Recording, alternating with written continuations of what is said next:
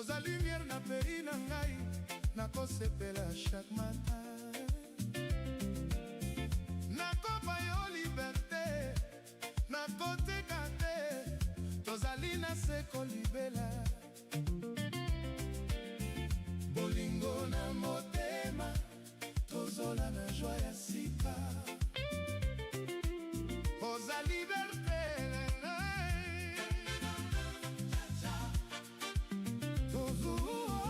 freedom na motema, nakopenda yo. We dance all night, oh yeah.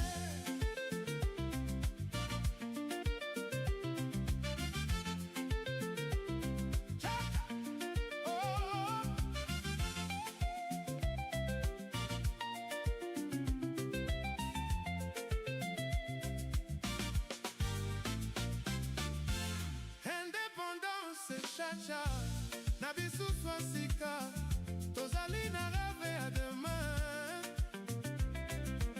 Na kolingi yo mingi, oza force na ngai, tozola na rythme, chaque jour na yo, esengo na seko.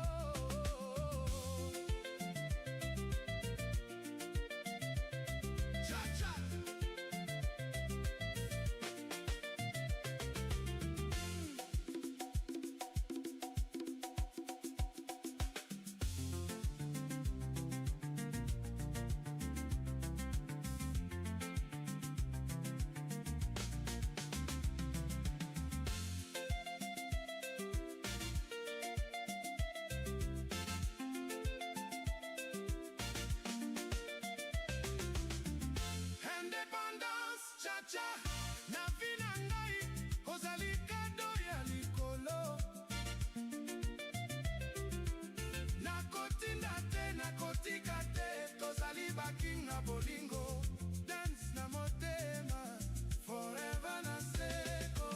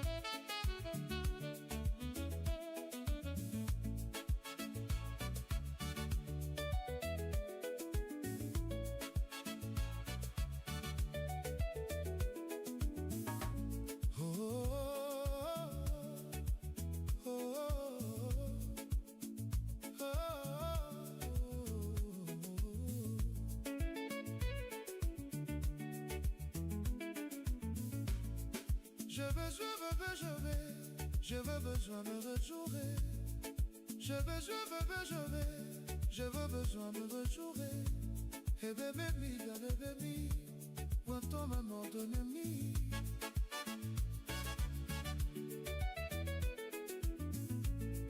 Je veux besoin de rejouer. Je veux besoin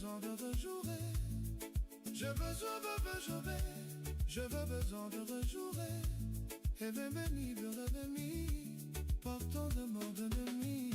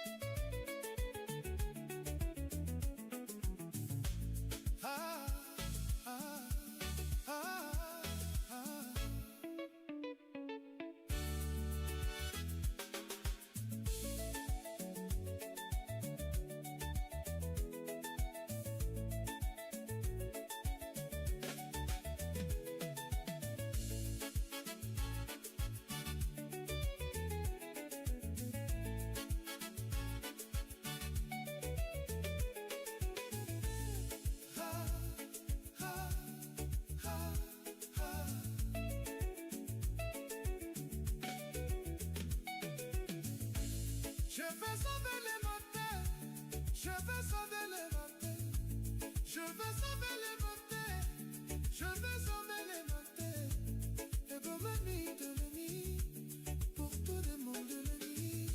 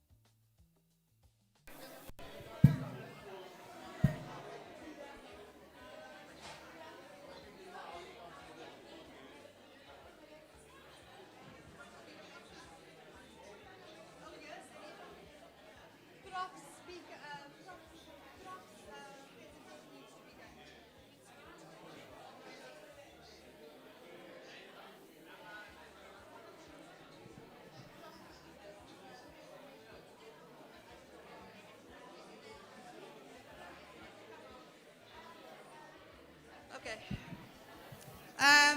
Sure. This is it. Good morning, everybody. Good morning. Hello. I'm going.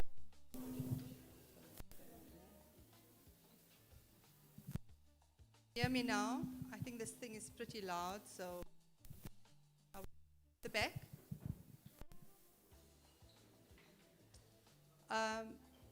Before we begin, I'm not sure what's happening, if we can just get our sound right. We just give I'm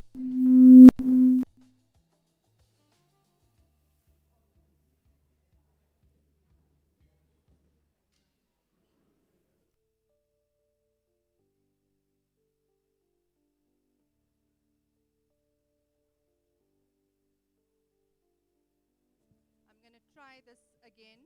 Can you all hear me at the back?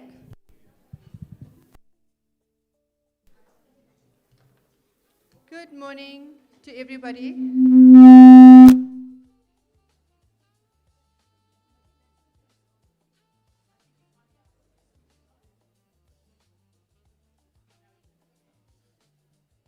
Good morning, everybody. Dr. Costa corrected the thing. Wow. Dr. Costa? She was an audiologist at some stage, so clearly she knew what to do with technology. Our apologies for starting late, but life happens, as you all know. We are going to start with the national anthem. So I would like all of you to please stand and for our national anthem to please be sung. Thank you.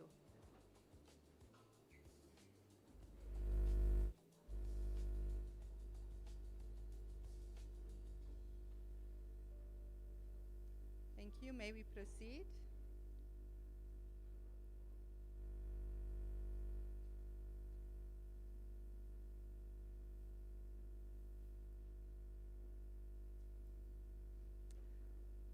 We're just waiting for them to put it up for us.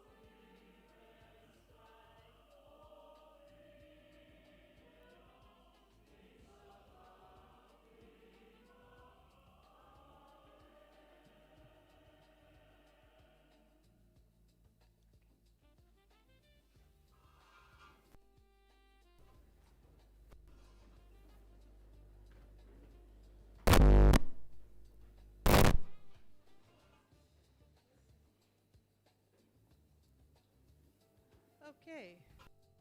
Just going to ask people to settle down at the back. They could perhaps find a space. Before I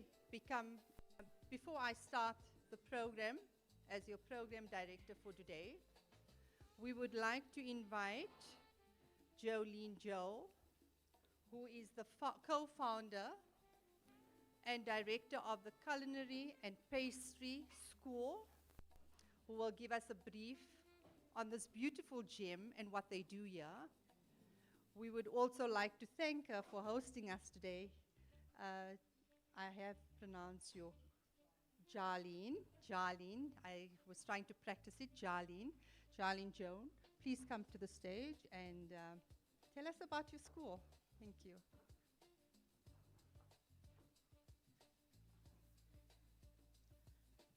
Good morning, everyone.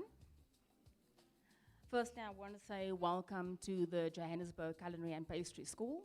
My name is Jarlene Joel. I'm the co-founder and co-director alongside my husband, Calvin Joel. Unfortunately, he is in class right now with our students. But firstly, welcome to our campus. We're very excited to have you here today. So firstly, all protocols observed. I would love to welcome all our honored guests, Dr. Kostner, Mr. Batchelor.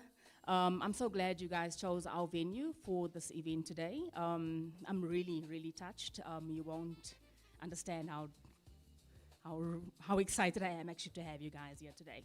I'm also extremely excited to be partnering with the Randburg Clinic School just to see how we can also assist with having impact in our learners' lives.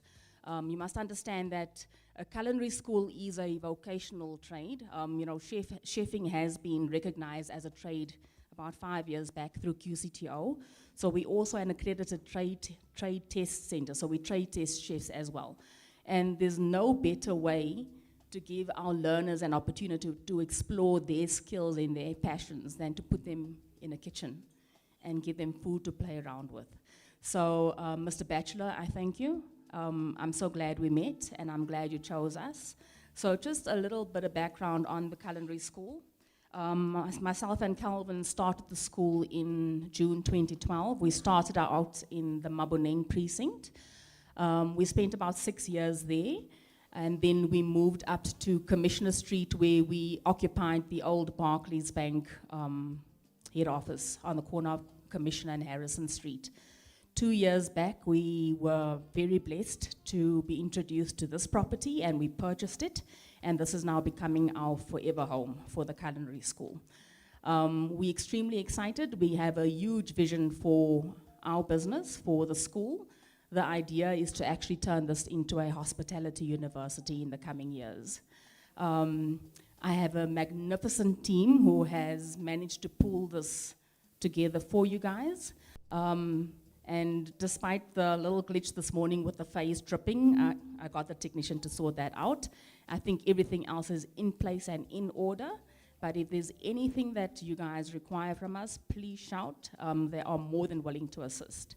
But more than anything, thank you so much for being here today. And I'm hoping this is not your last visit to our campus.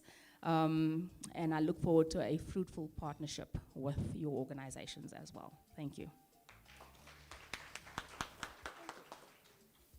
Thank you so much, Janine. Can you just imagine this a university? Can you just imagine one of the kind in South Africa?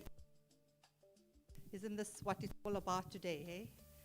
About Africa. Before we start with the formal program, I would just like to say the following. As program director, I'm trying to use technology, as you can see. Let's see if it will work today. First of all, good morning to all our delegates here this morning, to Dr. Costa, for always supporting this initiative. Our Premier's office, always willing and able to accommodate us. Obviously very much on our program today. I'm just trying to open up what I have written for you today. Right. So first of all, I'd just like to say good morning to distinguished guests here, because we have a lot of distinguished guests, partners, advocates, members of the neurodiverse community.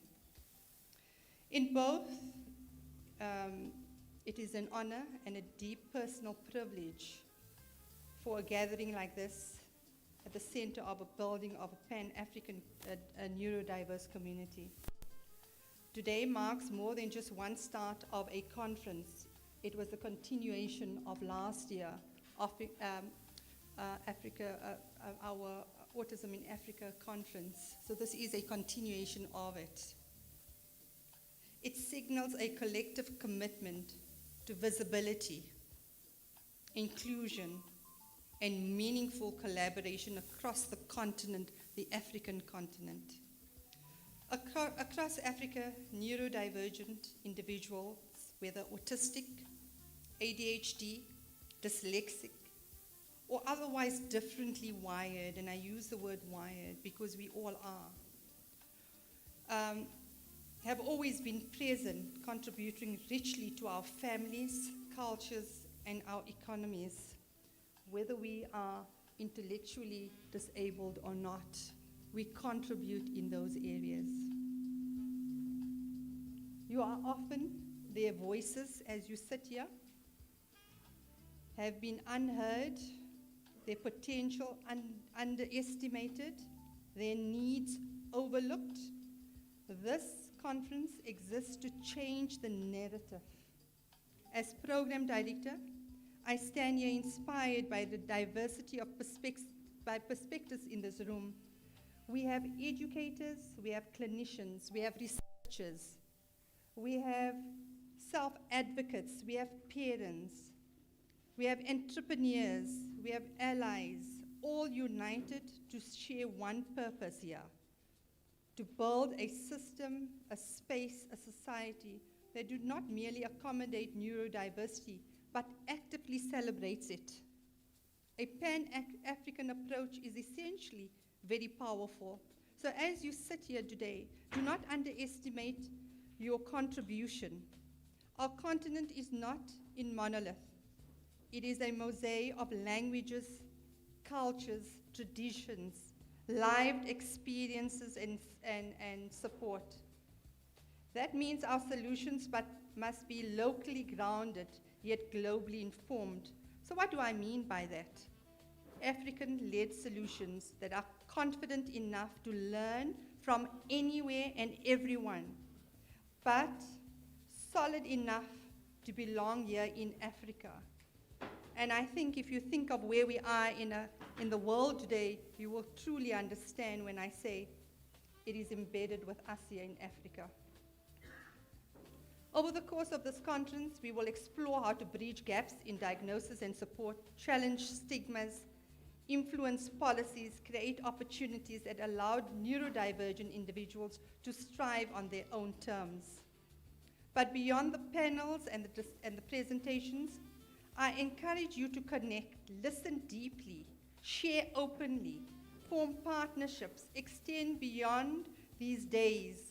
Community is not being built on theory, but it's a relationship in trust and sustained action.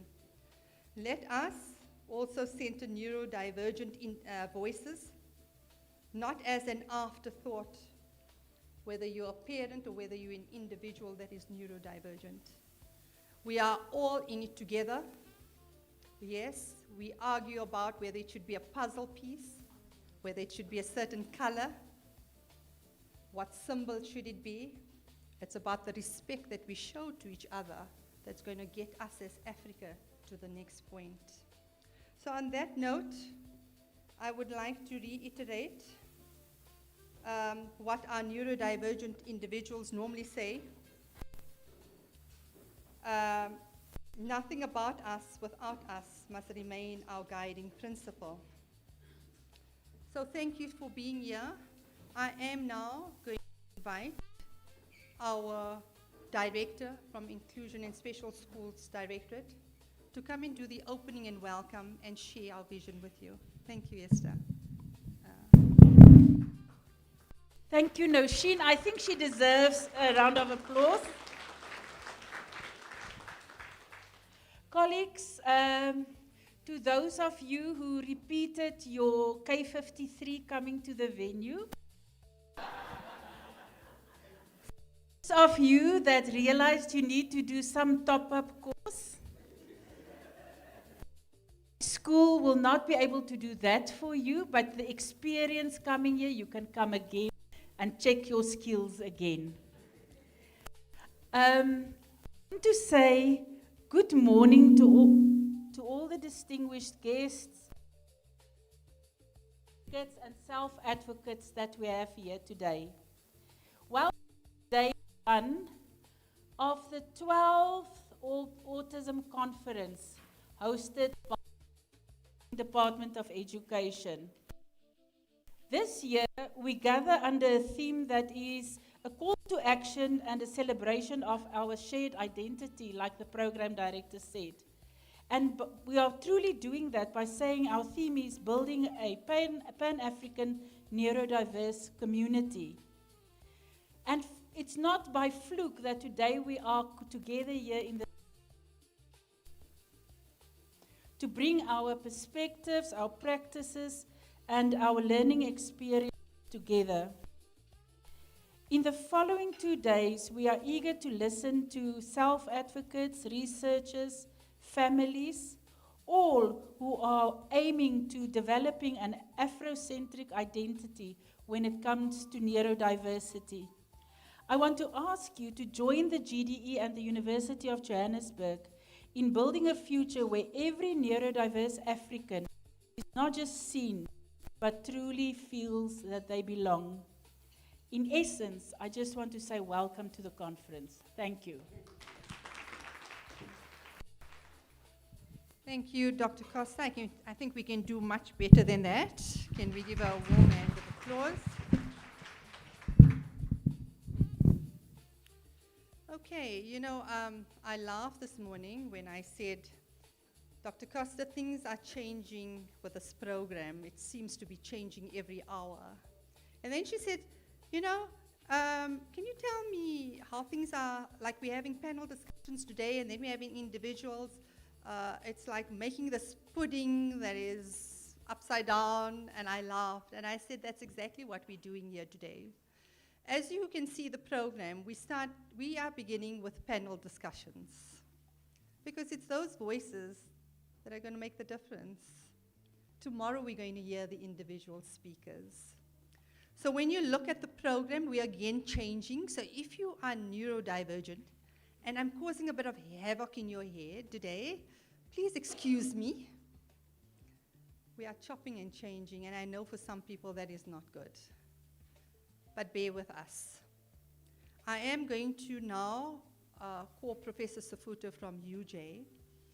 Last year, we promised you two things. We said we're going to start an association, an African Association of Neurodiversity, of over 300 registered. The wheels are turning slowly. When I say slowly, we have a constitution, and yes, we're up and running. It's about bringing you together now. So our association is there. We also promised you the journal, the African Journal of Neurodiversity. So today, Professor Safuto is going to share with you this African Journal of Neurodiversity together with his colleague, Dr. Shudu, who will be presenting to you as to where we are and what you need to do to contribute to that. Professor Safuto, over to you and your colleague, Dr. Shudo. Can we give him a warm hand of applause, please?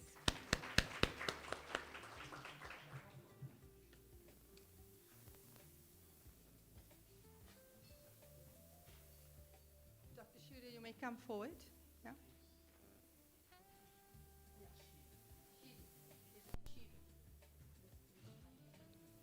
Yes. Good morning, ladies and gentlemen. Good morning, ladies and gentlemen. You have to forgive me, I'm a teacher at heart, so you know what we do as teachers. We really appreciate the opportunity as the Center for Neurodiversity at the University of Johannesburg and a partner in crime along with the Gauteng Department of Education as well as Randbeck School, Clinic School, and also the Office of the Premier in terms of the fight to craft that African identity we have always been so longing for. Today we are going to be talking about research and dissemination of that research using the instrument that was born out of last year's engagement. I'm not sure how this... Oh, you are here. Oh, you'll be driving it from there. Okay, thank you so much. I would like my colleague to stand up next to me so that he gets to be properly introduced. This is Dr. Chiedu Esiadi. He is the main man behind helping the editor-in-chief of the journal. And as it is, he is driving it such that it has to respond to our issues on the ground. I will ask him to have a seat now, but I'll give him an opportunity when we get to talk about the journal. Hello, madam. Thank you. We are from the Center for Neurodiversity at the University of Johannesburg in the Soweto campus. You're all welcome to come and visit us, please, so that we have further conversations about neurodiversity. This center was started, I always want to go historical because it looks like we are missing that part.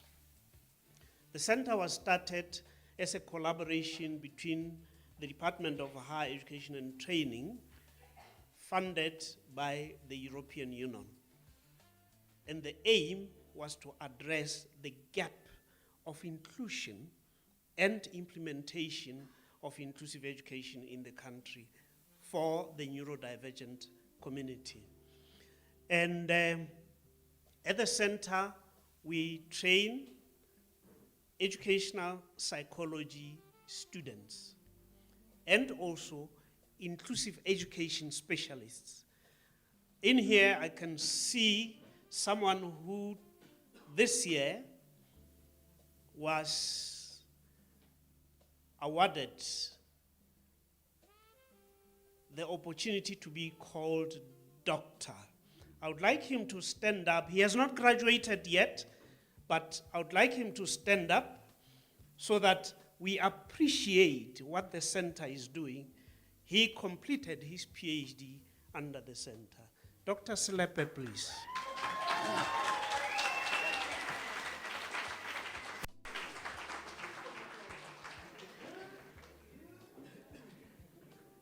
Thank you so much.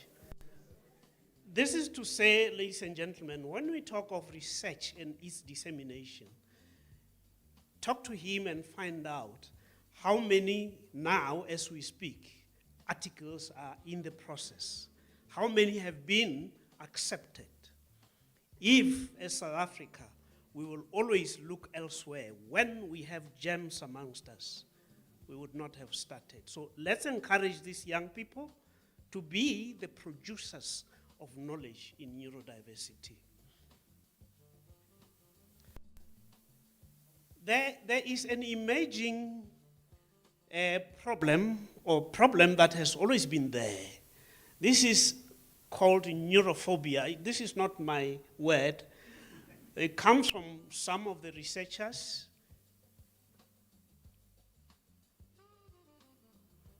Madam. It comes from some of the researchers who were led by McDonough, and the study is very, very fresh because it was only in 2022, where they are saying neurophobia in Africa. Africa is a continent of 54 countries, if I'm correct. But what they are saying is that neurophobia, which is the fear of neurodiversity or neurodivergent people, has cut across. This has been there culturally, but in our different cultures also, we find nuances of acceptance, but we have not highlighted those. So through research, we are driving towards saying, when are we going to be bold and not depend on anyone outside Africa, but as Africans say, this is our voice. We have had the honor and privilege of our own Vice Chancellor, Professor Letlhokwa Mpedi. He's the man in the middle who you see. In terms of thinking of generating knowledge and promoting research. From 2024, these were the first students that he funded from the family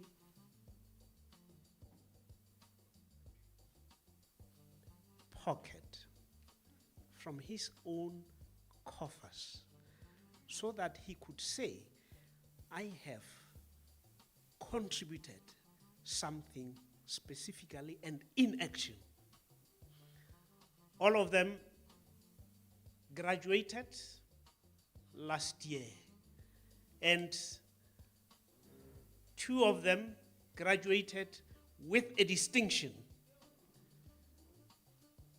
That goes to show the seriousness of how we conduct research in terms of the field of neurodiversity. We don't joke, ladies and gentlemen, because we want the West to look at us, read our papers, and say, yes, we understand. We premise our research on the principles of Ubuntu, Boto Ubuntu. And the first thing that we must have always under Ubuntu is respect for the human person. Those neurodivergent children, our own children, deserve as much respect as any other child. This is why their promotion, their inclusion in education and any part of society becomes important. I'm not going to even talk about dignity, solidarity, compassion, but survival should be the name of the game under neurodiversity. Because let's ask ourselves questions. How many of them experience complex challenges in terms of their health? If you are a parent and you are still working, what would happen when you are no longer working but you need medication day in, day out? As I arrived, I was called into a meeting. My life is not at ease at all, ladies and gentlemen. I was called into a meeting because the dean was sitting with colleagues in the university trying to say, who are the parents of children with neurodiversity so that we can support them? I told them that is Zain, about what you are going to talk about later on in terms of banking, latching on what you are doing, but developing a policy from the university's perspective to say how best do we support these parents, because that parent's mind will not concentrate properly at work if they know the problems they have left at home. If there are employers in here, we are also coming knocking on your doors to say, in the world of work, how are those parents supported? Go ahead, madam. What you see here is what we are developing from the center. Research has always been dominated by things that come from the West. But we are busy now, Ma'am Joyce, saying that if we cannot conduct research from the Ubuntu perspective, which cuts across a huge part of Africa, what are we doing? Who are we talking to if we cannot talk amongst ourselves? It's very technical. I'm not going to go into that, but this is part of the road that we are taking to say, let Africa, as my colleague said earlier, find ways of solving its problems the African way. Go ahead, please. We started this last year. After our conference, I had to rush off to Nigeria, and this was developed there. Neurodiversity has to cut across Africa. In terms of research, as the center, we are not only looking at ourselves, we are saying which other African countries can we hold hands with so that the voice of Africa goes out to the world. Those of you who read literature, Chinua Achebe was one of the students there, and I happened to have the opportunity to speak in the university where he studied and in the studio where he spoke. Thank you so much. Now, yes, you see, if you don't rub shoulders with the big boys, who are you? Thank you so much. I would like to say that we spoke of the journal, and in our introduction, a little bit was said about the journal itself. But there is something very important. The reason why we are here is because of the African Association of neurodiversity. Can we give it an applause, please? This is a vehicle. This is our parliament where issues of neurodiversity have to be discussed. And once discussed, therefore, we need to, after conducting research, take the opportunity and look at how then can we publish those in the African Journal of Neurodiversity, not European Journal of Neurodiversity, please, African Journal of Neurodiversity, because we want those voices of parents, those voices of the youngsters themselves, those voices of the caretakers, those voices of the teachers, those voices of everyone who has something to do with neurodiversity.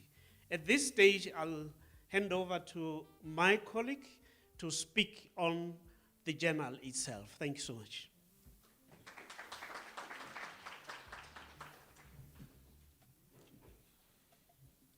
Hi, good morning.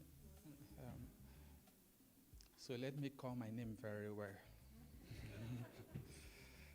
So it's pronounced as Chi-Edu. Chi-Edu. It means God leads. All right. I'm going to talk about this journal, which began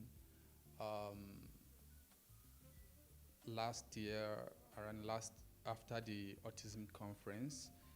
And we've been in the process trying to make sure that we meet all the criteria that will project the journal to the world and have it indexed in popular databases. So for the African Journal of Neurodiversity, our emphasis is on all kinds of research that focuses on the neurodiverse population, including their family, community organizations, and all that. So if you do have an idea that relates to neurodiversity, ordinarily we don't restrict the kind of papers that we accept, because we are interested in expanding our portfolio to include policy documents. Also, if you have case studies, this journal can help you project it to the African audience. If you do have review papers, theoretical papers, commentaries or book reviews, practice toolkits. Of course, that is very important to us. We want to publish practice toolkits so that practitioners around can have a lot of things to lay hands on, and also implementation notes. If you do have idea on how we can implement certain intervention for, let's say, learners with autism, the African Journal of Neurodiversity can help you disseminate that information to the African audience. Currently, we are publishing as an open access journal, and it's free to publish. So we are not charging any fee for the moment. Probably in the future, we may start charging as high as 7,000 rands. Okay, so we do have a diverse team of editorial board members, and we want to use this opportunity to invite experts, those in different fields of neurodiversity, both in the schools, to join us. Send us your expression of interest if you would like to be a board member for the journal. Right now, the journal is being led by Professor Sefoto as the editor-in-chief, and then the associate editor is Professor Veronica Duareka, and I'm currently the technical editor. We do have the book editor, Dr. Sunday Otu, and he's currently, should I say, Professor Sefutu's mentee, and he's the one hosting Dr. Otu at the University of Johannesburg.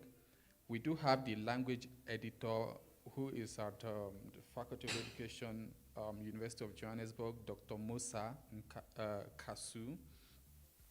And we have more than 13 editorial board members from different universities and departments of education. So if you have interest in joining us, remember the roles of the editorial board members would be to advise us on matters related to the quality of the journal, and also we invite them to review the manuscripts that will be submitted to the journal. So they provide both expert guidance and helpful comments that will make sure that we publish quality articles in this journal. Currently, we are in volume 1 of the journal, so it's still a baby journal at the moment. And we will really appreciate if you can send us ideas that you think it's publishable, and we'll help you refine the ideas through our editorial board and the reviewer board. So I think that is just the thing I have to share. Majorly, the focus of our journal includes family education, empowerment, and support for neurodiverse individuals. We also focus on community engagement and awareness initiatives on neurodiversity. Currently, through the Center for Neurodiversity, I'm running a community engagement program called Neurodiverse, and it's going to take the, should I say, the format of community engagement as well as community-based research. And the products, it's something that I wish to also disseminate through this journal. For the Neurodiverse program, I've met a couple of schools, and I discussed with them about that idea from our center, in which we want to provide both learning materials and supporting materials to some special needs schools. Although some of the schools are not forthcoming in terms of the idea, maybe they think we are joking. But if you like, yes, so we are not joking with the Neurodiverse program, which is a community engagement program. We want you to benefit, and we want the information to also be published in this journal so that more people can have an idea of what we are doing in terms of engagement with schools around us. So if you have idea around advocacy and inclusive practices, you can also submit to this journal. If you have any work that relates to epistemic equity in neurodiversity between the global north and global south, we also publish such work in this journal. If your work is focused on personal, family, school, and community narratives and pathways to neuro-inclusion, then just know that this journal is the right place for you. And if you have an idea or a work that focuses on approaches acknowledging strengths, affirming identities, and challenging deficit-based models concerning neurodiversity, then know that this journal is for you. So whenever you are sending any work to us, just make sure that your work also challenges conventional Western paradigms of neurodiversity and try to push forth the Ubuntu paradigm of neurodiversity. Thank you all for listening.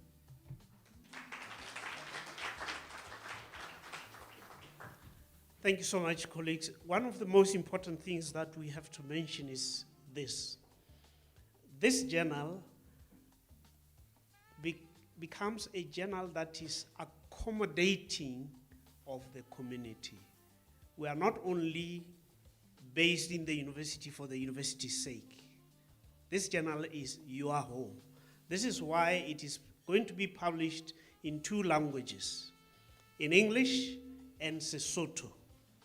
We don't have that as yet, but this is a way of saying even the grandfathers and grandmothers sitting at home, if they want to read something that you have written, madam, they should feel at home and not be intimidated only by English. I just wanted to make that point clear. Thank you so much.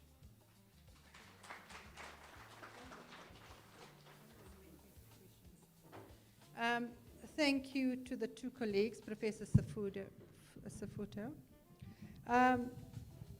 Before we continue, I'm going to allow for questions. Are there any questions around the journal?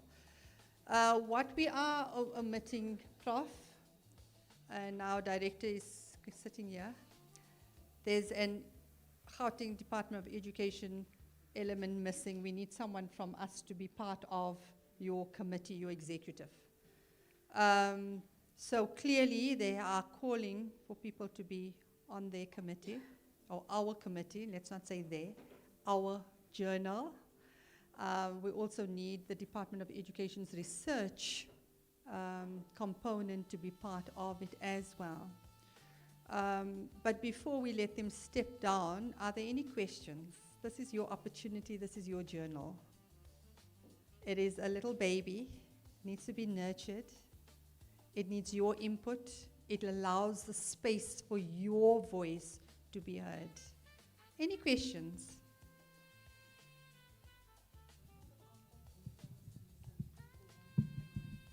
Okay.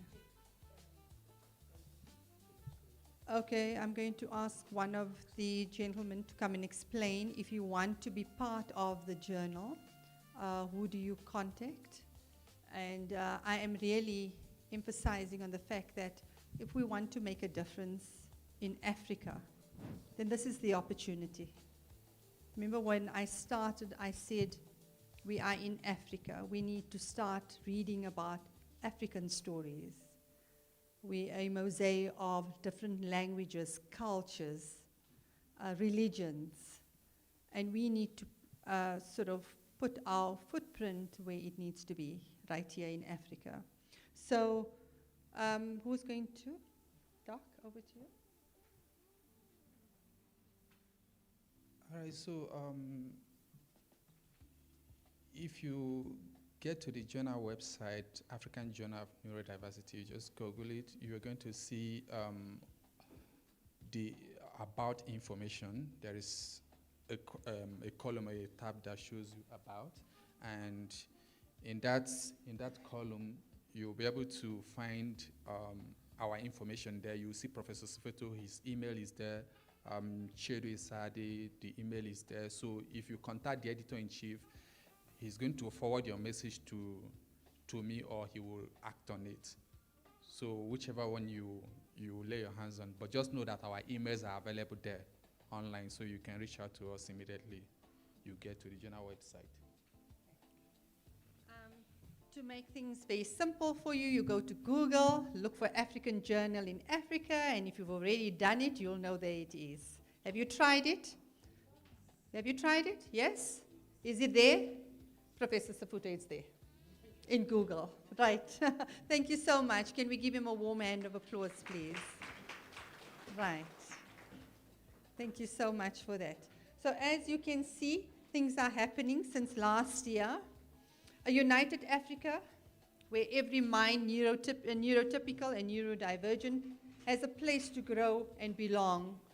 Always remember that. We're going to move on to the second session before tea. I'm going to ask Dr. Dineo Nakedi to please come forward. She is going to lead that specific discussion on contextualizing neurodiversity. Under that, she will introduce our two speakers, and she will now take over that session. Doc, thank you very much for being present with us. I'm now going to hand over the reins to you. Thank you. You may come forward. Can we give a warm hand of applause, please?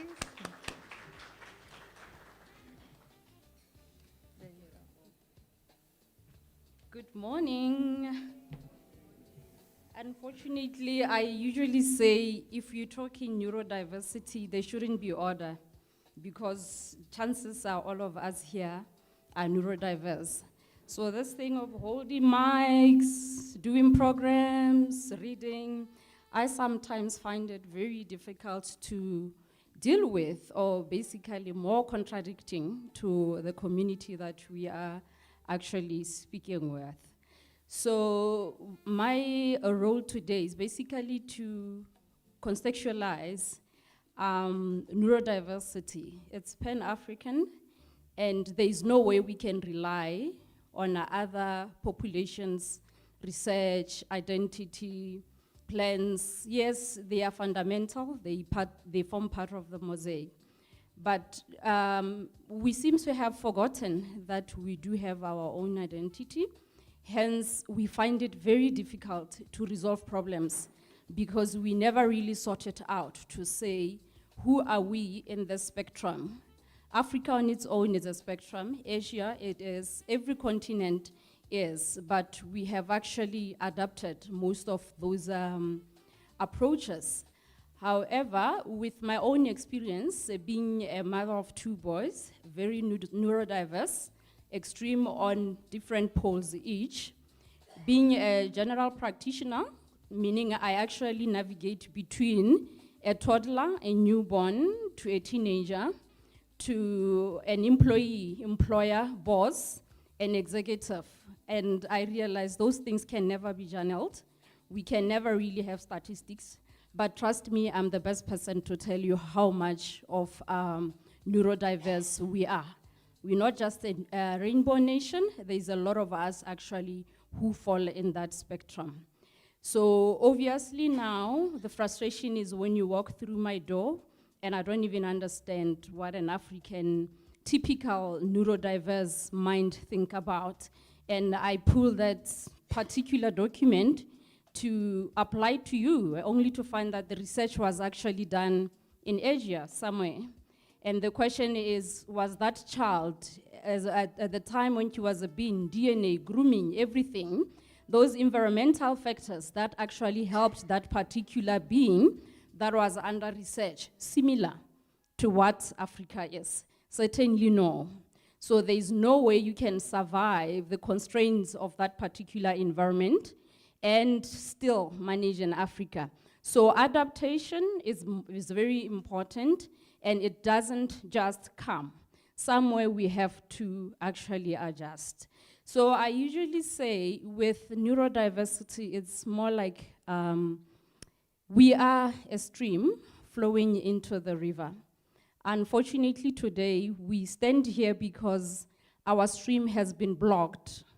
We're trying to flow into the ocean, but we cannot actually find our way in. But for great people like you said, will be forklifters. We'll actually try to move the rock. We'll actually change the slope, but the gravity won't pull us all down. We just have to keep going. And part of our forklifters today, it's both education facilitators from primary school all the way to lecturers, everywhere, including community service. Are they included? Not all of them are. I would want to break an ice and say, do we even have a chief here in the place? Do we have any of our traditional leader today here? Do we have any of our clinician, so-called traditional healers, which I refuse to use the word? They are still healthcare workers. Do we have? Isn't that very, is there anyone? So we're talking Africa, and there's no African health facilitator. That's one of the rocks I'm talking about today. To say, how do you talk about neurodiversity, and you haven't really brought it home? And the main person who can actually guide, it's the community member who belongs to a small homestead. Those are the very people who are relevant. Yes, we do respect our politics part, our presidents, but they are far busy with other things. Unfortunately, neurodiversity doesn't need 5 minutes attention. Being a mother, you need, one day can seem like 365 days within 1 hour. That doesn't make sense, yes. But that's exactly what we're trying to teach the community to say. A mom who goes to work, a mom who must travel, a mom who must see other patients, a mom who must actually engage in other social aspects. How do we actually help that mom, that dad, that child, that employee who's actually not coping? It's not yet journaled. It's not there because it's mental. We cannot write those things.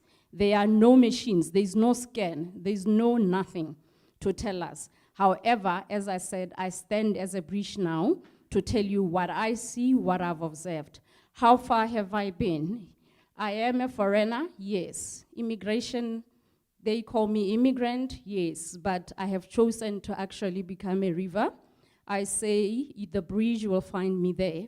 I'm gonna flow as far as I can. And with this Pan-Africa, we're gonna actually also flow together and get the bridge later. All these other policies, we're not gonna wait. Unfortunately, we already have a newborn today. There's already a primary school child. There's already a secondary. And there's already someone who's graduating in university, someone looking for a job, but there is transitional problems within the way. In fact, after graduation, what's next? Nothing, no one answers. So today, we will actually invite people who actually deal with these matters. Mrs. Bembe is one of them, and Mrs. Wampe. Obviously, those two are part of the education, and they're part of the health, and we can never deal with these things individually. They will actually try to help us get rid of this rock that we said every time we try to do something as a neurodiverse community, our river doesn't flow, our stream doesn't flow. But I tell you one thing, your Indian Ocean can never be complete if our stream is actually blocked. Why? Because part of that molecule, that atom, is actually part of us. It will explain why global warming, where the mental health is so high, because there's one little thing missing, and that's a neurodiverse personalities in that particular area, African specific. So today we are going to brand ourselves and make that river flow to the ocean and make sure that everyone is actually included. Yes, we see plants growing, everything here, everything you see, it's a leaf, it's a plant. But I said, how do you get that plant up if your own stream is not flowing? So you question yourself and say, where have I become a problem? So much infrastructural issues, so much of legislations, so much of exclusiveness in everything, and then yet we want the leaf to flow. So we are going to actually go and check. The most important thing is to say, where did we go wrong? Where are we as Africans? How do we actually fix this? And then how do we brand and become a particular African that even other nations can come and benchmark from us? Reality is we are not so rich, but rich in mind, all resources. They've spoken about us being rich in gold, being rich in this, but they never talked about our neurodiverse as source of, the most special, innovative hubs. Everything that is out there, you find that there was a neurodiverse person involved. But only when it becomes beautiful, we classify it.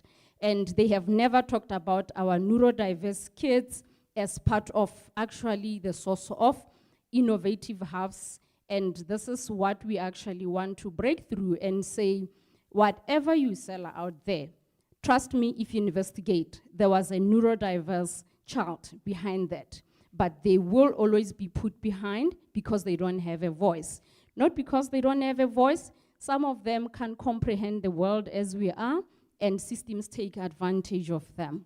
So our policies, which we are going to discuss throughout the program, must make sure that we also get protected, and everything must also be Africanized there for a neurodiverse individual, not just kids, but everyone.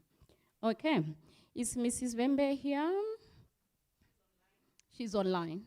Oh, okay, cool. Where is Western? Victoria. Okay. Yes, Miss Victoria, you can come through.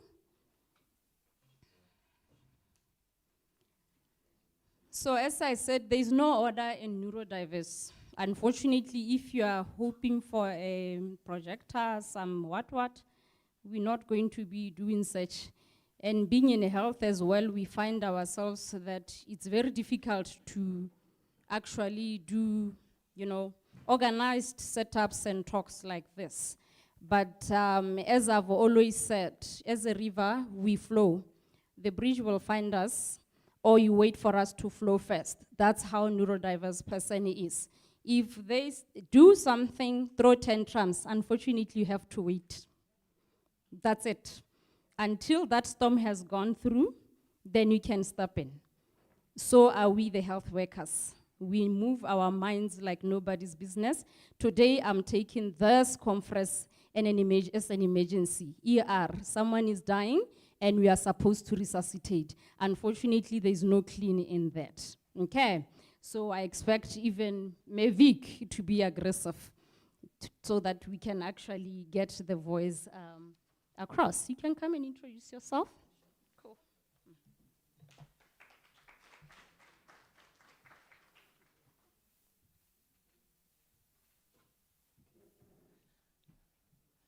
Good morning.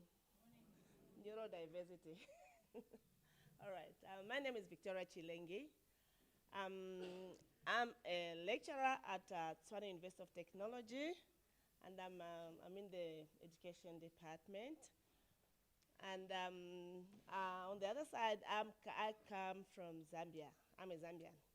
So my standing here, I'm going to talk about neurodiversity in Zambia, specifically the autism in Zambia. So to begin with, before I start, I just want to say thank you so much for this arrangement.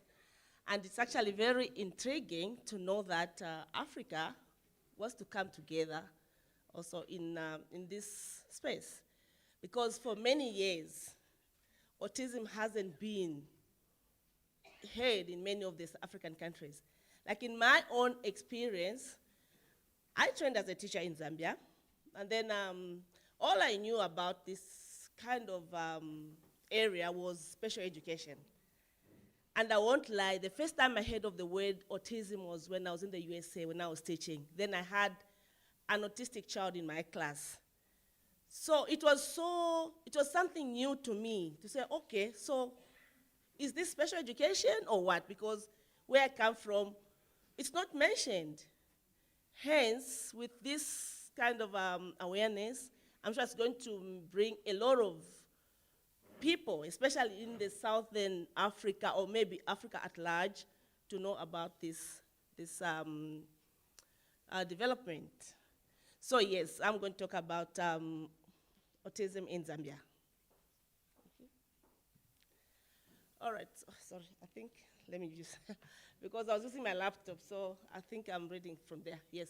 So, to introduce, autism spectrum disorder is a neurodevelopment condition characterized by persistent differences in social communication, interaction, along with restricted repetitive patterns of behavior, interests of activities. That's American Psychology Association.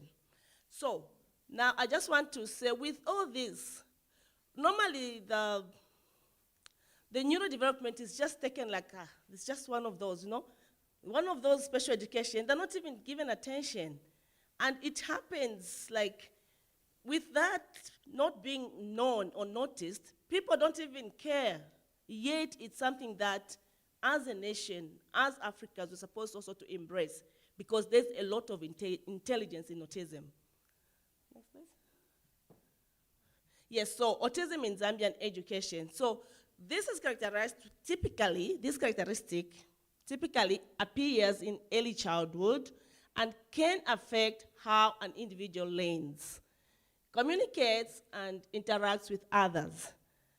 So because of that, it affects them. If it starts from early childhood, it's something that is in them. As they are growing, it's also growing. And if it's not nurtured, if it's not taken care of, a lot of children end up just not being noticed. So autism is referred to as spectrum because it presents with varying levels of severity in different forms of individuals. So it spreads. In some children, it's huge or it's severe. In others, it's not. It's partial.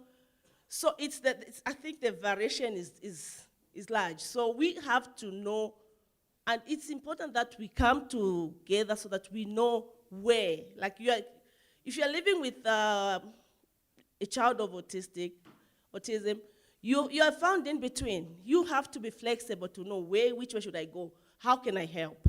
Because there's no strict that, okay, for this one, you're going to go this road, as the other presenter said. So you're just in between, and then you're just trying to make life easy for that person. And in making life easy, it has to be that you are trying to help them develop in their own special way. Thank you. So, autism in Zambia is largely addressed as a sub-component within the broader field of intellectual disabilities rather than as a distinct area of specialization. And as I said, that's how I grew up. So I grew up knowing that it's just special education. When I went to tertiary in Zambia, we just said that there was special education. And at the institution where I went, it was not even there. Later on, I heard that they've started, like at the University of Zambia or other education programs.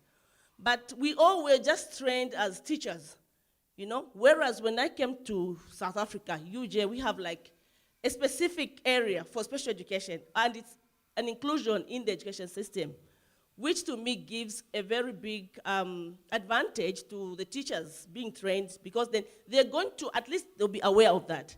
And then when you come against, or when you come across a child, you get involved, you want to help, you want to assist in any possible way. So teacher training institutions, colleges, and education, the universities offer the special education programs typically provide general training in special education. Okay, so with limited focus on autism, as I said, they don't know it. I don't know, it's just like there's no attention to autism specifically. But there could be some special education, and then that is special education unit, they just block them in one room. Like when I started teaching at one of the high schools, it was just like, we know that that's a special unit, special education unit. So those children are just put there without care, I would say, because then even as they're put there, they've got different needs. There could be an autistic child, there could be an ADHD child, there could be any kind of special need, but there's no specific attention for autism. Yes, so as a result, there is no currently teachers formally qualified as autism specialists across the country. So as I'm saying now, I don't know if there's any teacher trained in Zambia who is an autistic teacher or who is specifically trained to address autism. All right, so for special education teachers, those who have been trained, who handle the children, special education, and then now if there's any autism case there, they just rely on, they work with learners, and then they rely on just the in-service practices or workshops or awareness that the department may arrange so that they learn from that. So they just want to know what is happening from there. So for example, a teacher in a special unit at a government school may attend a brief discussion or a brief, seminar just to somebody to just tell them that, okay, in autism, maybe you do this, but it's so difficult for them to actually know what it is. So as I said now, when somebody has got an autistic child, they're just trying to work with that child, which to me I think is just not fair for the children. Thank you. So in a classroom situation, again, when it comes to the classroom resources or practices, you find that teachers will just employ the wide range of strategies. As I said, they don't know which way.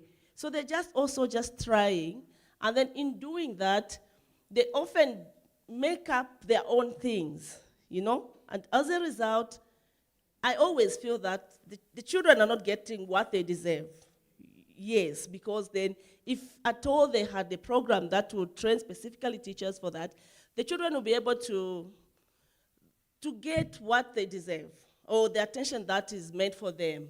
So task analysis is commonly used, and then where the complex activities are broken down.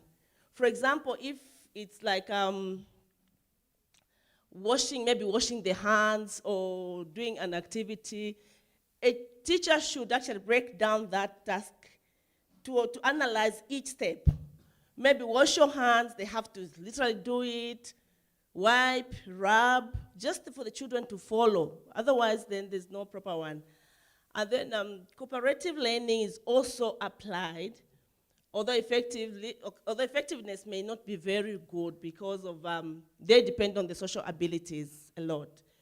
So in some cases, a learner with autism may be paired with a supportive peer to help in what they're doing. And that to me still shows that the objectives are still not met for the children.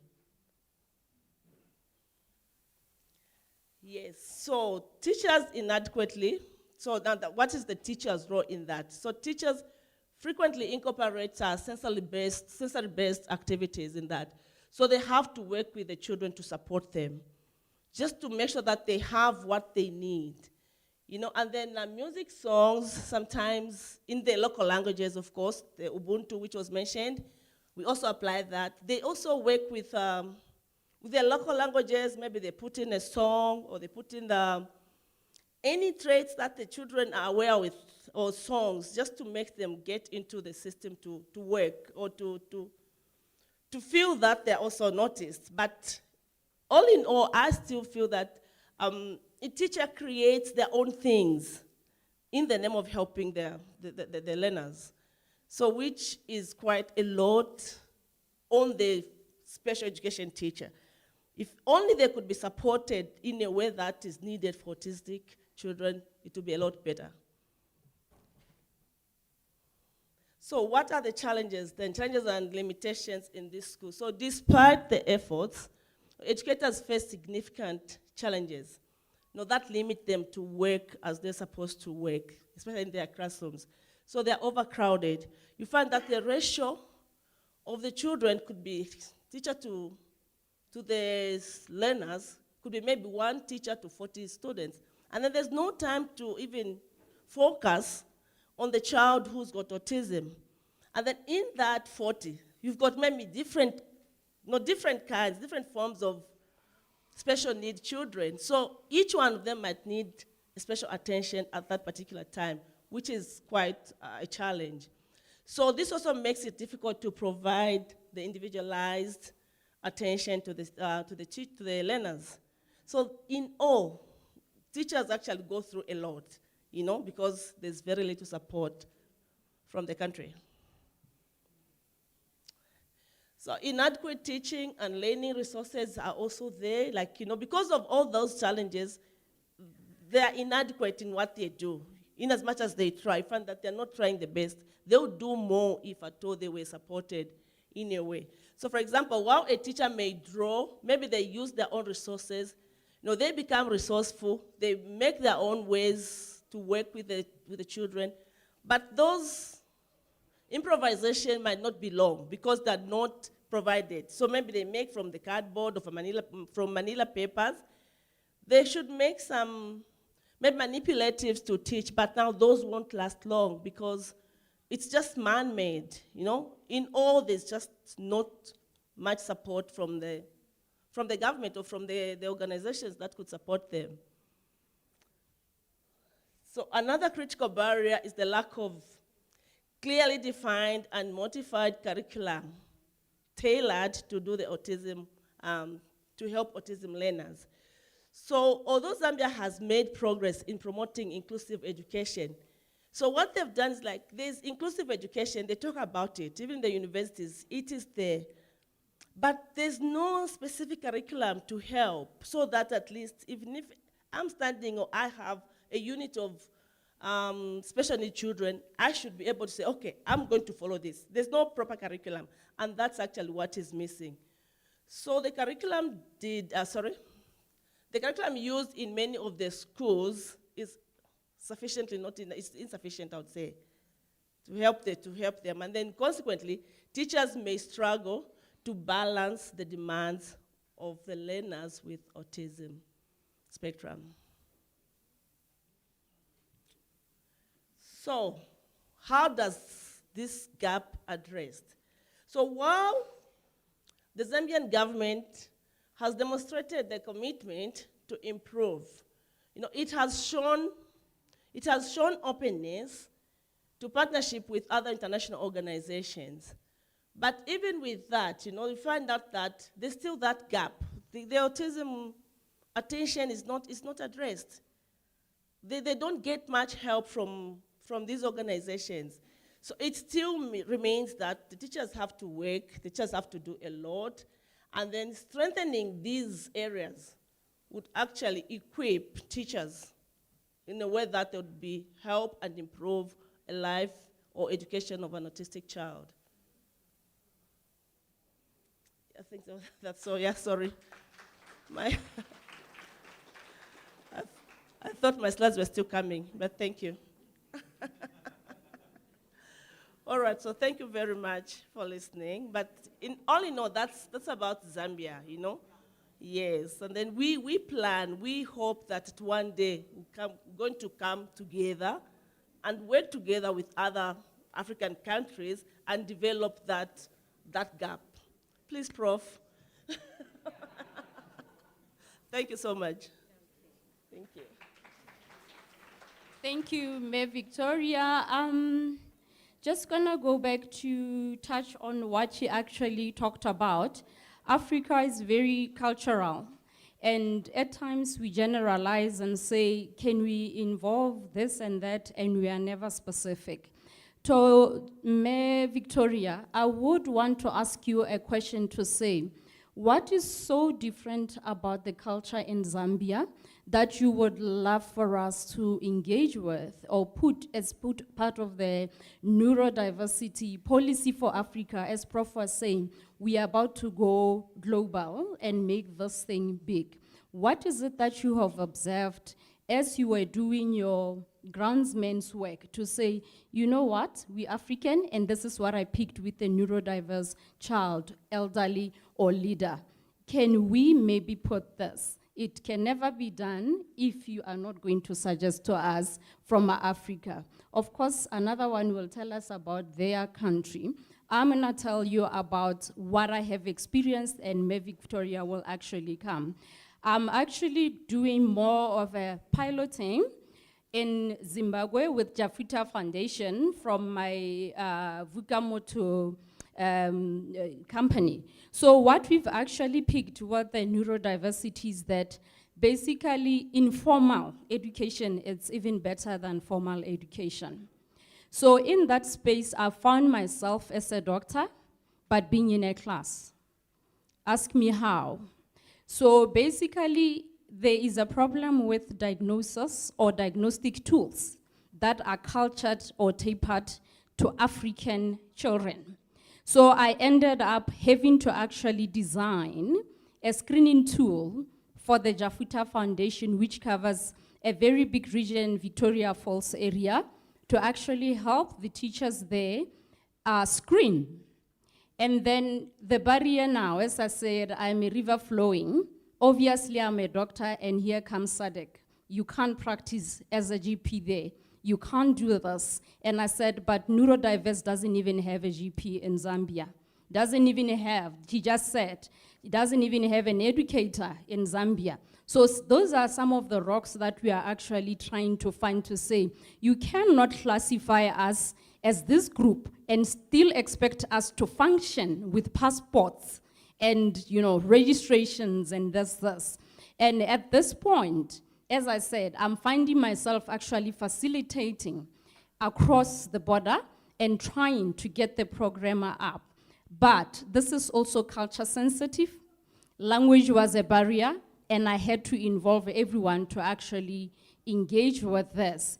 And what I found was that resources in the region were so much diverse, so much rich, that I had to actually even implement. So what I'm actually saying to Pan-Africa Conference is that, can our policies actually be culture tapered? Whatever you speak and put, start first by investigating a particular region. Go there and plan for them, be it health or education, based on the culture. Then we will actually progress. Back to you, Mavic. What have you actually observed culturally with the neurodiversity that will help us move on? Yes, you can use that.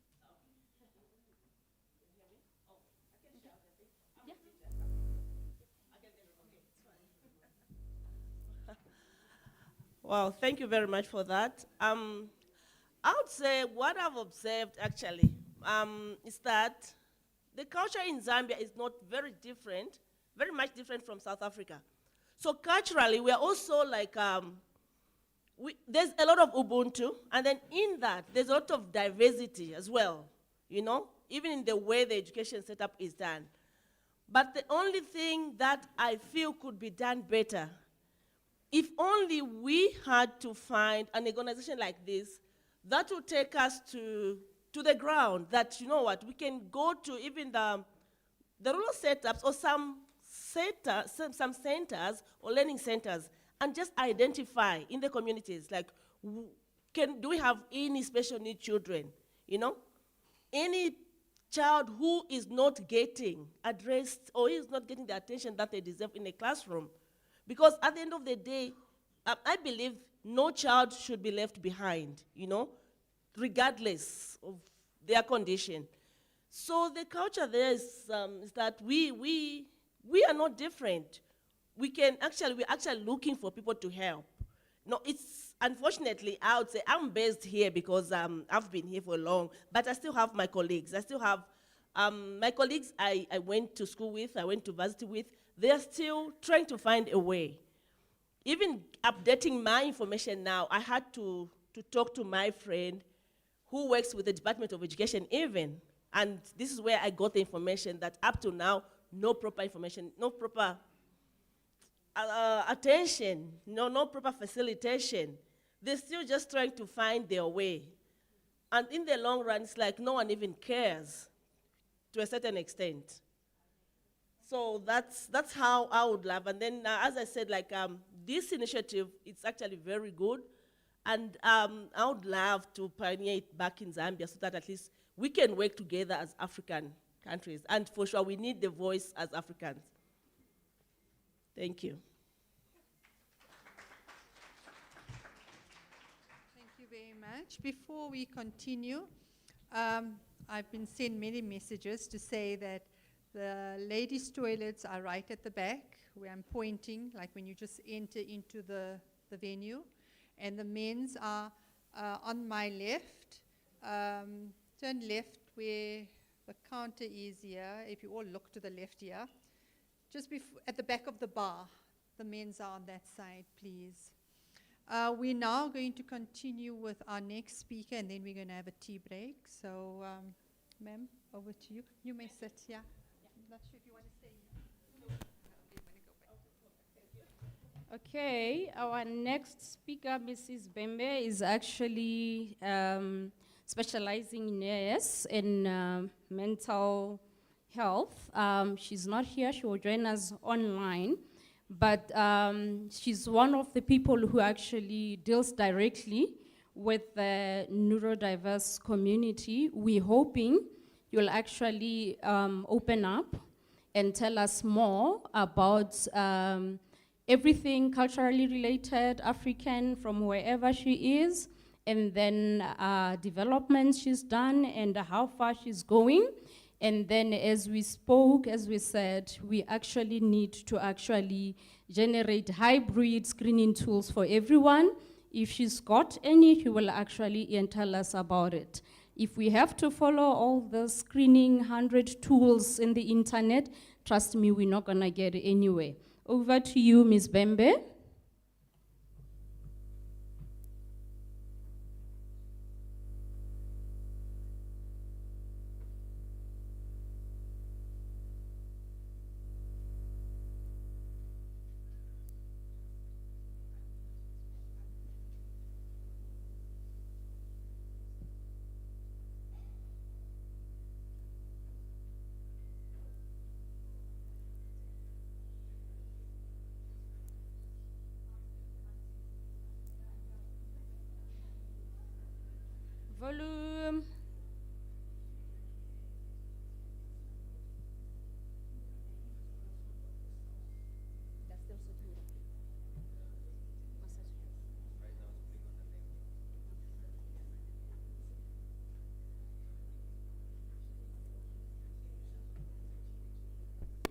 technology is playing games with technologies.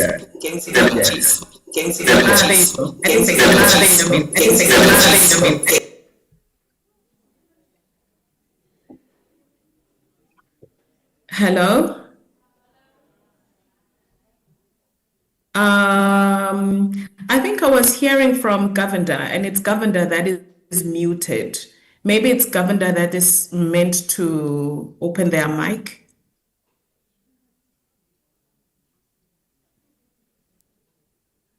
I think we were getting information from Governor.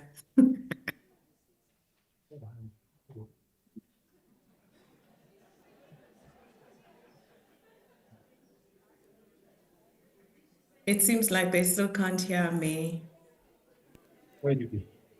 Oh, can you hear me now?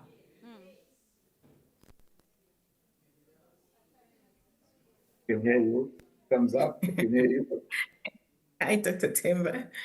Great. If I can be heard from the conference, thank you very much for having me. My name is Cindy Sobembe. I am from the beautiful and colorful kingdom of Eswatini. I am the psychiatric mental health focal person with a specialty in child and adolescent mental health. Unfortunately, I'm not sure if I can be heard from the conference. Yes, you I can. see sign language. I think I can be heard. Good. Wonderful. So I've been asked, it's such an honor to be part of this conference, and without wasting much time, because technology has taken us back a bit, I've been asked to just contextualize neurodiversity, and this is something that is so dear to my heart. Absolutely get excited when we're talking about neurodiversity, epilepsy, mental health, particularly when it comes to our children. So I'll not even go much into definition because my colleague has wonderfully explained it, but I just want to highlight, when it comes to the definition of neurodiversity, is the fact that it's taking it as something different, taken as something different, and it's taken, and because of society placing certain descriptions or prescriptions in terms of neurodiversity. Now, if you do something normal as per prescription from society, and then when somebody else does something that is not normal, in inverted commas, it's then frowned upon because it seems like you're not doing the right way, and then you're forced to conform to the right way. So this is why this is very important for us to talk about neurodiversity, because there actually is no right way. And when we're looking at the definition of neurodiversity, we're basically talking about a variation in neurocognitive processing. So right and wrong really should not be even considered when we're talking about such. So like I said, I'm coming from the kingdom of Eswatini. We're basically a landlocked country, and South Africa, beyond, we are not a province. We are a whole country of our own. It's just that we are next to you. So we have a population of 1.2 million. This is important for me to mention that we're a population of 1.2 million, and we truly are seeing a rise in neurodiversity. I have a few statistics at the bottom of the screen, and might I highlight that if you look at autism, it's showing that we have only 44, which is not true at all. Again, it goes back to what are we doing wrong? What are we not doing right, for these numbers to come up? Because on the ground, we truly are seeing what is happening. So we also talk about challenges that we have in Eswatini. My. I think our challenges might be similar with the rest of the countries, including our neighboring country, South Africa. But if we look into the challenges that we are faced with in Eswatini, the major problem that we see are labels based on our culture. So our culture, and like I had said initially, societal prescriptions. When somebody does something that is termed not normal. People don't understand what it is. Then they rush to giving it something. Remember, there's no space for vacuum. So they rush to give it whatever label that they come across. So you find that people that are exhibiting behavior such as, you know, somebody sitting alone or somebody playing or louder than other children, it's labeled bad behavior. If they're not listening, as we know, autistic children will take time to either respond to their names or will not respond to their names at all. So now they're called there's bad behavior. And again, we are such a religious country, so we conform to what God says, what religion says, you know, and then obviously there'll be the aspect of spirituality. So some will think it's a spiritual problem. They need to be prayed for, or others will say, no, this is witchcraft. We need to take them to the tinyanga, traditional healers, so that the child will be healed. This is a curse. You know, your parents did what, your forefathers did what, and this is why your child is now like this, so it's labeled as a curse. Or it will be labeled as poor parenting.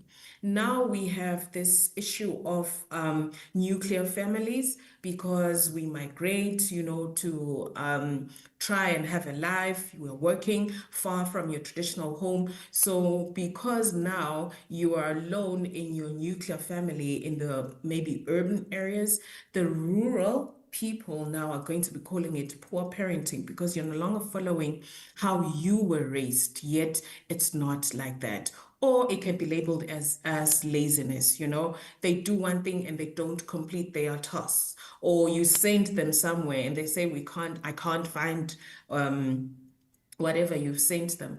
So it's going to be, all of these things are going to be labeled as laziness. Particularly the greatest one that we are seeing is the spiritual aspect and the bad behavior, which then also leads to other children also calling them irritable. It's annoying to play with this one. We don't want to play with this one. Therefore, then we have our beautiful special souls or special angels, as I call them.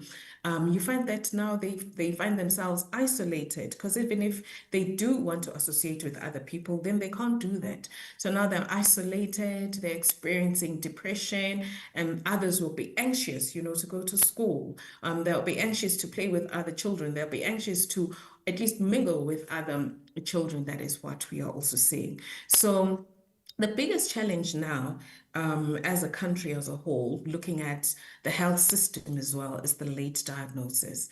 The late diagnosis in that we truly do not know what to look for. And what we see, just like my colleague has pointed out, is that neurodiversity is mainly picked at school age, when children are now at schools, where the teacher is now complaining about the child misbehaving, the child not listening, they need some discipline there and there. So then if they are aware where to go or what to do, then maybe they'll come to the health facility, and you'll find that there'll be late diagnosis at that. And then, of course, the school exclusion, as it has been mentioned, and the family will be so stressed. Remember the labeling that we talked about? They'll feel blamed. They'll feel, they'll experience some stigma. They'll experience shame. And everybody, the parents or caregivers, and the child will also experience bullying. That is what we are also seeing. Then the punitive discipline that we also see that also in our country. And then the major challenge now, where the children are expected to therefore get help, is the lack of trained professionals. As I speak, in my country, in the government's space, I am the only child and adolescent specialist. So you can imagine, from a population of 1.2 million. Remember when I said, oh my gosh, the light has gone out. Can you hear me? Let me move to the light. There, I think you can see me.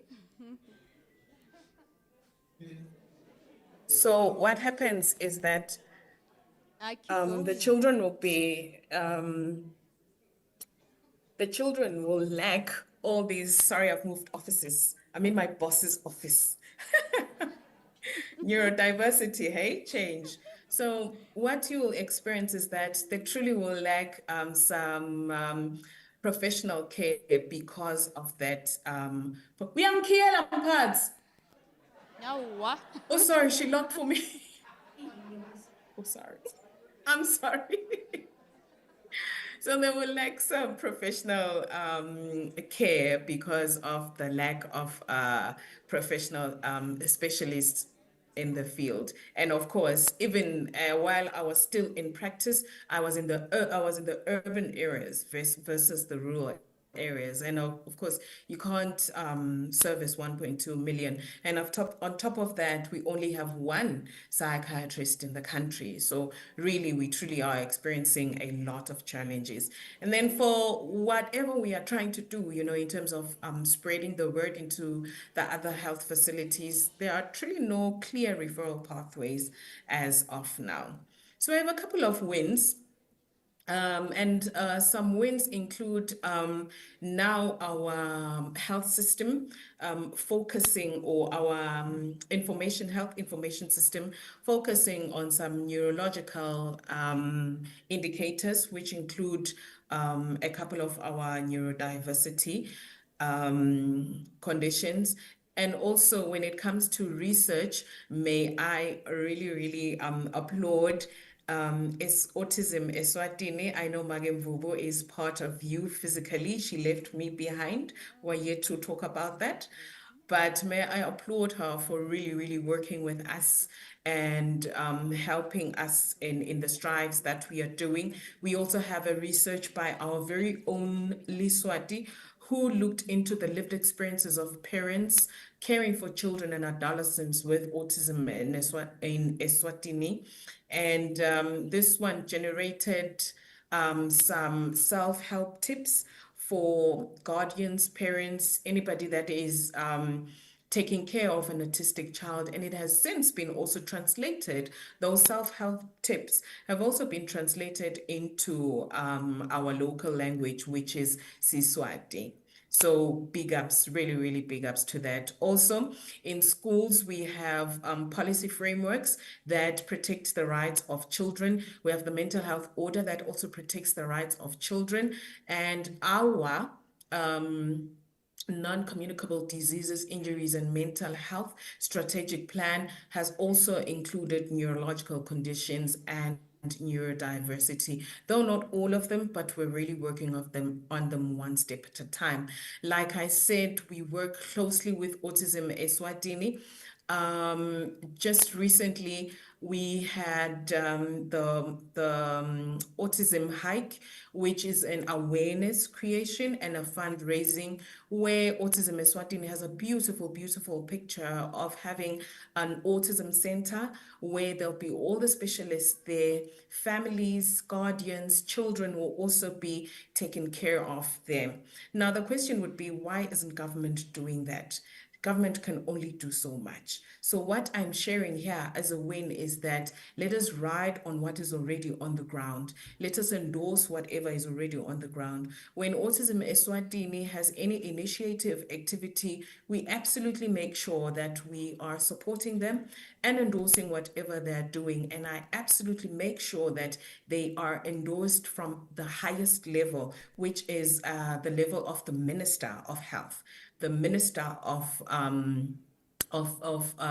social welfare as well, because that is where we will get support. Now, here's the thing. We need to have them supporting us like that at higher level, because if the leaders are the ones that are seeing what is happening on the ground, they will also then one day listen to what we are talking about in our strategic plans, because we do have it in writing, but it's coming very slow in terms of seeing it in fruition. So let us ride on what is already on the ground. Again, I say big ups to Autism Eswatini, Mage Mvubu, Mage Trifina Mvubu. She's really done well. We are very proud of her as an organization, as a government, especially for me. Like I said, I have a very soft spot for mental health and children. So what is our vision?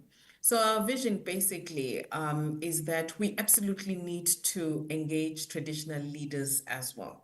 I heard my colleague there talking about traditional leaders and even asking if there are any traditional leaders in the room. That is where we need to nail it. For us as a country, we absolutely respect traditional leaders. We listen to what we say. We're an absolute monarch, so we listen to what our king says. Then the king sends the traditional leaders, our chiefs and all that, to send information down the ground. And we absolutely listen to what they say. If I may make an example of HIV. For us, we have surpassed the 95 target for HIV. And that is because this was an instruction from the highest level from the king to say, let us do something about autism, to do something about HIV. So now, if we are able to do that and listen to our leaders, can we not also rope them in when it comes to neurodiversity and work with them and encourage them, create awareness, make them understand? May I also take this opportunity to make an example? We are also working on substance use as an African continent. We also are led by the Honorable Khosi Sehlolo from South Africa.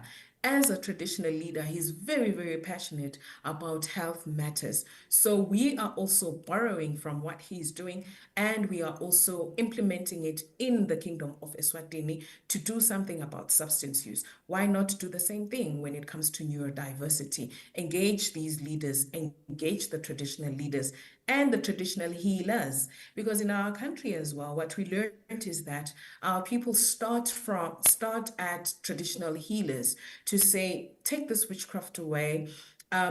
We have a curse and whatnot. Please help us with this, correct this. So we need to also engage them to make them understand that this is neurodiversity. Again, we're learning from HIV in our country. That is where we started, we engage them, we have a very good working relationship with them. And then when it comes to community awareness, I believe in when we go to the community to create awareness about neurodiversity, they're tired of hearing about from us, from health. Let us use the people with lived experiences, and then also do the storytelling.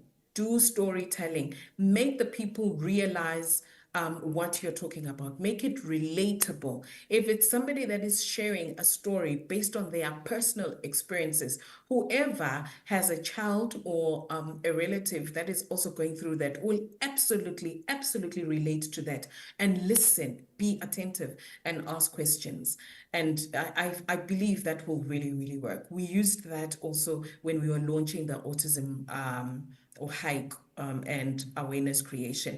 And then absolutely we need to capacitate healthcare workers, especially in the rural areas, because that is where the neurodiversity is hidden. They are taken away, they are hidden, they are placed away so that they're not shamed, as a society. And that is where the nearest facilities for them are the clinics. So we need to capacitate healthcare workers there. If you notice, I highlighted nurse-led. In our context, majority of the people that are on the ground are nurses. So we need to capacitate nurses because they are the ones that are on the ground to help all of our people. And of course, school inclusivity, it has really been hammered on. And then advocate for national mental health strategies to explicitly include neurodiversity, including the budget. And then encourage young people to also be there, use these youth platforms.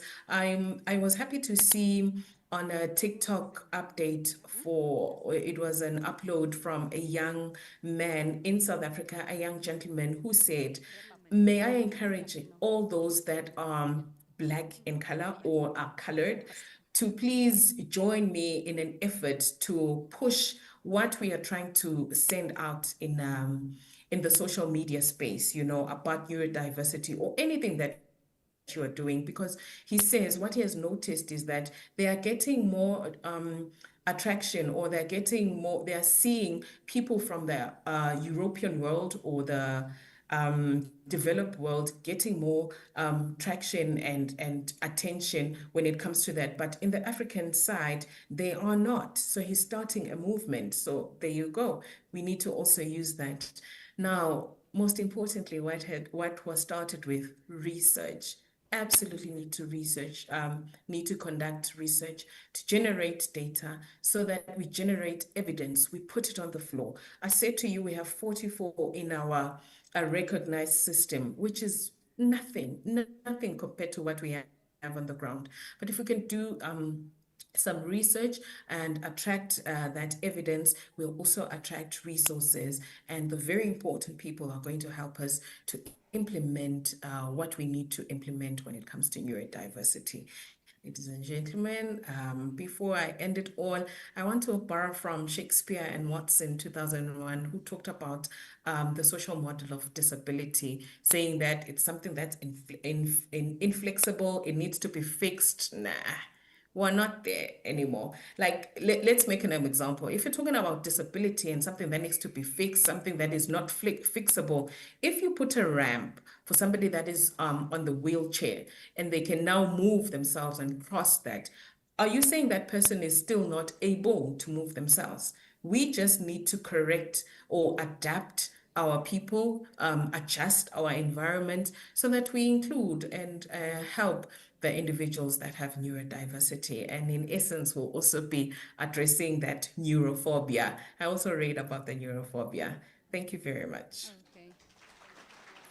Thank you, Mevembe. Okay, we don't have much of time. Is that okay? Basically, what we can sum up is that culture is very important. We're not going to emphasize culture is dynamic. Unfortunately, we've wronged our leaders. That's what she's saying, that as long as we're not engaging with our spiritual leaders and our community leaders, there's no way we're going to get through. So hopefully with the next conference, they will be on the forefront. After the opening remarks, we owe them a slot to actually engage, which is something that we are going to work with, and I hope even Prof will consider a page for them in the, within the journal, because there's no way we're gonna get this right. So basically, having said that, there isn't even metric tools to say this is how far we have been. With HIV, it was 2025, this, that. What is our neurodiversity measuring tool to say we've come this far, we're moving that far? Nothing. But the basic person to actually get those statistics, it's the chief in the village, the community members, and the leaders, because they also see a particular niche of those particular people desperately looking for interventions. Have I, as a clinician, engaged with those? Yes, I did, and I actually provided tools, and I realized that there is willingness. We're just not available. Therefore, part of the program's funding now, we should actually make them available. Any questions from the floor before we take a break? Thank you so much, Dr. Nakedi. Before we do take a break, there's two things that I want to mention. Yes, we're in total agreement about traditional leaders and community-based organizations. When we started off, I said to you, we are continuing what we started last year. We spoke about the journal, the African Journal for Neurodiversity. And I also spoke to you about the association. I also said to you, we are in the formulation of the Constitution. And as an executive, we have discussed the issue of traditional leaders and community members being part of our executive, so we did not exclude it. As you know, we are in the process. I will speak more about it tomorrow, because we do have over 300 members. But remember, we are in the baby stages. So yes, when we do have our next conference, we will have members from the community and from our traditional leaders been part of our discussions and moving forward. So it has not been an omission. Please, I'd like to correct that from the onset. Okay, on that note, let us have a nice tea break. We will have a half an hour tea break and come back at 11:50. There are 2 stations, or I think more than 2 stations outside. Please feel free to mingle and enjoy a nice cup of tea. Thank you. Yeah.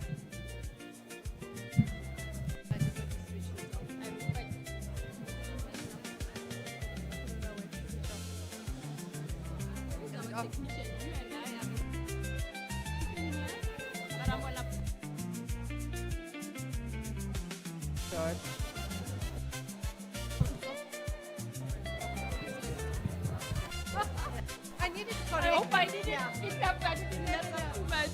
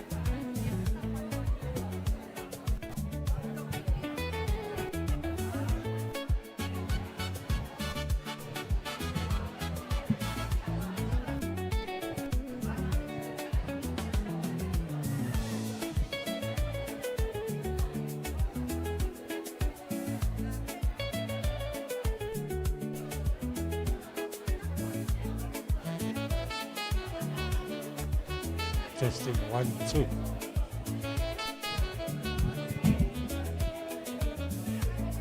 Testing 1, 2.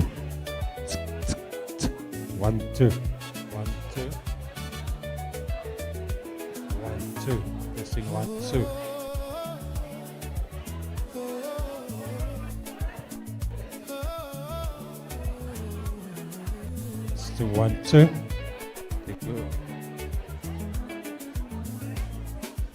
Testing 1, 2. Testing 1,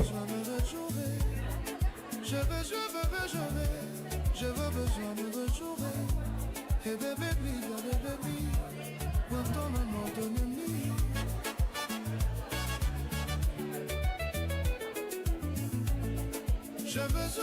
1, 2. 1, 2. Je vais besoin de rejouer. Je veux besoin de rejouer. Et venir, portant des mots de nuit.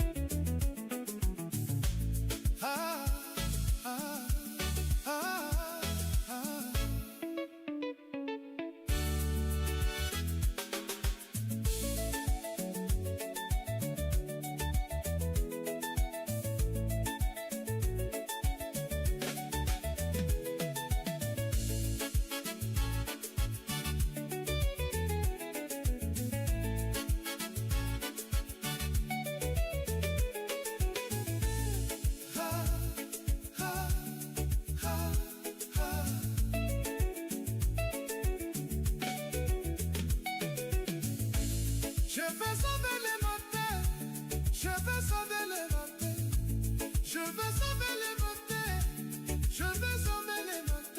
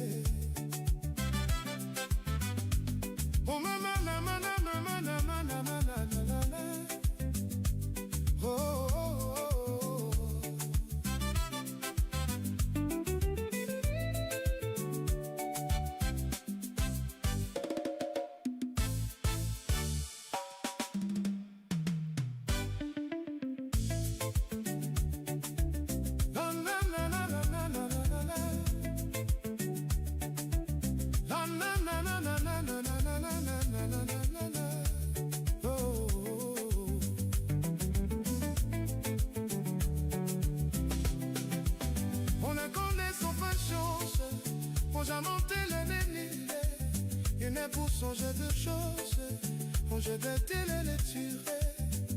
On j'en fais des choses, on je m'étais ne m'amourer. On s'est il mine, tu comme l'amour. Oh, oh, oh.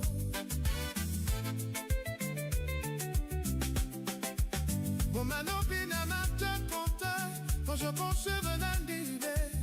Quand ce qu'on devait c'est toi, comment qu'on a dansé.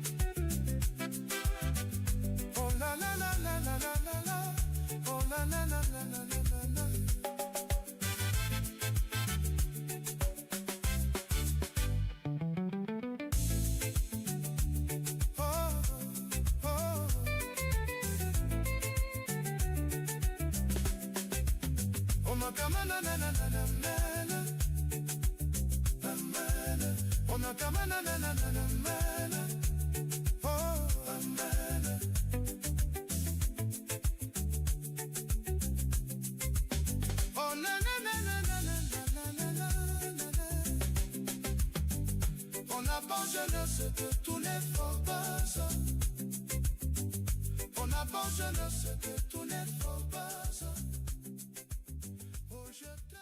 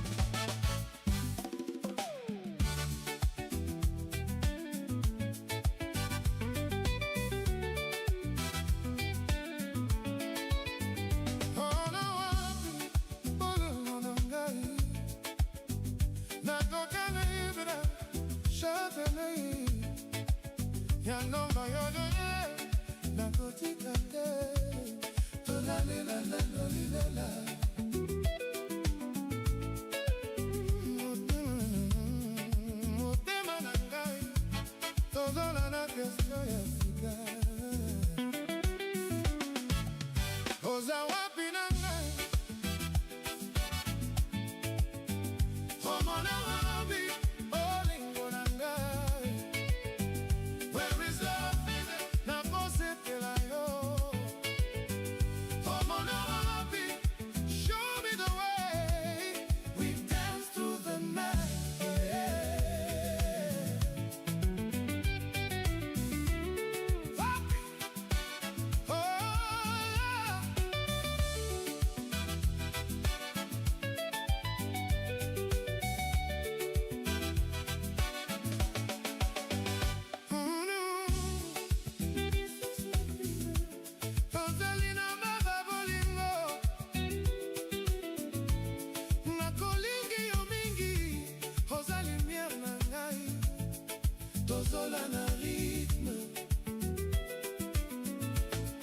chaque jour na yo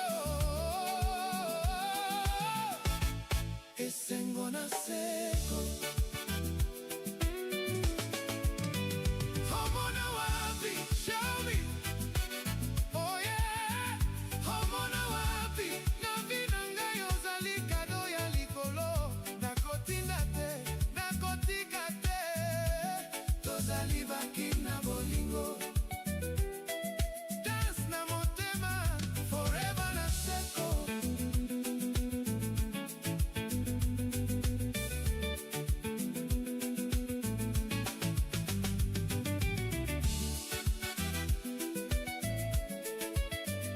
homona wapi groove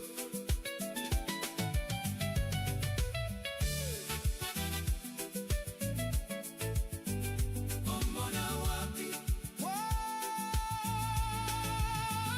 homona wapi bolingo na ngai where is love dance through the night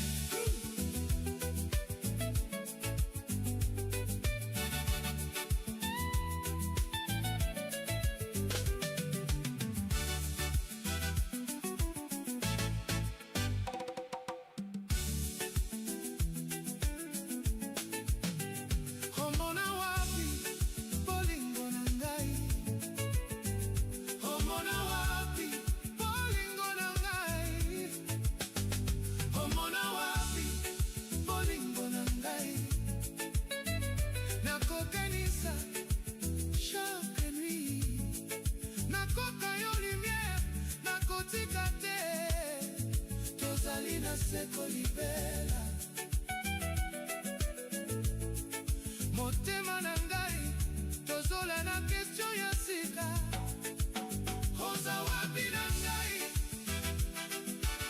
oh homona wapi bolingo na ngai where is love nakosepela yo homona wapi show me the way we dance through the night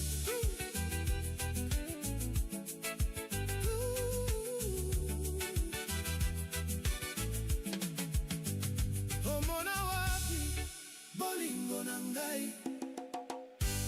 where is love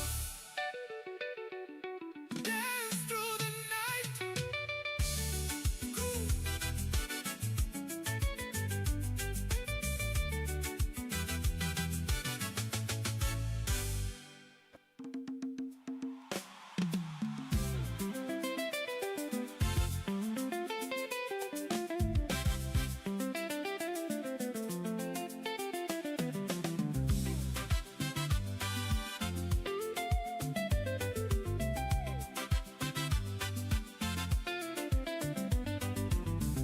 makambo mibale tozali na seko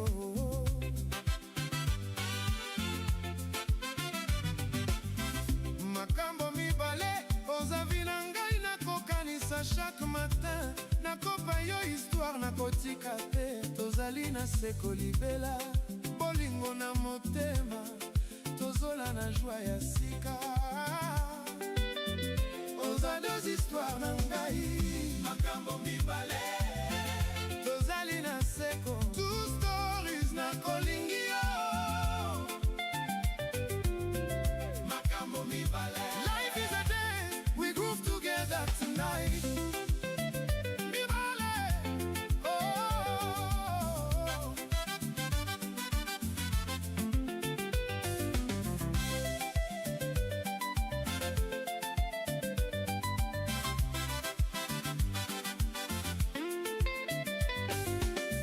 makambo mibale na bisusu ya sika tozali na rêve ya demeure na kolingi yo mingi oza lumière na ngai tozola na rythme chaque jour na yo esengo na seko makambo mibale stories oh yeah mibale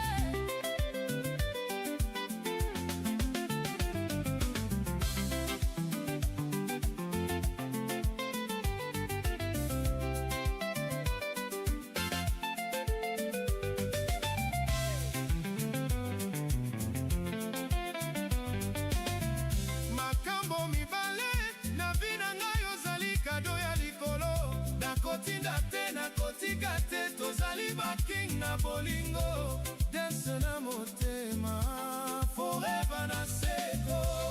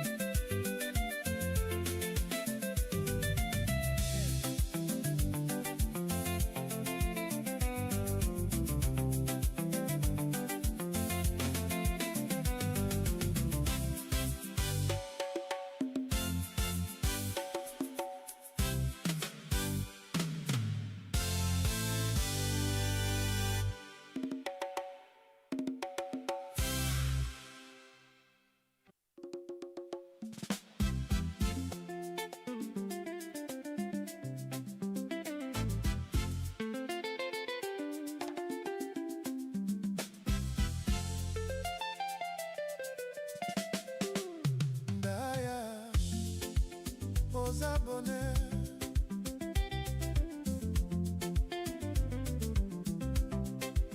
d'ailleurs oza lumière na vie na ngai nakosepela chaque matin nakopa yo sourire nakotika te tozali na se kolibela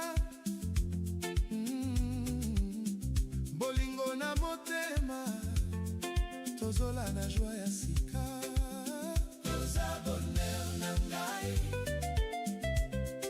ndaya oza bonheur na ngai joie na motema nakopenda yo ndaya you bring the light we celebrate all night oh yeah oh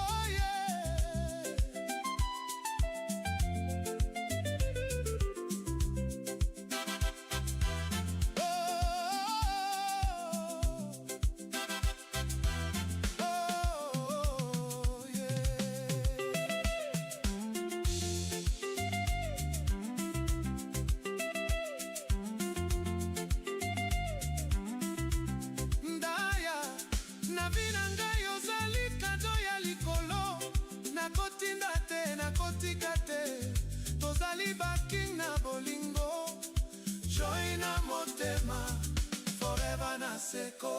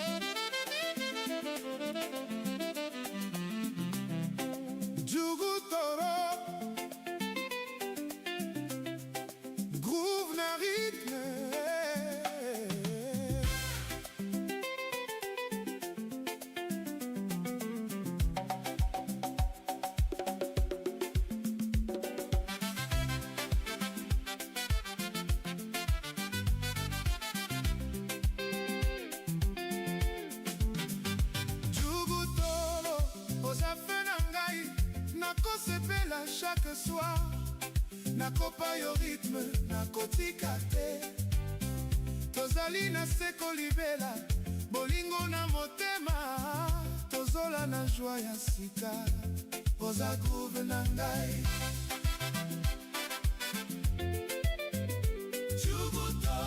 tozola na rythme nakotika te Jugutoro, feel the fire we move forever tonight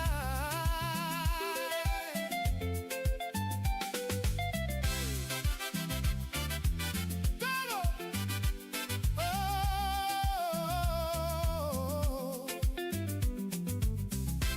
Jugutoro na bisusa sika tozali na rêve ya danse na kolingi yo mingi oza force na ngai tozola na rythme chaque nuit na yo esengo na seko Jugutoro Jugutoro Jugutoro na vi na ngai ozali kado ya likolo nakotinda te nakotika te tozali baking na bolingo groove na motema forever na seko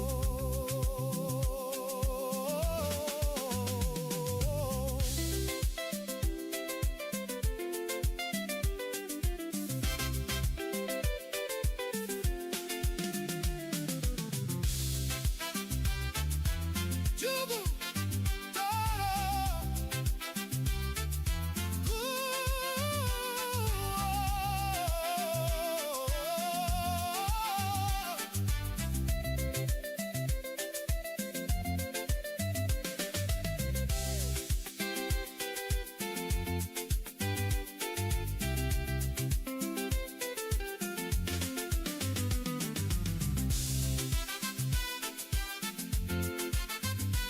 Jugutoro Jugutoro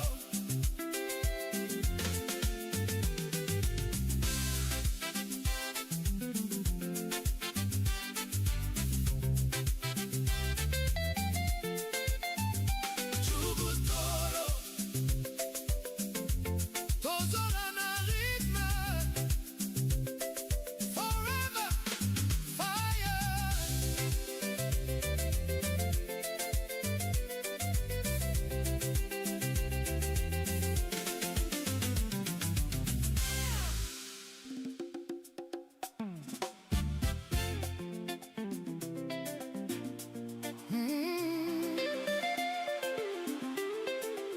Les boucherons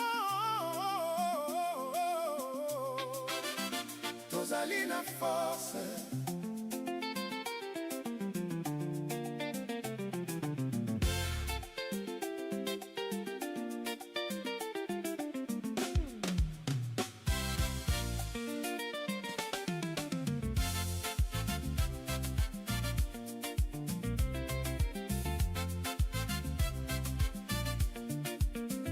Les boucherons oza force na ngai nakosala chaque matin nakopa yo courage nakotika te tozali na seko libela bolingo na motema tozola na vie ya sika oza travail na ngai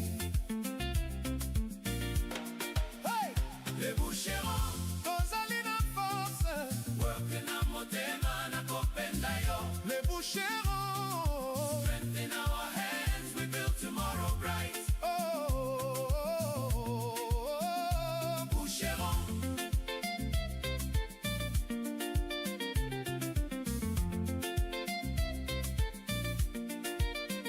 Les boucherons na bisusu sika tozali na rêve ya demain na kolingi yo mingi oza lumière na ngai tozola na rythme chaque jour na yo esengo na seko Les boucherons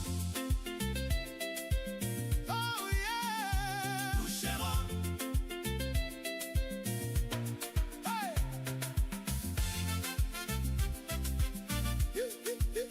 hey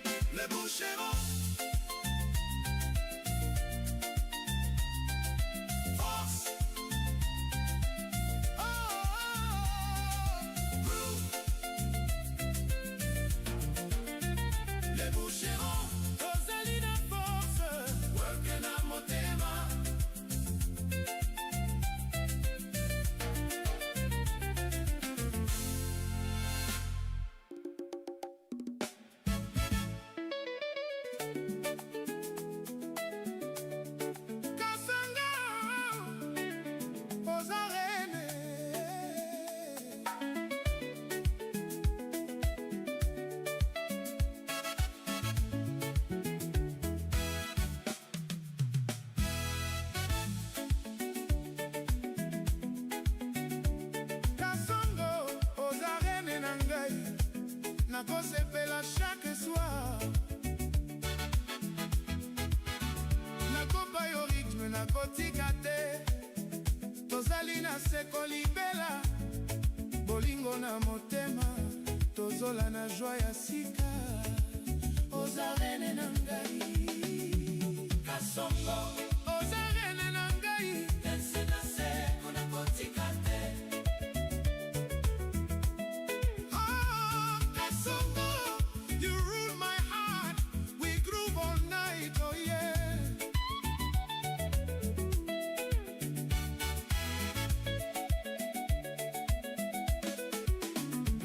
kasongo na bisusu ya sika tozali na rêve ya danse na kolingi yo mingi oza force na ngai tozola na rythme chaque nuit na yo esengo na seko oh kasongo oh yeah kasongo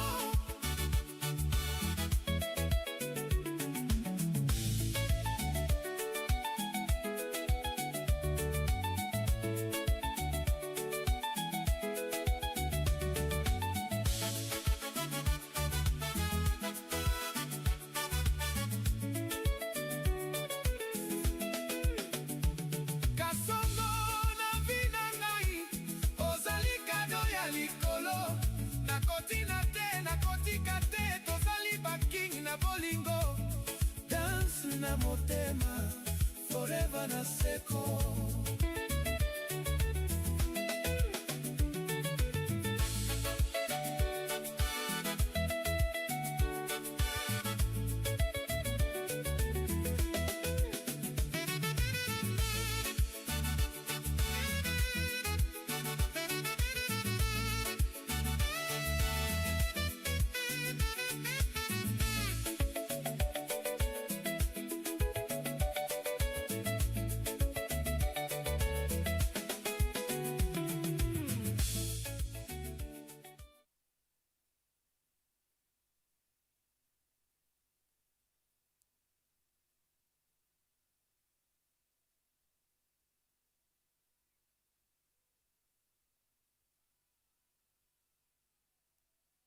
We are going to begin.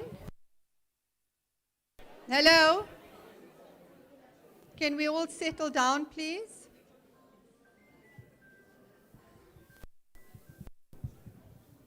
I hope you've all had some refreshments and a good cup of tea or coffee.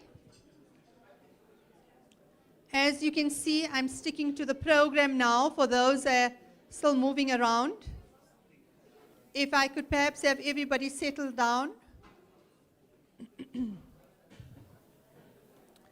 If you look at the program in front of you, if you look at the program in front of you, our first panel discussion from Stigma, for those that are with me right now. Thank you. The first panel discussion to strength, we had a bit of a problem with our speaker. Not sure what's happening now. However, we've now slotted them in from now to lunchtime. Those of you,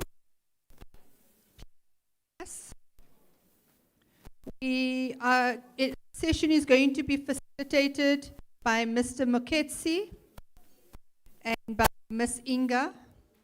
I'm now going to hand over to both of them. They have an hour for their speech. But before I continue, there's a lot of buzz around, and I hope you discussing the difficulty of a neurodiverse community. It is complex. So as you engage, you're discussing the complexities of our conversation today.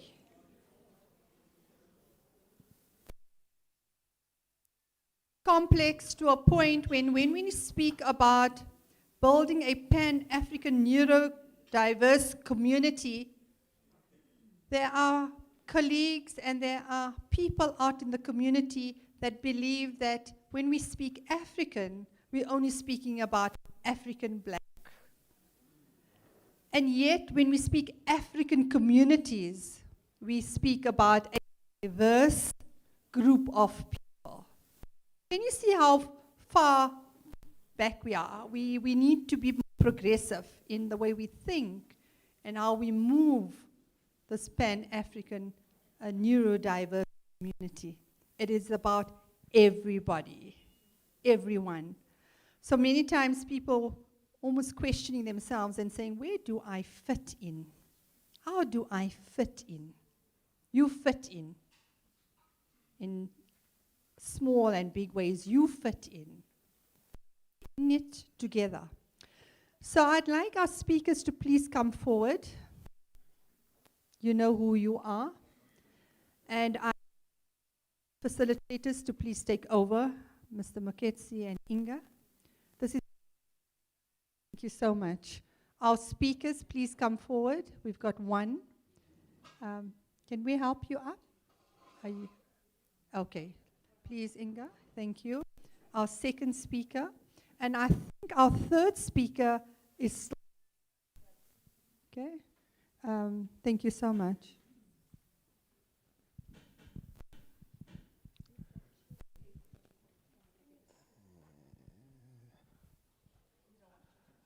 Thank you very much. Thank you very much, Program Director, and good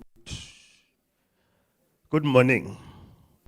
It's still for us to move over, and we are going to be facilitating the next hour session. I am, as indicated by the Program Director, will be working with my colleague Inga. So we will be sharing this process together, and we are having our panelists. I'm trying to check, Program Director, do we have anyone online? Is the Program Director here? We don't have anyone online. We will be allowing our speakers, our panelists to share, because what we are having here, based on my program, it says stigma. From stigma to strength. Now, the nicest thing is that as much as maybe we may have delayed with this session, but what I'm looking at is that from the previous speakers, you could already pick up a lot of issues that have been raised. There's been issues that had to touch with traditional healing, and where you find that certain learners are removed even to try and be helped somewhere before they can then come back to our schools. We have a problem, especially even in our schools, for the people that are here, that are in education, whereby you find that in between, although a parent can accept and take a child to school, at a certain time, you find that the child has been removed now from school, and then they say, no, we are now taking this child away because there's a particular person that said they are going to assist and help the child. And then you find that there's a loss of schooling during that time. So our panelists, the interesting part about them is that they are directly there within the community. We have Ms. Zandile Musia. Ms. Zandile Musia, number one, is a wife, is a mother. So we are talking to someone that is going to be giving us the direct experience to say, what are his, as a mother, what are the things and the challenges that she has experienced with regard to the issue. We also have Miss Adri Elaine Fesser. She is also a physically disabled woman, as they've stated. She has the work, so she's to be giving us direct experience. Say, what are the things that she has gone through. I'm working within the Department of Education, and most of the time, I work in organization and governance, and we do visits to support schools. An experience that came through was a time when a teacher was sharing the issue of a child at the school that was sick.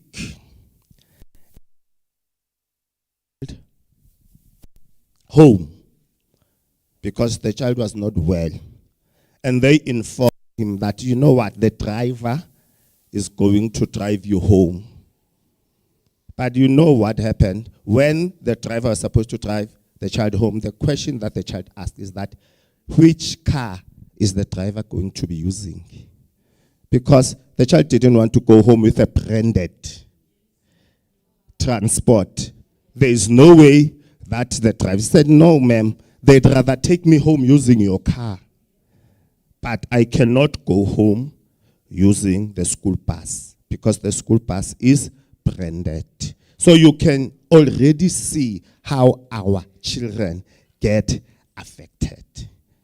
So this is a very important topic and a very important discussion that I am saying, let us come in, let us open our minds. I am going to be talking to you as the audience. We are going to be talking to you as the audience because we want your inputs now on this issue. So this is not an issue that is going to be focusing only on our panelists. We are going to hear our panelists' view, but we want your inputs from the audience to say, what are your experiences and how can we address the stigma? And how have you experienced stigmatization? And we are going to be talking nicely because remember what is our topic. It's saying we are building a Pan-African neurodiverse community. So you must come in with your South African context, your African context to say what is happening. We've got people from Swaziland. Can you tell us about the stigma in Swaziland? How are you dealing with it?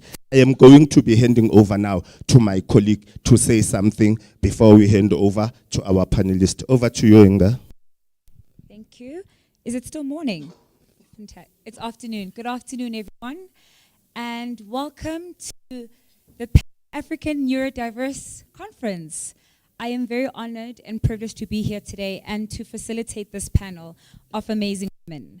Okay, so like my colleague Derek said, this is going to be a conversation not with us, but it's going to be a conversation with you as well. So please engage, because the reason you're here today is because neurodiversity has affected your life in some way, be it a professional capacity or a personal capacity. So you have something to say in the conversation. Okay. So we are going to be talking about stigma. So to start the conversation, I think let's define stigma. There's been a lot of regarding stigma as we started this morning. So to define it, stigma is a negative belief or attitude that society holds about a person or a group of people. I'm not sure if I'm holding the mic correctly, but can you hear me now? Okay. So a lot of the times when there is stigma, it stems from a misconception about something or a misunderstanding. I'm hoping that if there is a stigma we have about something, sometimes we are blind to our own biases. And I'm hoping after this discussion and after these 2 days, we'll look at ourselves and see and check ourselves. Where are our biases? Where is it that we are misunderstanding neurodiversity? Dr. Nasheen also spoke about when we talk about African context, oftentimes we're like, oh, it means a person that looks like me.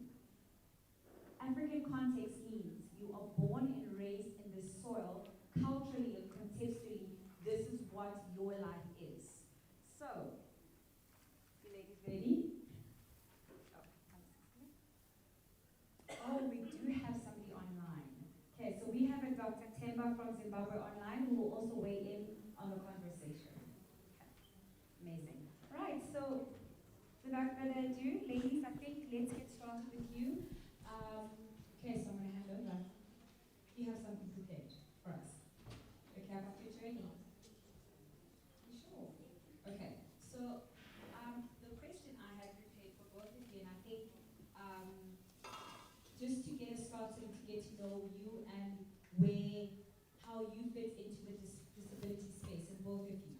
Okay, so to start us off, can each of you briefly share your connection to neurodiversity, your connection to disability, and what brought you into the space as an advocate? Hey everyone, how are you doing today? That's great. So I'm very pleased to be here today because I was born with an impairment.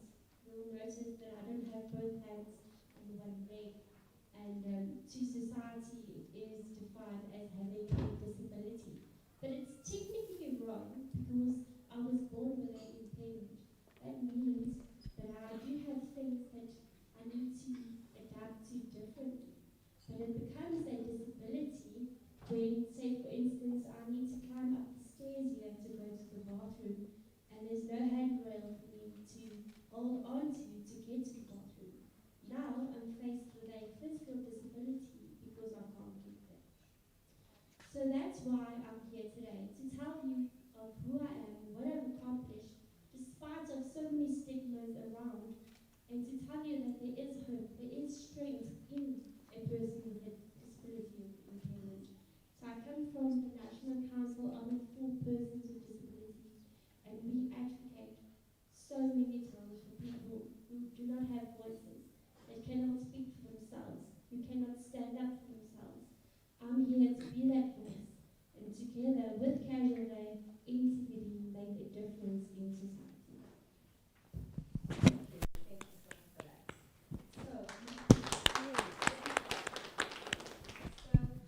Ms. Masia, same question to you. What brings you here and what pushed you into the advocacy space? And what's your connection to neurodiversity and disability? Good morning, everyone. My name is Andy Musia. I'm a mother of now, how old is he now? 19-year-old. When he was 7, he was diagnosed with a malignant brain tumor.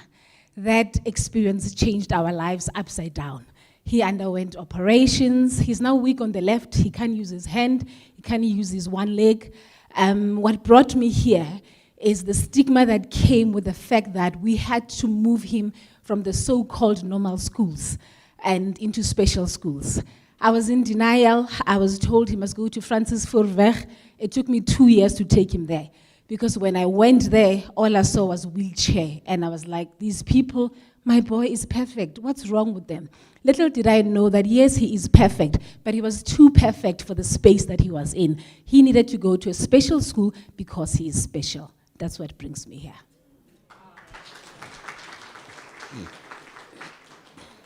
So you've both spoken a little bit about stigma, right? So I want to know, can you share a moment where you witnessed and personally experienced stigma? What did that look like, and how did it impact your life? Okay, so just thinking about the workspace and how you try and study and make yourself more equipped or stronger in the workspace, you bring what you can do. You got a master's degree, you've got a degree in recreation. That's from our side. Then you get to the audition or your interview, and they tell you you can't do the job because you have a physical disability. They do not know what I'm capable of. They do not ask me what I'm capable of. Do you guys think I can write? Yes, I can. Do you guys think I can use a computer? Yes. So one question was, can I scan invoices? What's the answer to that one? Yes. So I was never given this opportunity, regardless of the education that I've got, because they only saw the physical side of it. And I think it's very sad because you study for so long to be equipped, but because that they have this perception of you, you're not able to excel in your skills. That's something that's very sad. Absolutely, thank you so much for that. So we see that stigma.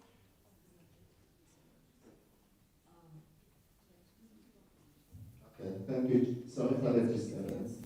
We have our third speaker here, Mr.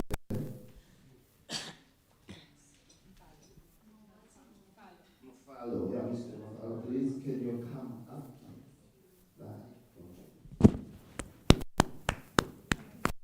Sorry about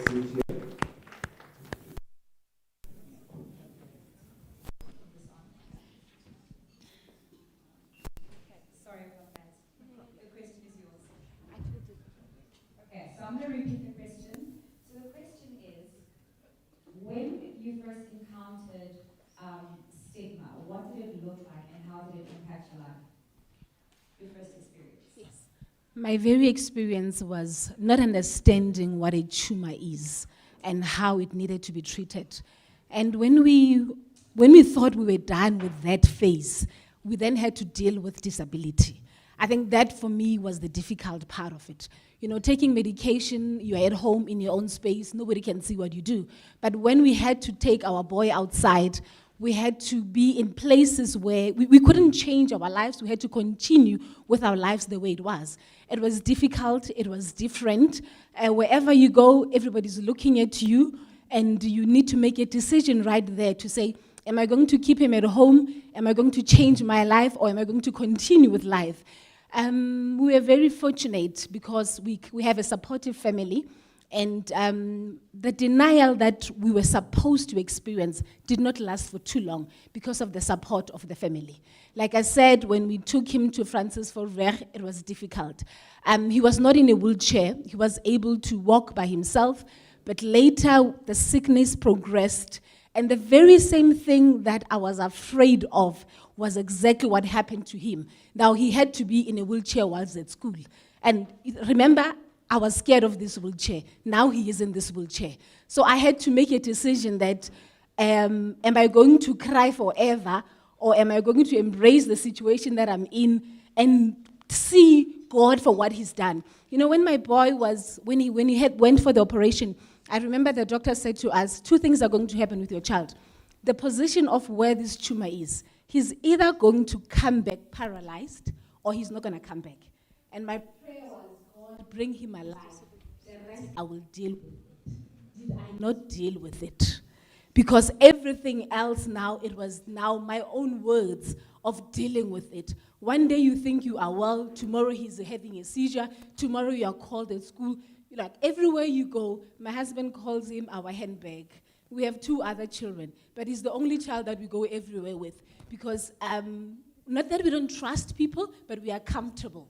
So the stigma for us was, you're going to get used to us. The 3 of us, we look like this, and wherever we go, we need to look like this. So you're either going to accept us or tough for you, but we are okay because we've accepted that we have a special child because we are special people.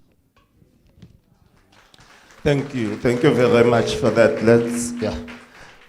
We're having Mr. Mfalo with us. And Mr. Mfalo works with the community. Mr. Mfalo works with the community. I'm trying to not obstruct the sign language. Works with the community. Mr. Mfalo is just going to give us a briefing as in who he is. Mr. Mfalo, we are already on the issue of the stigma and the experiences. You're coming from the community. Tell us, what are the experiences with regard to the stigma and the people that you work with and support within the community? Over to you, sir. Thank you. Good day. How are you? Sorry for arriving late.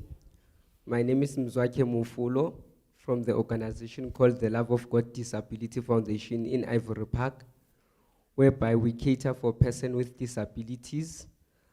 We are challenged by many obstacles in the place, whereby they are neglected. Persons with disabilities in our community are neglected, whereby they don't have schools, they don't have places to go to take their pills. Even in transportation issue, they are not covered as the way they were supposed to be.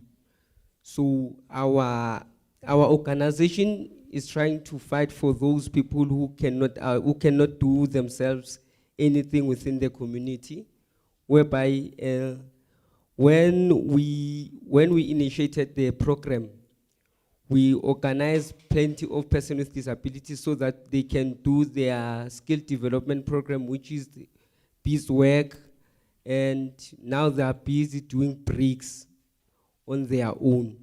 So the challenges which we are facing currently with the person with disabilities is they are not taken good care of them within the community.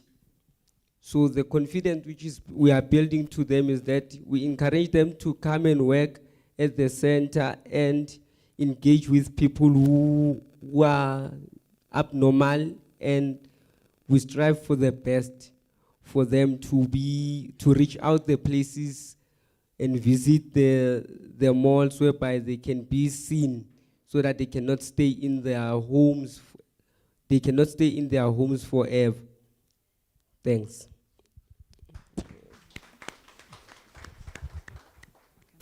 Okay, and we have our guest that is joining us, Dr. Temba, who's joining us online.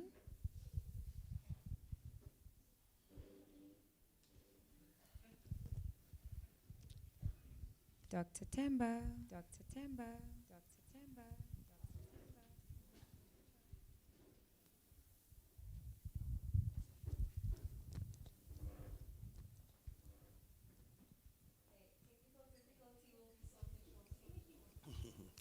Maybe while we're still waiting for Dr. Temba.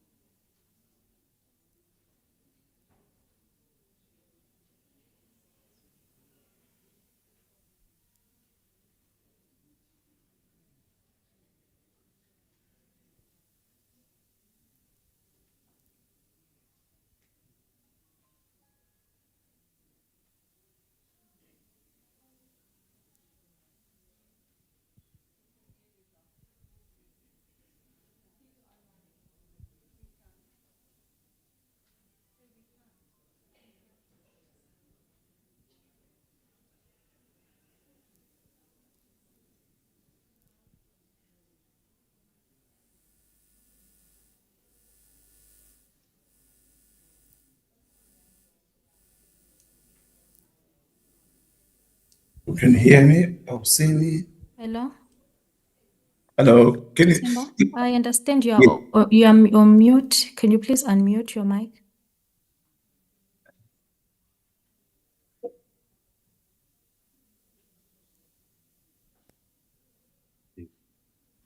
My mic is on unmute. It's unmuted.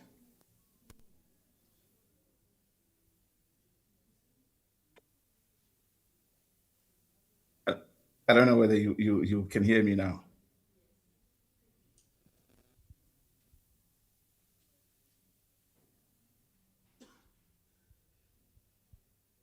Everyone says they can't hear me. Please, I use Zamudo because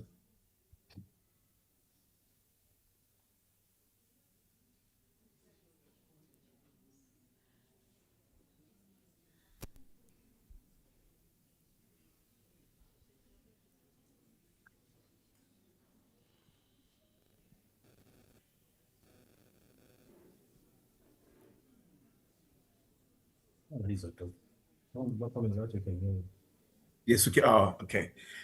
Greetings, everyone.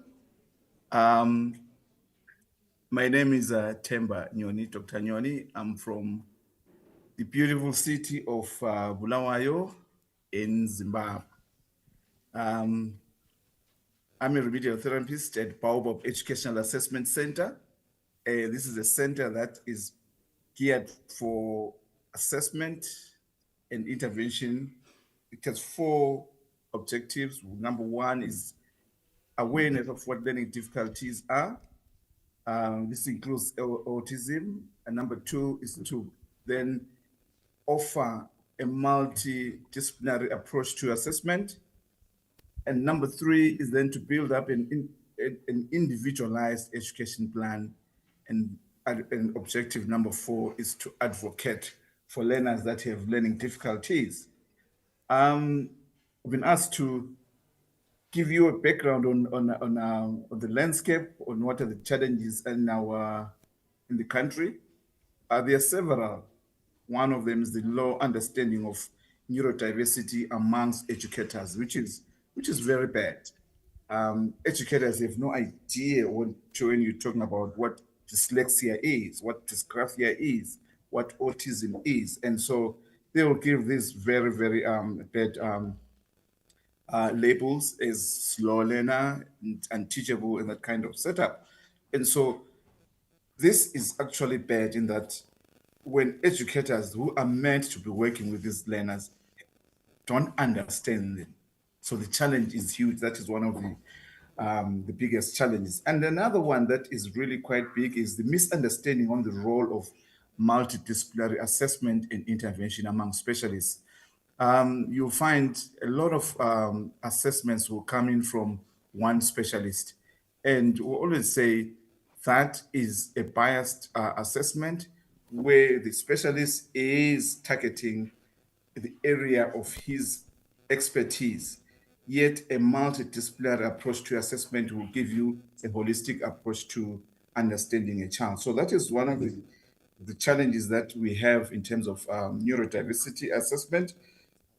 And then a second one where I was saying one of the one successful program or best practice that we have implemented. One of the things that we have, we want learning to be meaningful. And so all our learning, all our programs are geared towards making learning practical. We have developed a program called Get Out of the Series, where we're using traditional games to teach literacy and numeracy.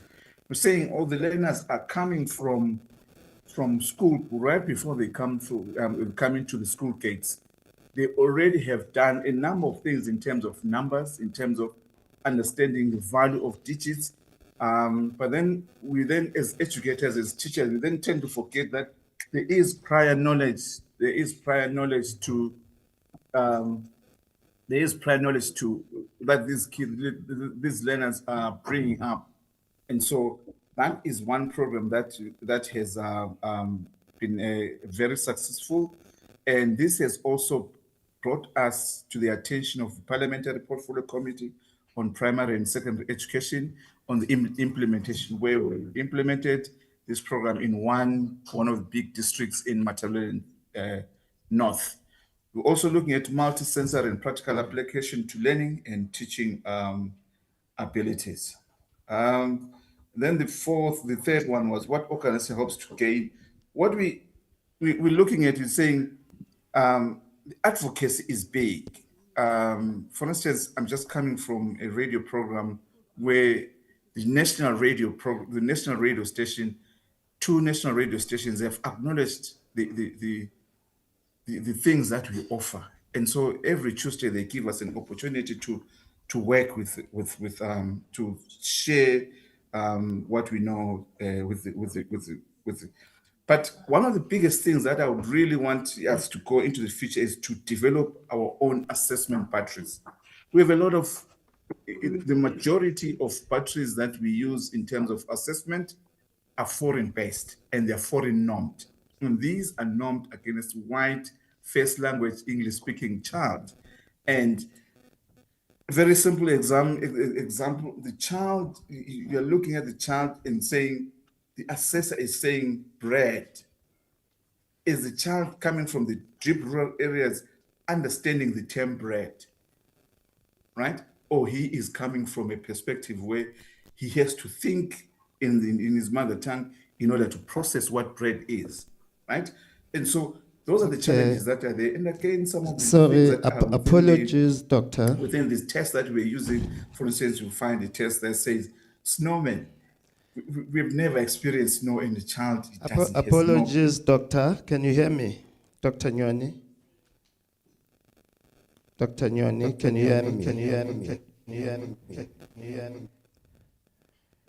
Yeah, I hope Dr. Nyoni can hear. Colleagues, you can see that we just went into a bit of a technical glitch there. Dr. Nyoni is supposed to come in the next session. So we thought he's also talking to the issue of stigma.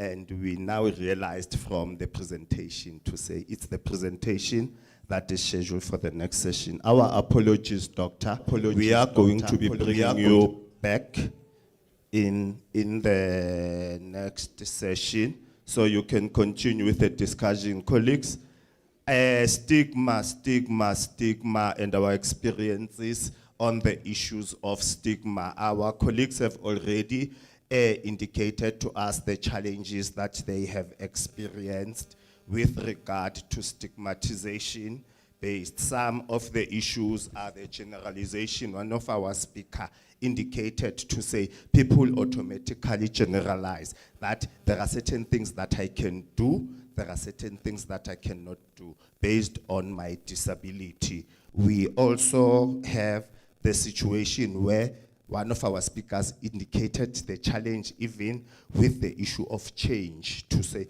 how do I change from being a certain type of a parent where my child was going through to a public ordinary school and then suddenly I need to take my child to a special school. What is it that I know about a special school? What is it that is in the back of my mind about a special school? What kind of a school is a special school within our community? We've got also one of our colleagues who indicated within the community the challenges with issues of care. How do we even care for those people? How are we treated? How are we treating? You see, we've got, last year we had even parents that were indicating to say, I can't even go to church anymore.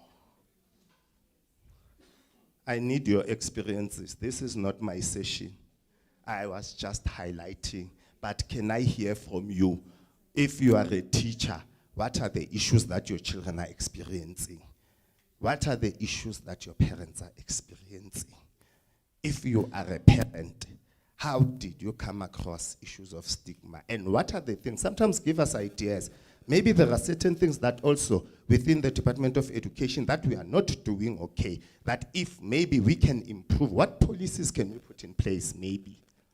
How can we involve our school governing bodies to ensure that, I'm looking for hands, there's one here.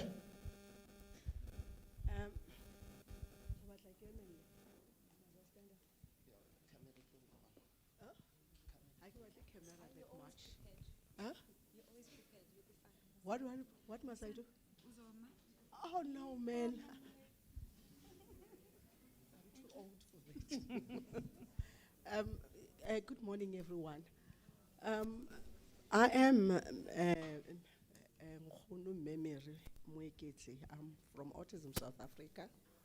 I'm from Autism South Africa. I am a mother of a neurodivergent person who is not a child anymore, is an adult.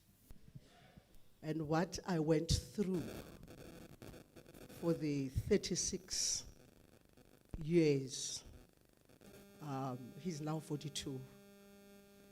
I'm talking about the 36 years of stigmatization in the schools.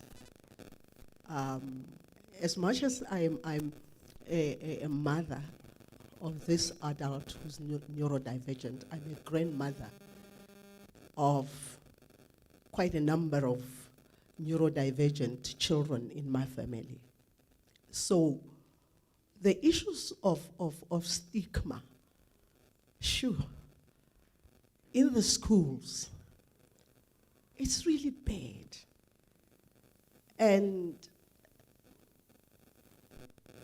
what can I just say it as it is, Chair? What I've picked up is that there is not everybody, but a lot of our professionals are not opened to be helped when it comes to helping them with our neurodivergent learners. They are not open to that. As an organization, now I'm talking as a person who works for an organization that advocates for neurodivergent persons, we find a lot of pushover. And because we are advocates, I've heard somebody earlier talking about nothing about us without us. Because we advocate for persons who are neurodivergent, and we've got a lot of them, we listen to them. We listen to what they are saying to us about how they want to be addressed and how people should see them. But when you go to the schools, you still find that the schools are not open for that, let alone in the communities. Because in the communities, as I said, in African Mosetsana, as an African person, I grew up in a rural village where when my son started showing the characteristics, and he was finally late diagnosed at 22, my sister, who's a professional nurse, and cousins, and my brothers, and we started to say, oh, le abuti so and so. Oh, le ausi so and so. We started being able now to identify people, I'm going to be blunt again, that were labeled in our communities as idiots of the community. Because Kasitswana, we don't have, that is photo, we don't have names for these conditions. Kasitswana, we only know horomoto watsenwa. Agere. We only know batu babatsenwang, we only kasi Zulu, we only know abantu abahlanyayo.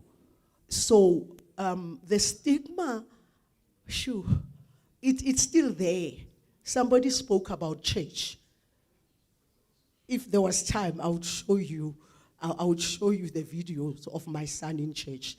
Somebody spoke about teachers not understanding the issues of dyslexia, dysgraphia, dyscalculia, dyspraxia, this. So a lot of our persons who are neurodivergent, some of them, like my son, they've got all this.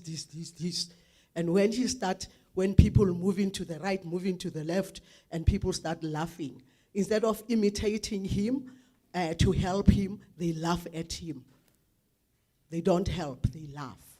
So, Mokezi, the stigma, I can stand here until the cattle come home and talk about the stigma. That is why I'm doing what I'm doing, to try, because by the instructions of my neurodivergent son, who says, Mama, you must go and fight. You must not let Pichi, Karabo go through what I went through. That's why I do what I'm doing. Thank you. Okay. Thank you so much for that, Mama Mary. There's something she once said to me. This is probably 4 years ago. She probably doesn't even remember. And I'm reminded because we're talking about neurodiversity in an African context. I went to Mama Mary very frustrated. We used to work in the same building.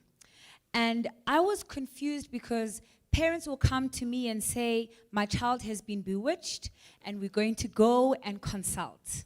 And I'm frustrated because I'm just like, let's just help the child, not how to do it. And she said to me, I don't know if you remember this, Mama Mary, but she said, why would you take away someone's faith and belief? Why not help the parent ensure that whatever happens safely? Are they hurting the child physically? No. Then why not let someone practice their faith?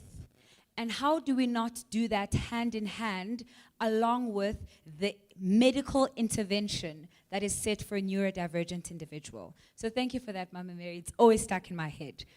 Okay, so there are other parents in the room. Oh, there we go. Thank you.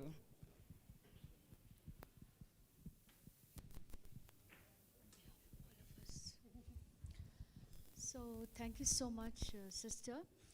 I am Basudha Modak. I am a parent of 2 neurodivergent kids on, it's a spectrum. So one is very high functioning and the other is a bit level 2. So what I have found, they are now 21 and a half and almost 19. What I have found is the discrimination and dissection of all segments of society that starts from the family to the extended community. It continues lifelong. And as I have grown, like as a parent, it's my growth also. I have found the best way to deal with it, I will not talk about what stigma I have faced. It's inside me. What I will talk to you about as a parent of a child who is newly diagnosed or who are in a journey like me is, set up your own support group. That's exactly what I have done through my Future Ready Foundation. We go to townships and rural areas where neurodivergence is called as being a part of a devil's syndrome. You are not human. You are not supposed to be a part of society. You shouldn't be studying. Your parents should not be showing you to the outside world. So, in the educated and the well-off people, well-off community, I can still say my experience has been that people are aware and acceptable if your child is neurodivergent. But especially when we are going to the rural and other disadvantaged communities, the parents are the biggest hindrance to the child's progress. And that's the reason why a support group, especially the mother, because she is the first teacher of a child, a support group for the mother is extremely important for us to grow and for the well-being and bringing out the best capabilities of your child. So I will say, do not think yourself disabled, especially those of you who are young mothers out here. Look for similar communities or look for similar parents who are going through the same journey as yours. Connect with them, start a support group, and see how your child flourishes. Just a decade back, it was my child or both my kids, because my son was diagnosed later when he started having difficulties. Like I said, he was high functioning and good in academics, so he skipped it. My children did not have friends. But because of the support group of the parents I have, I can proudly say that my kids in my absence have a community of people who are going to take care of them.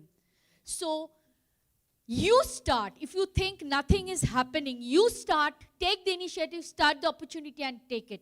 Move from stigma and build and develop your own strength. That's all I'd like to say. Thank you so much.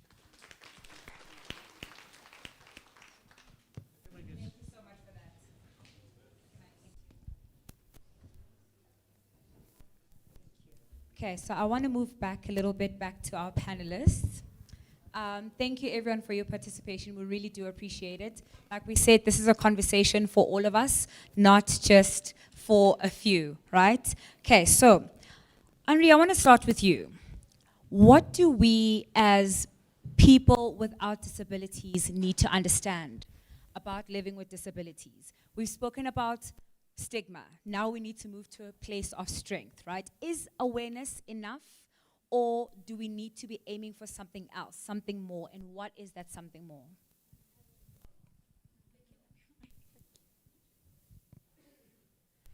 Hey, okay, so we are speaking about stigmas and strengths.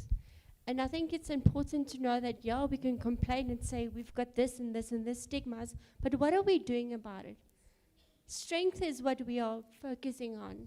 And if you look at it, yes, there's a lot of work that we still need to do in South Africa. But sitting and complaining and saying this is not right and this is not right isn't going to solve the problem. If you look at the positive and you see the person behind the disability, as I said, it's not a disability if you make that impairment something that they can overcome with a disability. So looking, for instance, in this area, there's a lot of people with potential to make a difference. Are you going to say, yeah, my child has a disability, he can't do anything? Or are you going to be positive and say, but he's got so many strengths? If you look at myself, I've accomplished many things in my life because of the people that support me, people that believe in me, people that do not categorize me as an impaired person because they see me for who I am. And I think that's something that society needs to remember. It's not disabilities, it's the person. And if you want to make society better for everyone, I think you need to think biggie out of the box and make a bigger perception of yourself and a disability.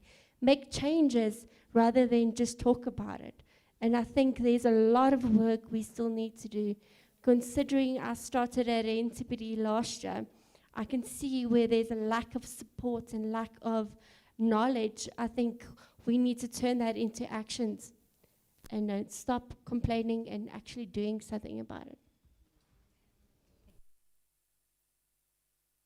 Thank you for that. Can I pose the same question to you? To steal from what the lady just said now. The first thing that you need to do as a parent, you need to accept and stop being in denial. It's okay to be in shock, but you need to cry and tintita yourself and now wake up. Denial delays a lot of children. When parents have not accepted their situation, how are you going to take care of your child if you are still dealing? You're still asking yourself, you're still blaming, you are still saying it's Gogo Bani Bani. Right, it's fine if it's Gogo Bani Bani, but we are here right now. And if I, as a parent, have accepted, it is then easy for me to tell Mwegezi how to deal with my child because I have accepted. Now, what we did in our situation is after we've accepted, after we've stopped crying, we grouped ourselves, we asked, we called professionals, we called parents with similar challenges. What they said at school for us was that he was now 18 and about to leave the formal schooling. They said to us, bye-bye, we've done our jobs. And we got a shock because we were not ready for that. And then we gathered and we started a parent support and we asked the question, now that they are 18, so what? Who is going to help us? Where do we take our children? They gave us a list of places we can take him to. Those places, they were either far or they were not accommodating the difficulties that he had. We started the Bogang Musia Foundation Skills Center. Now, what we do there is we do computers, we do gardening services, we do hospitality. We're coming to take over this place very soon. We do arts and crafts, we do robotics. We were challenging the so-called normal people who says our children can't do robotics. They go to school, they go to work, sorry. They don't go to school anymore. Galuku, they are over 18. Now, we have 4 learners. We started in January. We have 2 autistic young people. We have a non-verbal. We have a Down syndrome. So all the places that we were taken to say Bokang can go into those places, our challenge was that they were all focusing on one skill. And we looked at that as an opportunity to say Bokang can do hospitality alone. He can't do robotics alone. He can't do gardening alone. But he can do all of them at different times when he feels like doing this one. And clearly, if he's like that, chances are many others are like him. So every day we then expose them. They come to work. I'm still learning the language of work. We're used to people going to school. And we teach them different skills. You know, they have a tuck shop where they sell the jewelry. The jewelry I'm wearing now is from their shop. There is a spinach that they sell once a week. There are business people. We are addressing the question, now that they're eating, so what? Who's going to do it? It took me and my challenges. It took my child to be sick, for my eyes to be open like this. It took us, the pain that we went through, for us to say, there's a lot out there. So if your pain is going to kill you, you might as well live with it. So that's what we do, that we're using what we have for the advantage of our boy and many others. That's what we do.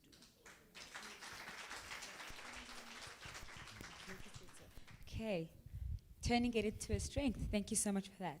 Okay, same question to you. Okay. In order for us to build the strength for our person with disabilities, we need to become more courageous. We need to encourage them to stay strong on the foundation, whereby they are not neglected, so that they can go out and see the places and be well known.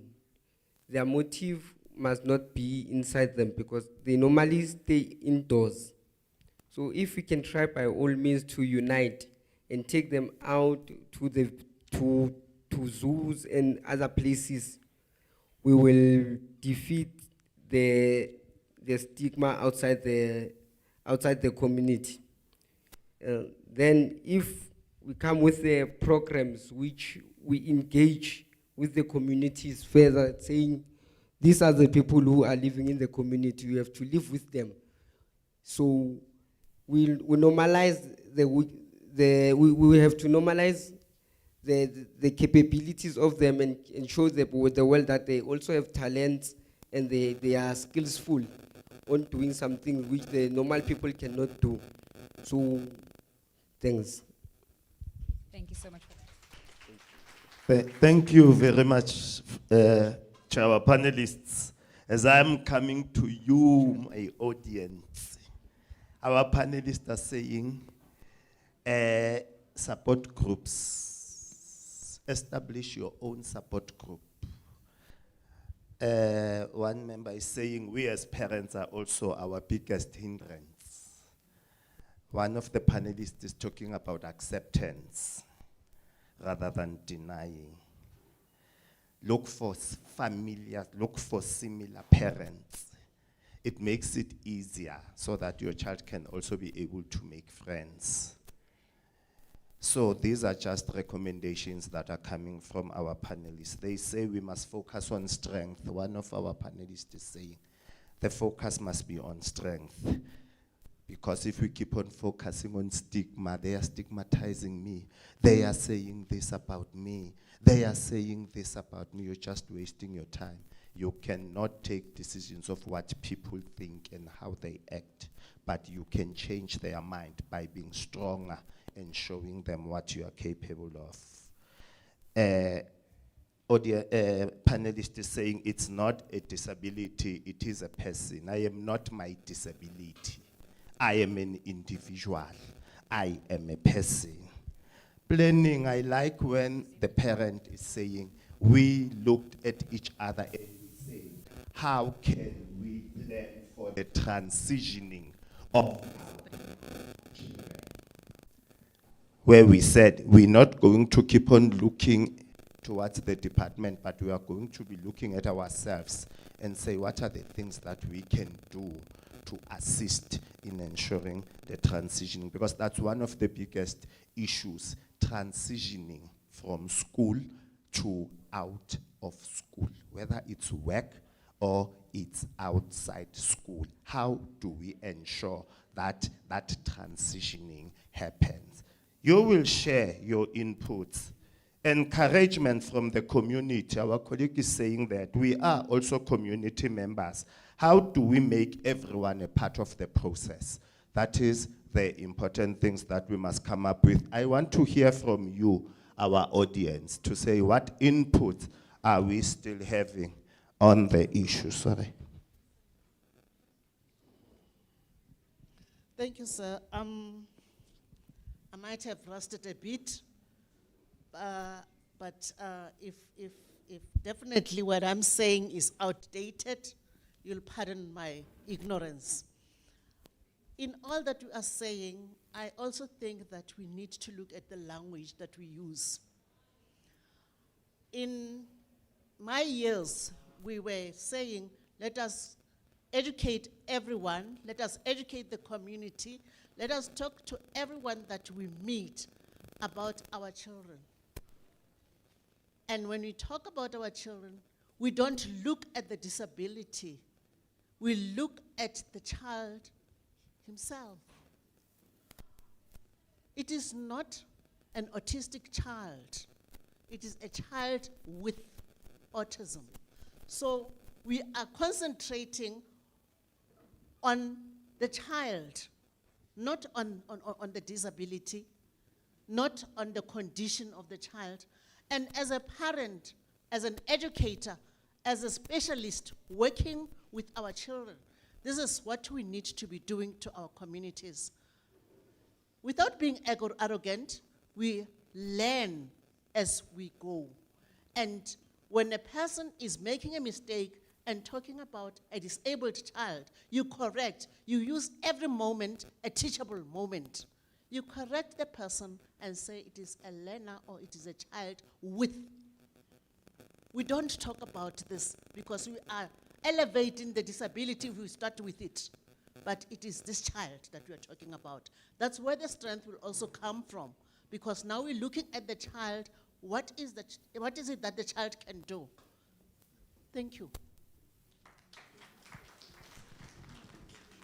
Thank you very much. On the other hand, the speaker is saying we also are responsible to teach. Let's use every opportunity that we get from the knowledge that we had. It's pointless if we have this information, but we keep it to ourselves. We don't engage with our peers. We don't engage with the friends that we hang out with. We don't engage in our churches and start teaching. Start standing up and at your church and teach them about this child of yours that you are struggling. Every time when he makes a particular noise, everyone is saying, shh, shh, shh, shh. Start teaching them to say, there is this situation, can we learn from it so that we can make our church friendly and we can have more, because we've got more parents that are sitting out there and they cannot come because of the situation in our church. So how do we start those conversations? Any other input? I did ask to say from the system side, we have a Department of Education as a system. What are the things that you feel that we need to improve also on our side? It's not just one-sided, that this is what the community must do, this is what the parents must do, but also come up with issues within the system that needs to improve. Over to you, sir. Thank you, Chairperson.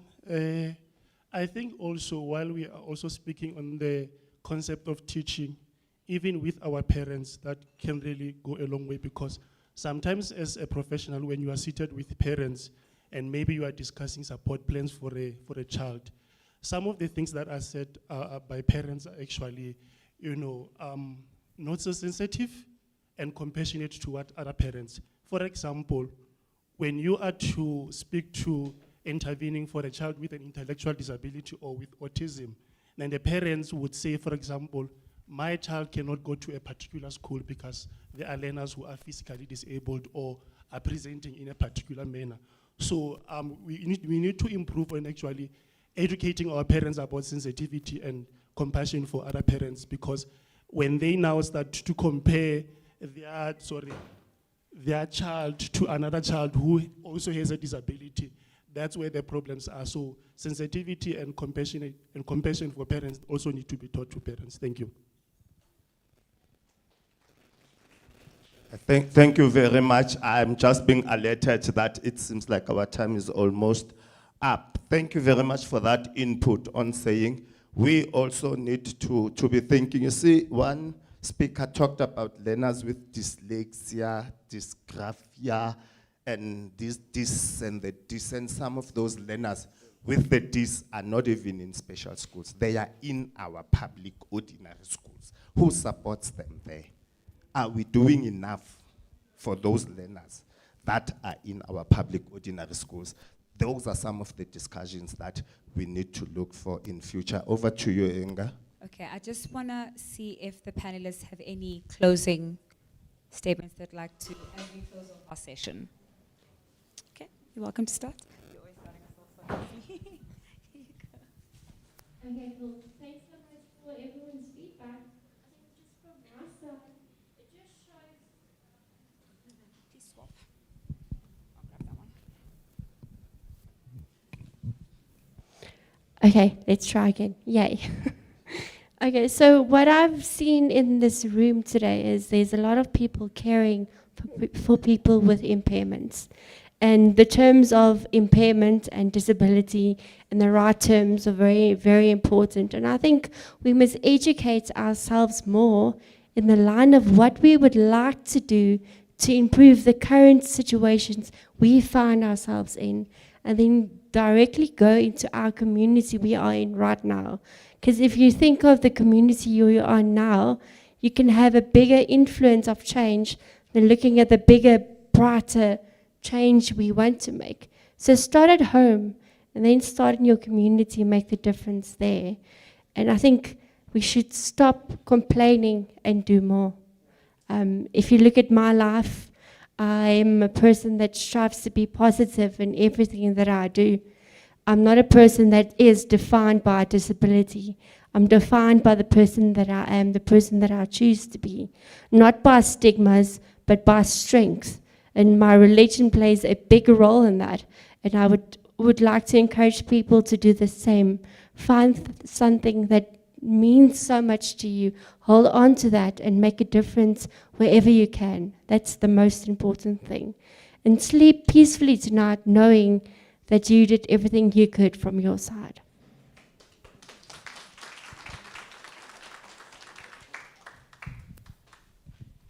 I think she spoke for all of us. I learned a lot. Thank you very much for the invitation. I learned a lot from being here, and I'm looking forward to continue to learn. I think I want to leave you with words of Mahatma Gandhi that said, "Be the change you want to see in the world." It's not going to happen if you don't do it. We are able to do it. Let's just start doing. Stop admiring and start doing. Thank you.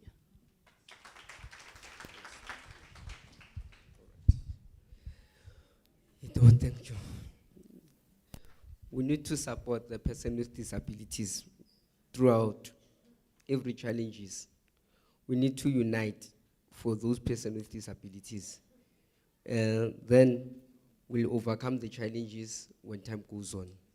Even Department of Education, we need to have the teachers within the schools whereby they will teach those kids who are attending in a normal school that autism is there. Thank you a lot.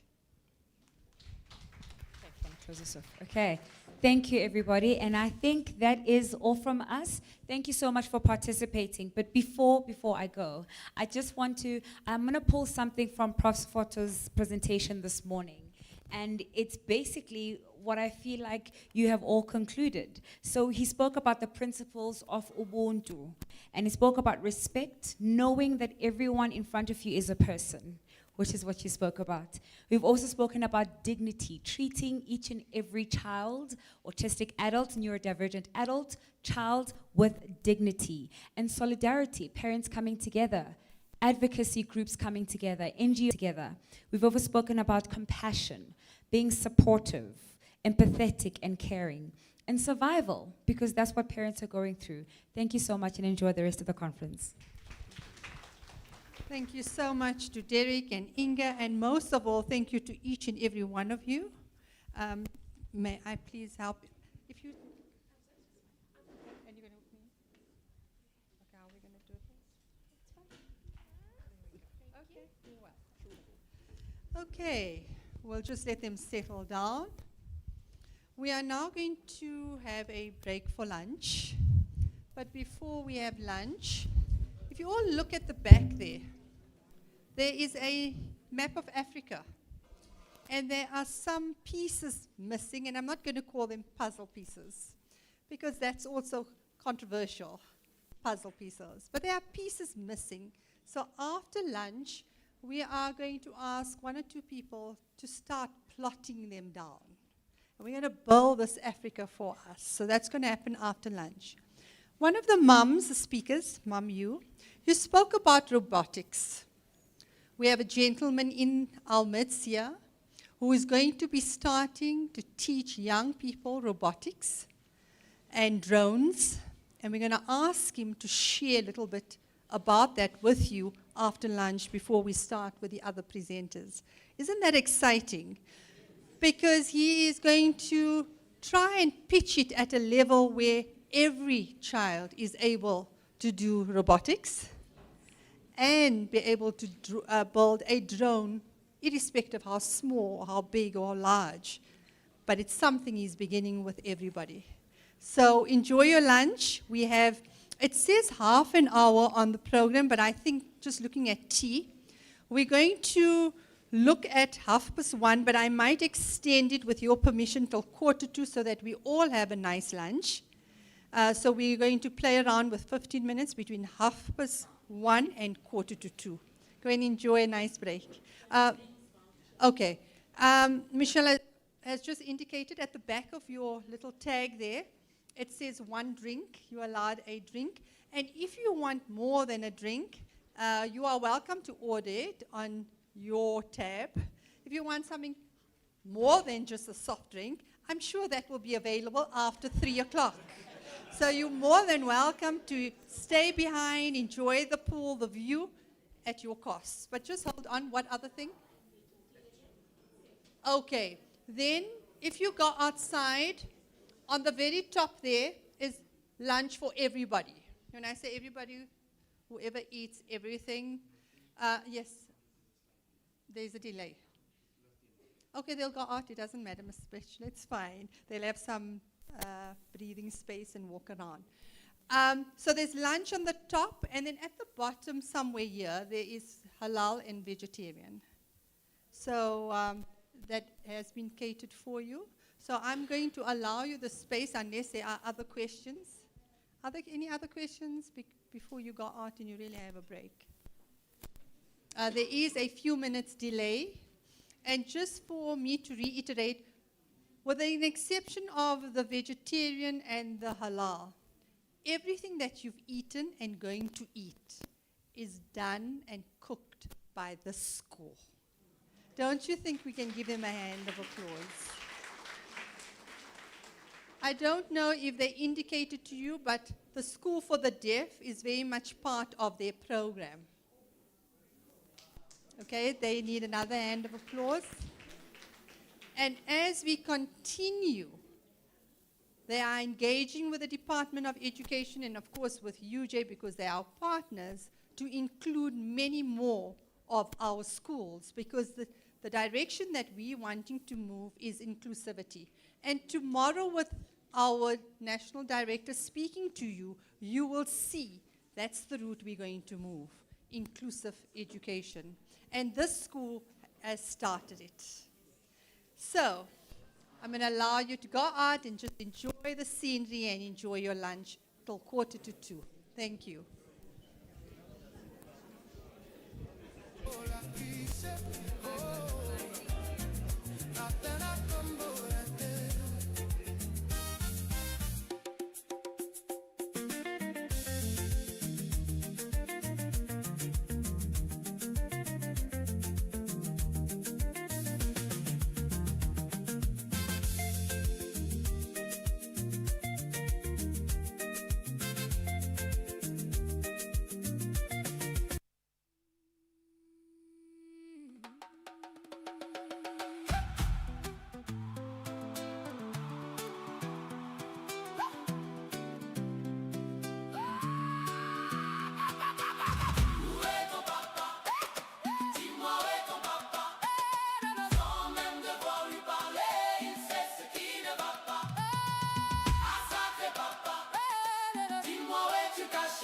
Ça doit faire au moins 1000 fois que j'ai compté mes doigts. Où t'es, papa, où t'es? Où t'es, papa, où t'es? Où t'es, papa, où t'es? Où t'es, papa, où t'es?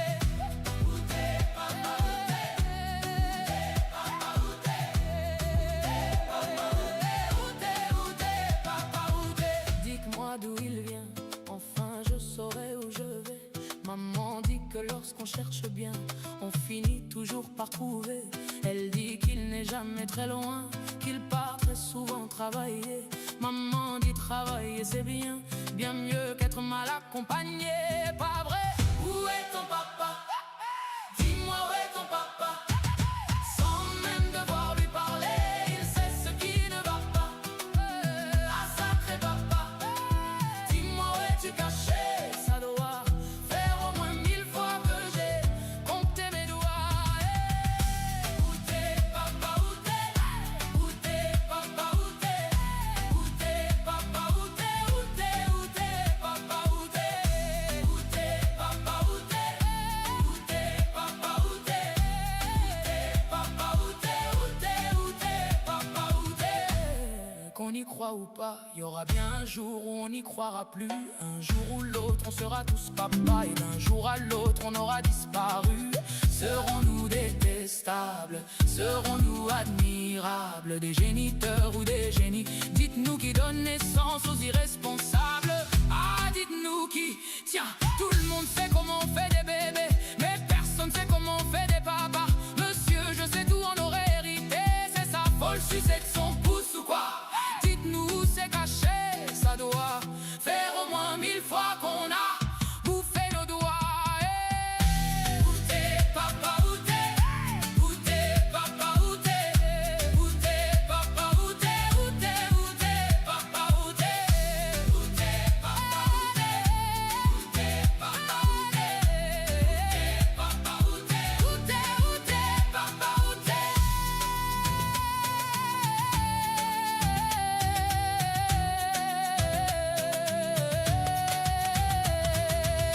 Où est ton papa? Où est ton papa? Dis-moi où est ton papa? Dis-moi où est ton papa? Sans même devoir lui parler, il sait ce qui ne va pas. Ah sacré papa, dis-moi où es-tu caché? Ça doit faire au moins 1000 fois que j'ai compté mes doigts. Où t'es papa, où t'es?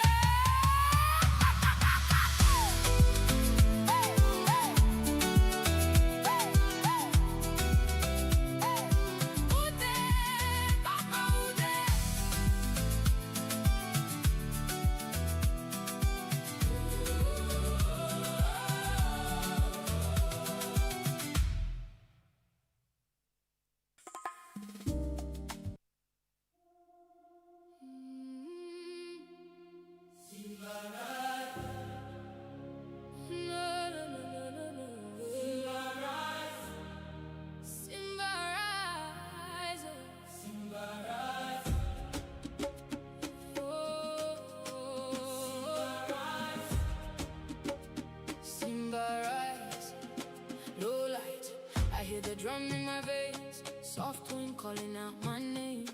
Dust trails where I walked before. Now I stand, I'm something more. Deep roots under my skin. Every loss turned to a win. I was quiet, I was still. Now I rise against the will. Feel it waking deep inside. No more shadows left to hide. Every scar became my flame. Now I step into my name. Simba rise, I'm alive again. From the dark I ascend. Fire speaks when I breathe. I am all I believe. Simba rise, I reclaim the throne. No more fear in my bones. Through the storm, through the pain, I was born to reign.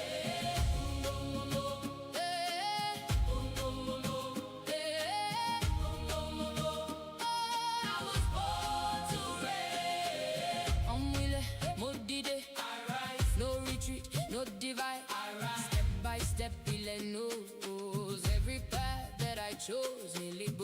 I found my way. I was lost. Now I shine night to day. Spirit strong, I don't bend. I begin where I end. Hear the voices in the wind. All the places I have been. They remind me who I am. Now I take my final step. See the rise. I'm alive again. From the dark I ascend.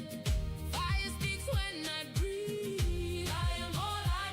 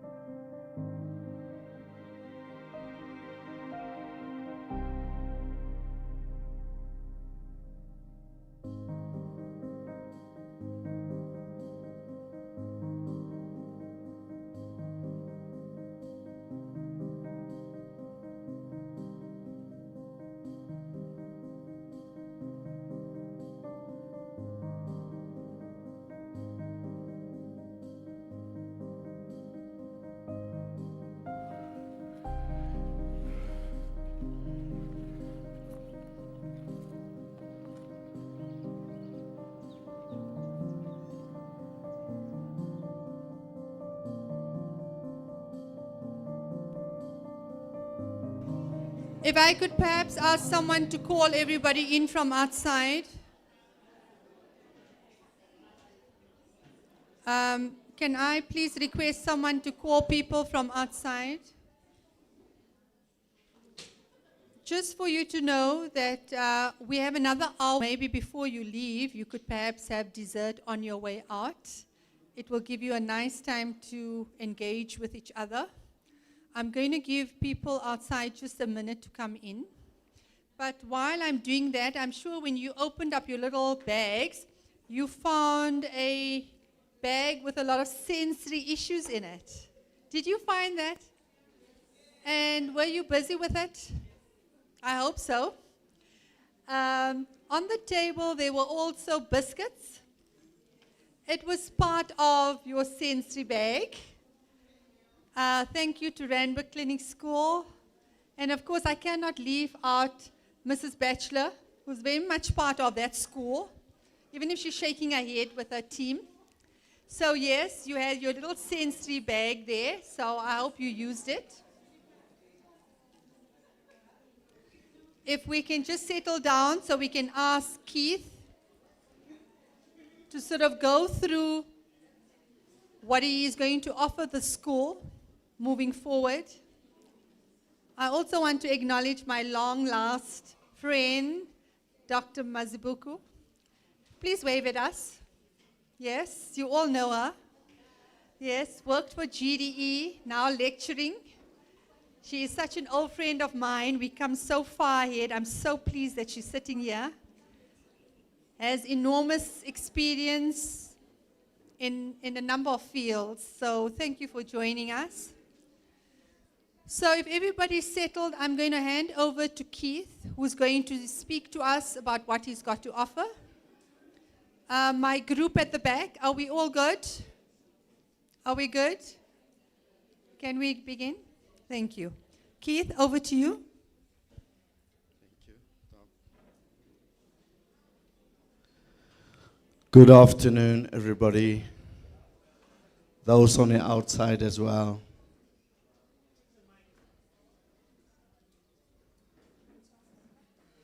Are these guys ready just to come play the video? I'm just going to be 5 minutes with you, 10 minutes for the most, and I'm out.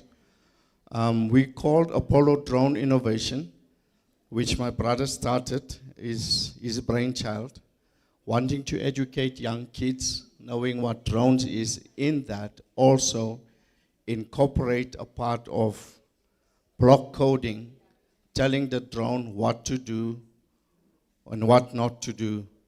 So I believe some of you don't know what a drone is. I've got one here for you. So I'm just going to lift it up for you to see it. I'm not permitted to fly it inside. That's what a drone is. That's what the police are using. That's what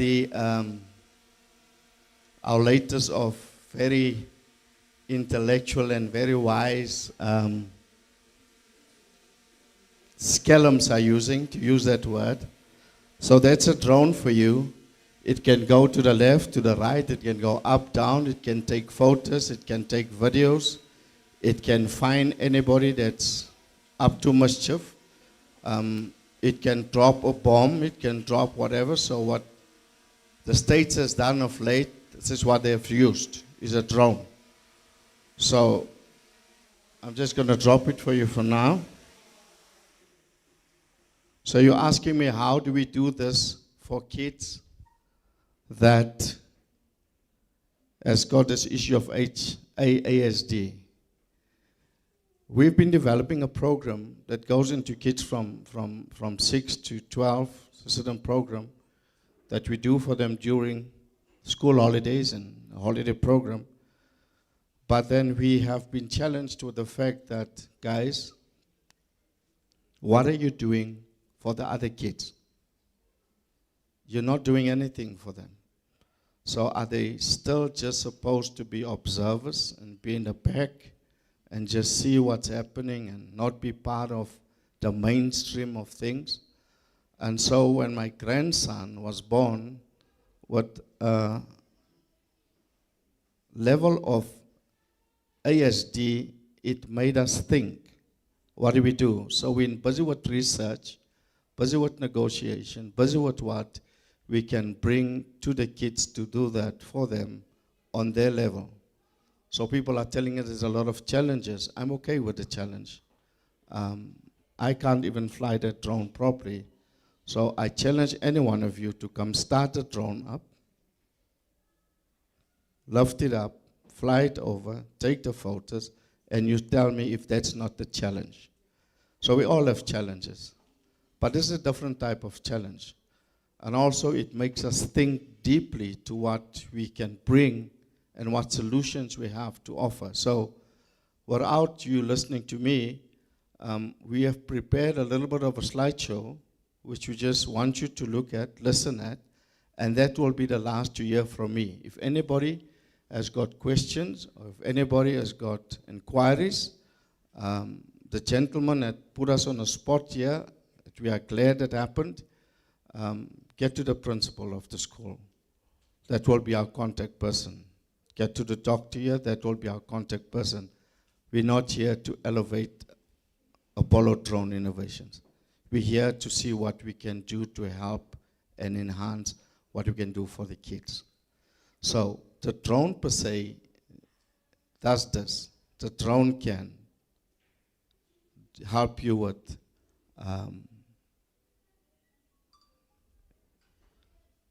security. The drone can help you with construction. The drone can help you on the mines. The drone can help you with so many things that we're not aware of. So many things. The drone can also be a dangerous thing if you don't do it. Hence, we start by teaching everybody what the do's and the don'ts are of drones according to the CAA. You have to have license to fly this. We also take you step by step where you can have a pilot's license for the drone, being comfortable that you can do that, so that you can be your own boss having a drone. Some people take photos, some people take videos, some people do a lot of things with the drone. So the drone is just not this thing somebody play around with. There's much, much more to that, and people are so surprised when we tell them that. If you don't have a plan for your house, for example, the drone is in a position to map your house and give the engineer a proper plan for your house. Okay? The drone can go just in this room, scan it, and we can give you a full, proper itinerary of what is in the room. Okay? So the drone can do a lot of things. So when you map the drone, we can map and see your farm that you have, how big the farm is from the top. We've mapped this place that you are sitting in now, and the beauty of that from a top view just blows your mind away. You've seen it from this level. If you see it from the top, it will blow your mind away. You won't believe you were here at this place today. So the drone can do a lot of things. So we're asking, how do we help our kids? We want the kids to know about droning, about robotics, about coding. From a very young age, introduce them to a drone. So we're not going to introduce them to that drone. This is the drone that we give them. So this drone can fly into the wall, it's safe, it won't hurt him, won't hurt you, won't hurt anybody. This is a tele drone that you will use for teaching purposes. So it's quite safe. But what we also do, we start teaching them what the components of the drone is, what it does, how does it work, and then we give them another drone that we say it's a DIY drone. It doesn't come complete like that one. This one you must take out and build it yourself.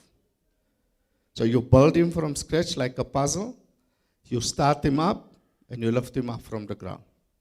That's what we teach the kids. So they have an understanding of that. So when he goes out there, he knows. Remember, if you go and work with the cops, when you're the drone expert or the drone pilot, you don't have to get out of the car. You're safe. If you have to go watch and do security at the mine, you don't have to be in the mine. You can be outside of the mine and do your security with the drone. So we want to teach them and introduce them that. So we've prepared that little video for you. So if we can play that there, and then you won't hear of me anymore.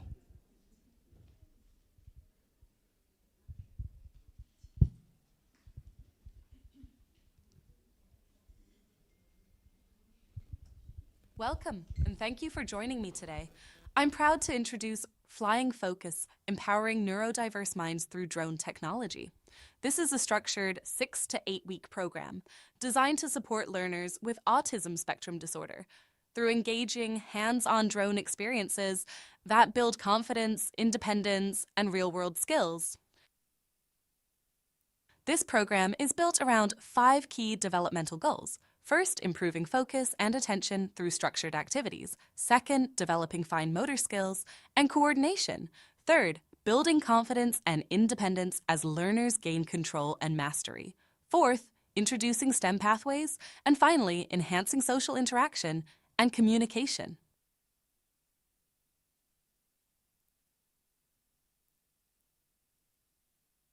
Drones are uniquely effective tools for neurodiverse learners. They provide structured, predictable outcomes, which helps reduce anxiety. They are highly visual and hands-on, engaging multiple learning styles naturally. Repetition allows learners to build comfort and confidence, and importantly, drone activities are stimulating, without becoming overwhelming when properly managed.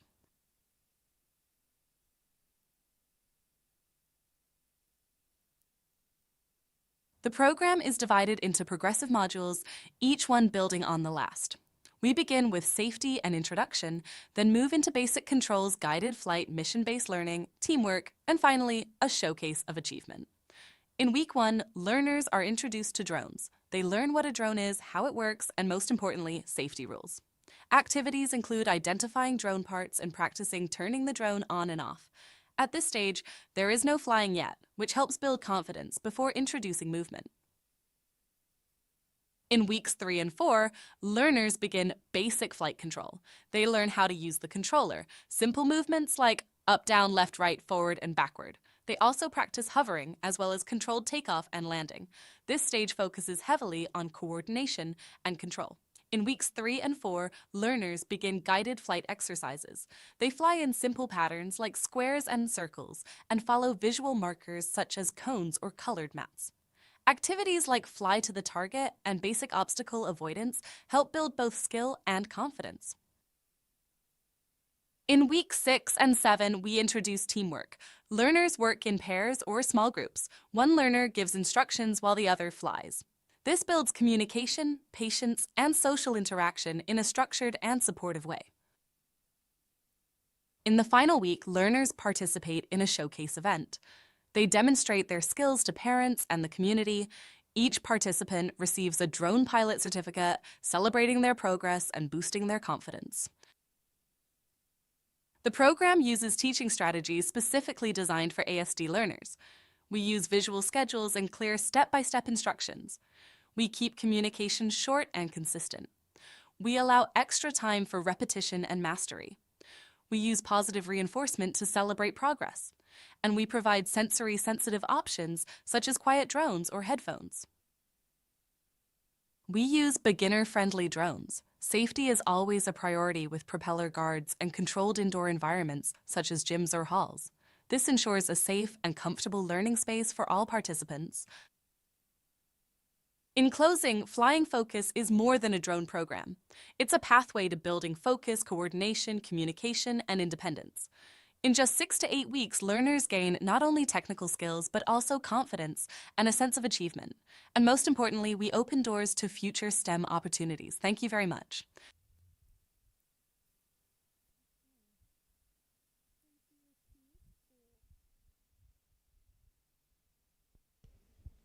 Thank you, Keith, for that presentation and sharing with us what drones can do. Are there any questions for Keith? Anything you want to know? You know he has mentioned to you that you can contact him via us, Randburg Clinic School, or the school itself. I think the information today is also for you to go and share with schools and communities that this is available. and for our neurodiverse communities out there. On that note, Keith, thank you so much. It's amazing what this drone can do. I was actually becoming scared. You're saying that it can take an entire profile of everybody in here. It says a lot. But nonetheless, new technology, and that's the route we're definitely going. We're on to our last stretch before Dr. Costa will close today. Trifina, you are coordinating the session. We are having one person in person, and the rest are going to be online if you look at the program. So bear with us in terms of technology. We are going to get them up soon. For those that are online, we haven't forgotten you. It's just that we can't see you, but we very much on board that you are online and you are following the conversation that we are having here today. So are you ready for us? Okay. Right. Trifina, I'm going to hand over to you now, please. Thank you. Yes, you may come onto the stage. I think, Inga, you may join us too, please. It's the two of you.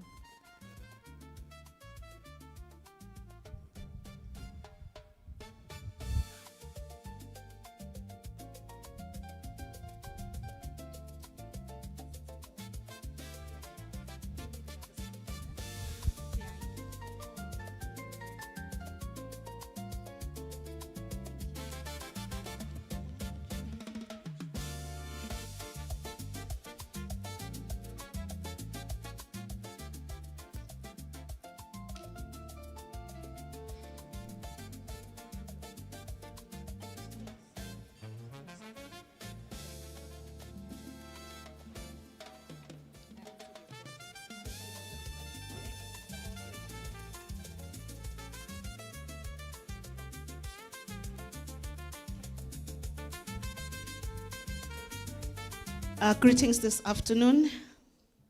Thank you for being here for us. Just allow me to say this as a parent of a child with autism. Looking back, I remember we are from where there was not even a single meeting where we were fitting in. And it was very painful. You would try your best to be in every meeting, but you were never fitting in. I remember when we started the issue of NCDs in the country, I was part of that, and we went to WHO. My first question to them was, what is your definition of NCDs? Because I do not want to continue accompanying people if I am not included. Give me an opportunity to decide to accompany you, even if I'm not included. But I do not want a situation where I think I am included and yet not. So allow me to say on behalf of all the parents out there, thank you so much. Professor Saputo, Dr. Nushin, and everyone, thank you so much. Some of you don't even have the experience, but it is so much in your heart to support us. We are coming from where there was literally nothing. Even though you may hear us still complaining today, but I want you to understand that we see the difference. A lot has happened. Everyone, please. So much has been achieved. I have always said dealing with disability issues is like someone who is trying to pick up some pieces from a 5-story building that has been blown down. And trying to do so, you are trying to pick up some pieces, trying to be very careful that there might be someone in the rubble that you do not want to kill. So that is what we are doing. Hence the reason why you will feel like you are always complaining. It's like we're always telling you our problems. That does not mean we don't see what you have done for us. We are very much grateful. Thank you so much. God bless you all. Okay. Boromeo, I like it when it's here like this, because now I'll be like a bit taller than you. Thank you, ma'am. Okay, I have many panelists, and our time is very little. I want us to do something just before they get in. We are going to introduce what we want to do, but I want my panelists to be on the alert that each and every one of them is going to start their introduction. They are 5 minutes or 3 minutes to 5 minutes because we are now 8. So whilst doing that, there are things that we'll be checking. Okay, before I go any further, there is something I see here. Building a Pan-African neurodiverse community. Okay, can someone help me? Maybe you were like me. What does the pen mean? Who doesn't know like me what pen means? Hello? Oh, you know? I didn't know. Or you pretended to know. Okay, thank you. Allow me to check something with you here.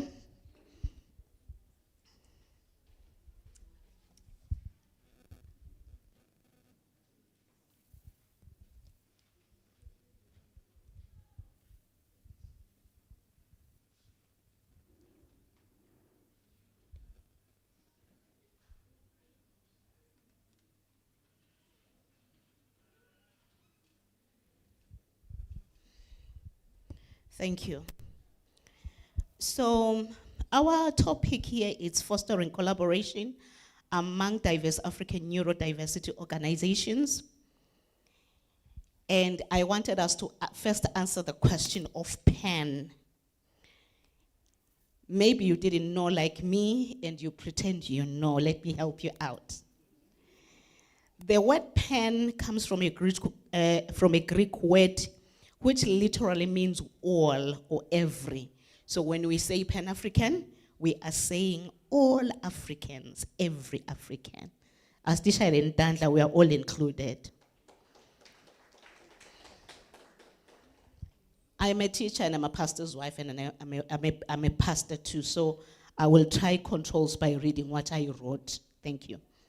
So this conference is a significant opportunity to set the tone for cross-border collaboration. The goal is to bridge the gap between local grassroots efforts and a unified Pan-African voice. Now, African faces unique challenges from cultural stigmas and spiritual misinterpretations of neurodivergence to a lack of localized research. By fostering collaboration, we move from isolated pockets of advocacy to a Pan-African ecosystem of support. So each of our panelists is going to introduce themselves like this in their 5 minutes. They will share one key unique challenge of their country's neurodiversity advocacy. Number 2, they are going to share with us one successful program or best practice they have implemented. Number 3, they are going to share with us their vision or what their organization hopes to gain or to give in a Pan-African partnership like this one. Next to me, it's Inga. Because you are here, my dear, with me, can you start? Thank you. Is it okay if I sit? Okay, all right. Good afternoon again, my face again. So my name is Inga Mdlatu and I work for ALS for Autism South Africa. Many of you may be familiar with the Ernie ALS name. So he founded a global foundation in 2009. And if you Google us, you will see a stunning school that's in Florida. That is not where we are based. In South Africa, our service runs a little bit differently. But before I get into that, I'm going to answer the question I've been given. I've been given a mandate and 3 minutes. So the question is, let me first start about the South African landscape, right? So one of our biggest challenges in South Africa is inequality in access. Someone earlier spoke about how kids are getting diagnosed and it's so exciting in our country, Yes and no. Beginning January, the Ask for Autism South Africa team and I spent a couple of weeks in Eastern Cape. It was such a bittersweet moment because we were so excited we're getting to explore another part of our beautiful country and to have a conversation about neurodiversity and autism. But in the same breath, it left us feeling like, is what we're doing actually making a difference? How big the gap is, and how lucky we are in our little Gauteng bubble, where we have Charlotte Maxeke Academic Hospital, where we have Barra, where we have Steve Biko. Now, I'm talking about a place where a parent needs to travel 150 kilometers just so they can see an occupational therapist. So these are the challenges we're facing. Last year, we also spent some time in the Northern Cape, where we're dealing with the same department of inclusive, but you need to take a flight to the different locations we have to get to. Where are those resources coming from? Where teachers and therapists are in a position where they have to see an undiagnosed child as autistic, but we can't call them autistic because they're not formally diagnosed, and in the same breath we need to help them because if we don't, they're going to be sitting at home. So our challenges are quite similar to a colleague from Malawi who spoke earlier and said, you know, the lack of knowledge, the lack of resources. We have one of this person in this bigger place. We can talk about Gauteng where you can throw a stone and it will probably land in a speech therapist. However, that is Gauteng. And that is the Western Cape. But even in a conversation about the Western Cape, we are talking about probably surrounding areas around Cape Town, not the entire Western Cape. So South Africa may look like a country with a lot of resources. We may look like we have it all together, but we still have a long way to go. It feels like we've got it all together because we are in a metropolitan area where everything is accessible, but even within those spaces where it is accessible, you have to wait 18 months before you see a doctor in Charlotte. That means for 18 months, that family has not gotten access to grants. For 18 months, that family has not gotten access to schools or to getting them access to people that can tell you, listen, your child's autistic. This is what we can do now. Okay. Now, to the wins. I'm not done. Almost, I promise. But within all of that, there's also wins. Okay. One of the approaches that has shown meaningful impact in our work is our parent empowerment. So Ask for Autism South Africa, we do parent coaching and parent empowerment. There's a lot of research and data that shows that when a parent is empowered, when a parent has the tools to help their child, that child has a much better chance to succeed because that parent can impact and go and advocate for their child in the school they exist in. They can advocate for the child in the spaces that child exists in. And that is the golden rule to having a successful child and a successful life. Now, looking ahead, as we think about a Pan-African partnership, our hope is to both contribute to and learn from a shared network. Africa is not a monolith, okay? Each country brings its own unique strengths, challenges, and innovations. We've also had the privilege to foster relationships with organizations in Eswatini, and things are so similar yet so different all at the same time. So we hope to contribute our experience in parent training. We hope to contribute our experience to how I think of us as people that know how to find free resources on the internet. We really pride ourselves in that. And maybe to share that skill. But also while learning from others, particularly in areas such as community-based models, advocacy, and strategies. If we think about South Africa alone, we have 11 official languages. That is 11 cultures. And within those languages, there's also subcultures. So definitely finding a model that will fit the African context, the Pan-African context, but also be able to speak to every household in each culture. Thank you. Wow, that was a mouthful. Thank you so much. Yeah, I want to comment, but let me not. Dr. Pamela Dixon, are you online? We have Dr. Pamela Dixon, who is from the Autism Consortium for Africa. She is going to introduce herself briefly and give us the three. How are you, ma'am?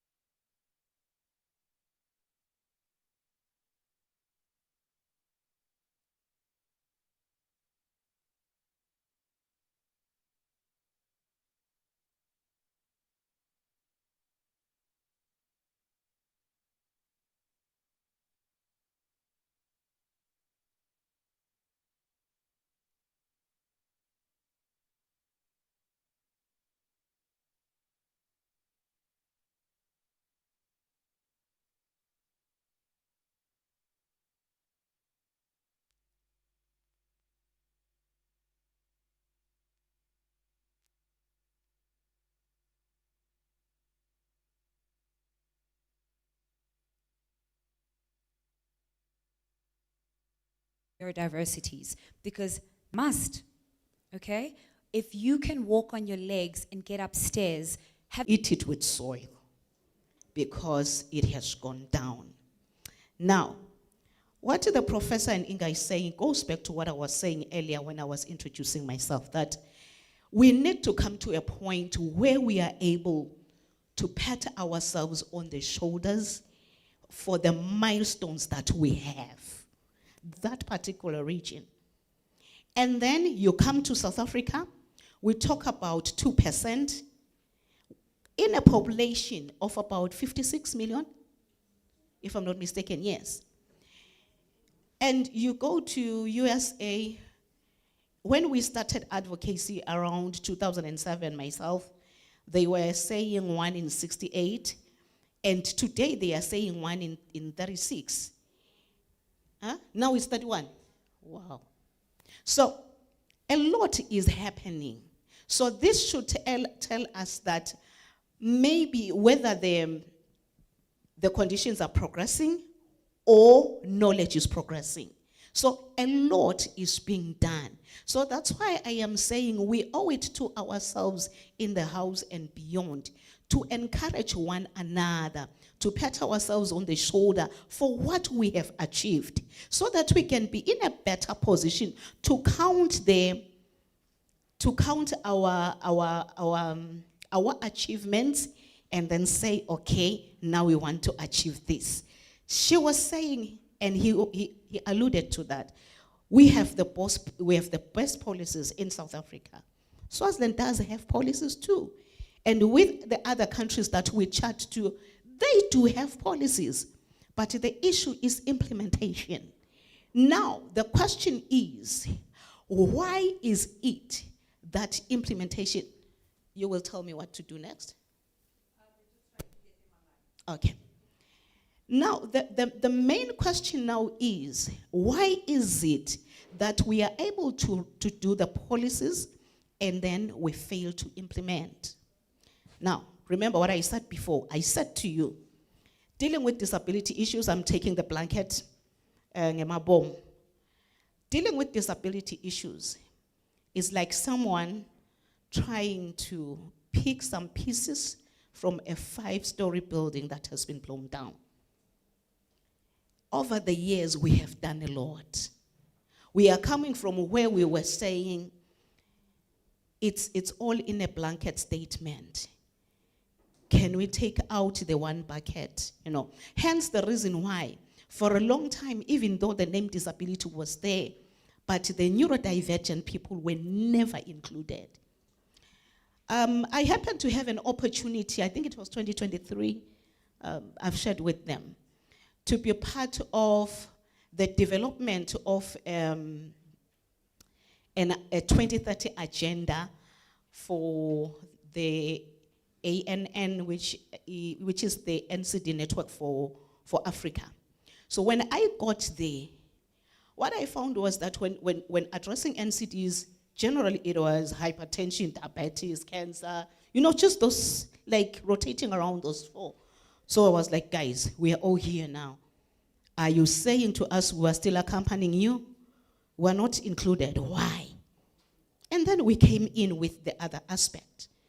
And then that's when they were able then to make the difference between NCDs, and they now know that it is supposed to be NCDs, mental health, neurological conditions, and well-being. Because again, if you simply say mental health, it's another blanket again. The neurological conditions are not out, so you can't deal with them. And like, sincerely speaking, the knowledge was not there. Thank you. Dr. Pam, we are back.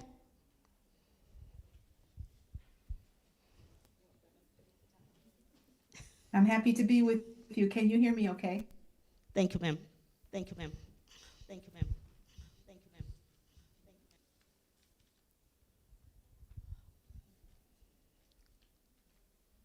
So she's going to introduce herself and give us the 3. One key challenge unique to, in her case, it's going to be the continent, because she is presenting on behalf of an Autism Consortium for Africa, We want to learn from it as an association, as an African Association of Neurodiversity. And then she is going to give us one successful program or best practice that they have implemented or that they are yet to implement if it's not yet implemented. And then she is going to give us their vision, what their organization or their consortium hopes to gain or to give in a Pan-African partnership. Over to you, over to you, over to you.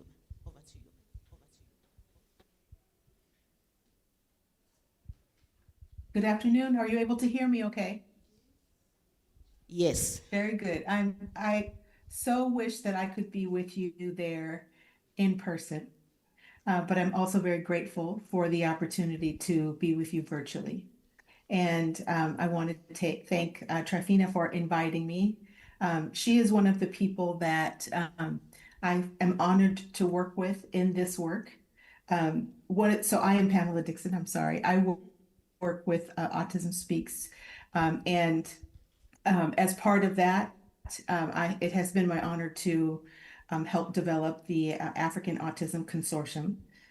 This work is important to me because I've had the opportunity to work with advocates such as Trifina, who I think of as the salt of the earth, because they have been able to find the energy, the emotional resources, the drive to not only do the best that they can for their family, but also to help other families. And so it's an honor to come alongside her and other advocates to do this work. So I am going to tell you some about the African Autism Consortium, its history, and also some of our goals as an organization. We began this work before COVID in a meeting in Addis Ababa, Ethiopia in, I think, 2018-19, and where we had several people who are probably on this call come together and start to talk about creating an organization that would connect researchers doing research on autism with advocates, with the intention of generating evidence-based work that was advocacy focused, so that advocates would have tools and information that they could use in their work to promote well-being of people with autism and other neurodevelopmental disorders specific to Africa. This initiative has expanded beyond just researchers and advocates to now include health professionals, service providers, educators, basically the whole community. And by advocate, we are inclusive in that. So when we use the term advocate, we are referring to people with autism or autistic, depending upon how they wish to be addressed, and those who work with them, alongside them in their efforts to improve the well-being of people with autism. So this organization has reached the point where we are registering as a Pan-African organization and will launch in 2026.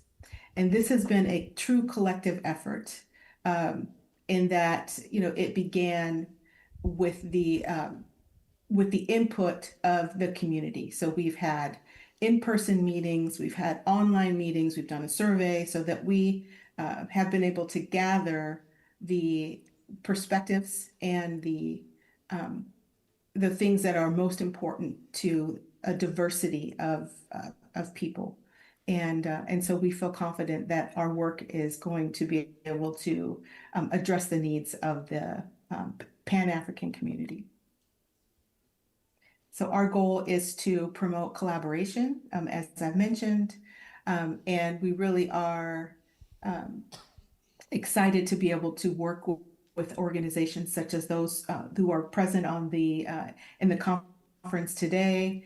I wanted to just give some examples, since Trifina, you were asking what do we hope to gain and what do we hope to give. So one of the things we hope to give, I'll start there, is a structure for people to gather together and do work collectively, collaboratively. And so examples of that would be working together to implement the WHO caregiver skills training, which many of you may know as it's a package that was designed to give caregivers the strategies that they can use in their day-to-day work with their children to help promote development. So that's an example of something that we could collectively, collaboratively work together. And there are also some screening tools that we have helped to develop, the Nigerian Autism Screening Questionnaire, for example, that we could work together to adapt, translate to be used in multiple settings across different cultures within different countries. There is a version of the online caregiver skills training that is available currently in Nigeria, but could be expanded in other places.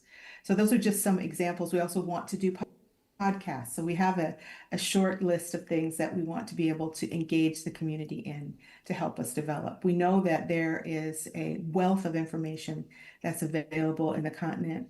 And so we want to create a place to put that, so for example, on a website, because it's most likely been done before. So we want people to have easy access to that. So I will pause for now and await further questions. Thank you, Doc. Can we clap hands for her?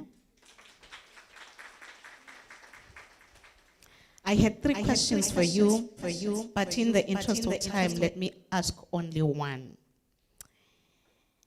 There is often a concern that global initiatives might overshadow local nuances. How does the ACA ensure that the collaboration it fosters remains authentically African-led, particularly when it comes to adopting clinical research to indigenous languages and rural context? At least, can you answer that? Sure.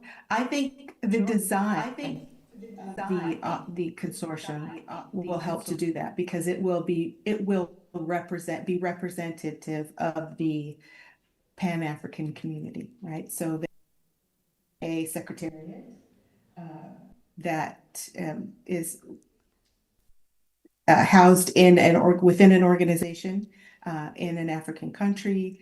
The structure of the organization includes a general assembly, an executive board, working groups that will all be made up of people who represent either their individual representation or organizations that already are serving communities in African countries. So I think that the design of the consortium itself will help to ensure that it is African-led.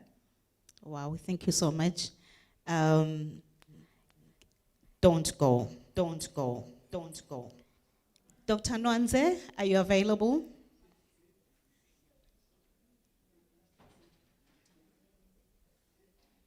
Dr. Nwanze from Ike Foundation, he's representing Nigeria. It's Ike Foundation. Can you hear me? Yes, sir. Hello, Chief. How are you? Fine. Can you hear me? Yes, we're hearing you. Can you hear me? Yes, we are hearing you. We want to see your face. Hello, can you hear me? Yes, Chief. Yeah. I always call him Chief. I'm talking, but I'm not sure whether you can hear me. Are you able to hear me? I am able to hear you on one hand. As am I. Okay, but I'm not sure whether the people in the room are able to hear me. We're hearing you. They say yes. They're giving you a thumbs up. Okay. Good afternoon, ladies and gentlemen. Good afternoon, Chief.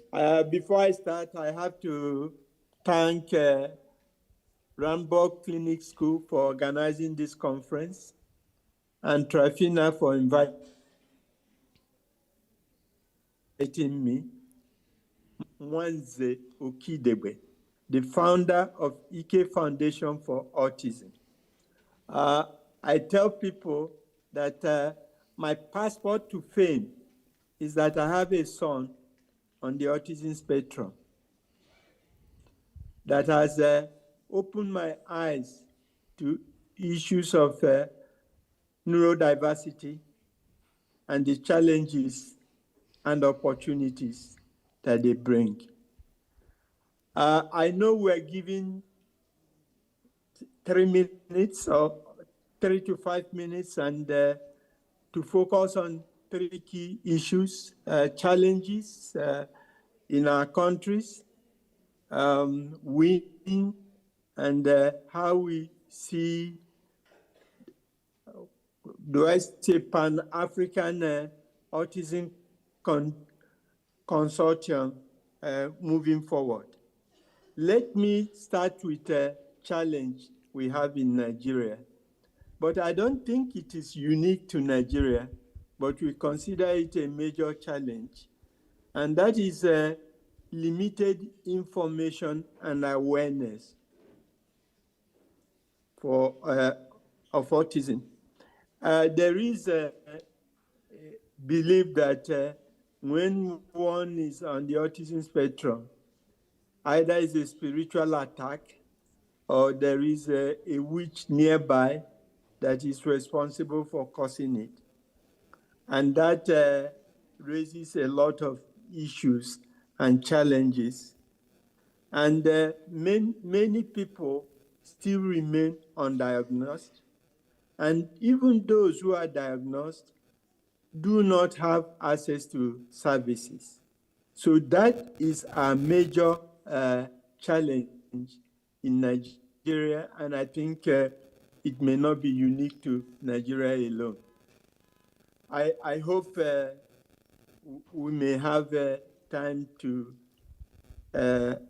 maybe 2 questions and answers, elaborate on that. Let me try to go to what I may call win. EK Foundation for Autism, working with other special need organizations in Nigeria, has advocated and managed to get the government to pass a disability law. But as Trifina pointed out, sometimes we are good at formulating policies, but when it comes to implementation, we fall flat. So now in Nigeria, we have a disability law, which is very comprehensive, but the implementation is lacking. And we're still working hard and advocating so that it could be implemented as designed. But let me go straight to some of the things EK Foundation for Autism does that I consider a win. We have come up and coined a term, heal autism. We know there is no cure yet, but when we talk about heal autism, we're focusing on 4 themes: health, education, awareness and advocacy, and learning. When it comes to health, we are partnering with a national hospital and other hospitals within our area of operation to provide assessment and so that and diagnosis. And on an annual basis, we're able to assess, do diagnosis for at least, I would say, 8,000 to 1,000 kids annually currently. And our goal is to increase that number significantly. Then education, we have early intervention center. Our model is one-to-one, where we provide services focusing on behavior, speech, and other related services. The goal is to see whether kids on the spectrum can hopefully be able to attend mainstream schools, but we know not everyone can. But we have managed to get some to move to mainstream schools, and we provide shadow. And that has been working, and parents feel empowered and happy about the results we're achieving. But it's still like a drop in the ocean. Yeah. But we have the early intervention, which is one-on-one, and we provide all sorts of services to help the child and the family. Then the next area is awareness and advocacy. We carry a lot of awareness campaign. We do walks, we do radio talks, and every year on World Autism Day, we have a conference. We call it Shine Light on Autism. Shine your light on autism. And we invite policymakers, parents, caregivers, professionals, researchers to discuss, and we share it widely. We invite the media, and it's getting some traction. And finally, is learning. We feel it should be a lifelong learning, and we are providing vocational program for those kids, teenagers, and young adults. And we're building our library, which has over 2,000 books on autism and disability, may be one of the biggest in the continent. I may be exaggerating, but we are building it up, and that we are adding an e-library, which is almost completed, so that people outside Nigeria or in other parts of Nigeria can have access, free access to materials relating to autism. So I consider that a win. So when you hear us, excuse me, talk about heal autism, we're not talking that we're going to cure autism tomorrow, but we know research is going on, and we hope there may be remedy. But when we talk about heal autism, we're talking about the health services, educational services, awareness and advocacy campaign, and learning that we're carrying out. And finally, how do we partner with other organizations within the continent so that we can learn and also provide services? I think Dr. Dixon has spoken a bit about that. EK Foundation is very active in the consortium, and we are hoping that working together, we can be able to not only increase awareness, but also provide services and ensure inclusion. I think I'll stop there, and I will be ready to elaborate on any of the points that I raised. Thank you very much. Thank you, Chief.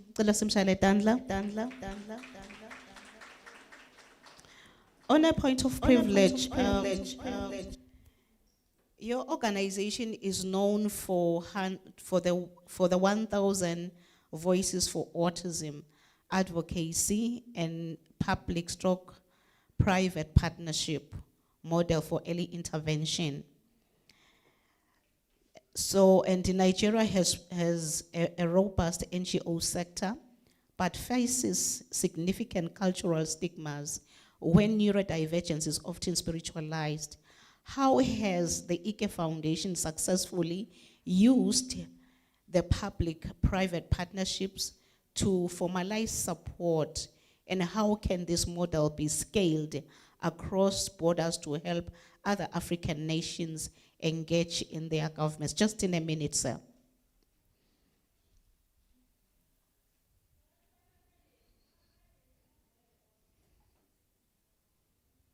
Are you still there? Hello? Hello? Hello? It looks like we have lost him. Let's go to Kenya. We have Ruth Tanai representing Kenya. Stormy, are you there?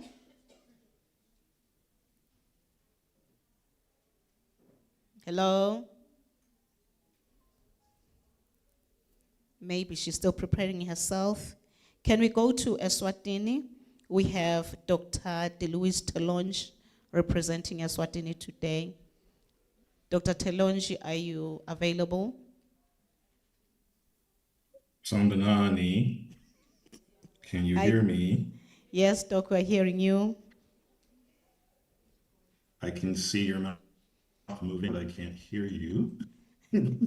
We wanted to see your face. Where is your face? All right, maybe then if you can hear me, because like I can see the video, but I can't hear audio. We are hearing you. You can talk. Okay, all right. Greetings, everyone. As Magam Vubu politely introduced, my name is Dr. DeLuise Telonge. I'm a pediatrician. I work at a private hospital here in Eswatini. In Eswatini, Eswatini Private Hospital. I've had the privilege of working with Autism Eswatini in Magam Vubu for about 7 years now, in different capacities. In the interest of time and also to avoid repetition, I'll try and be brief in addressing the three baseline points.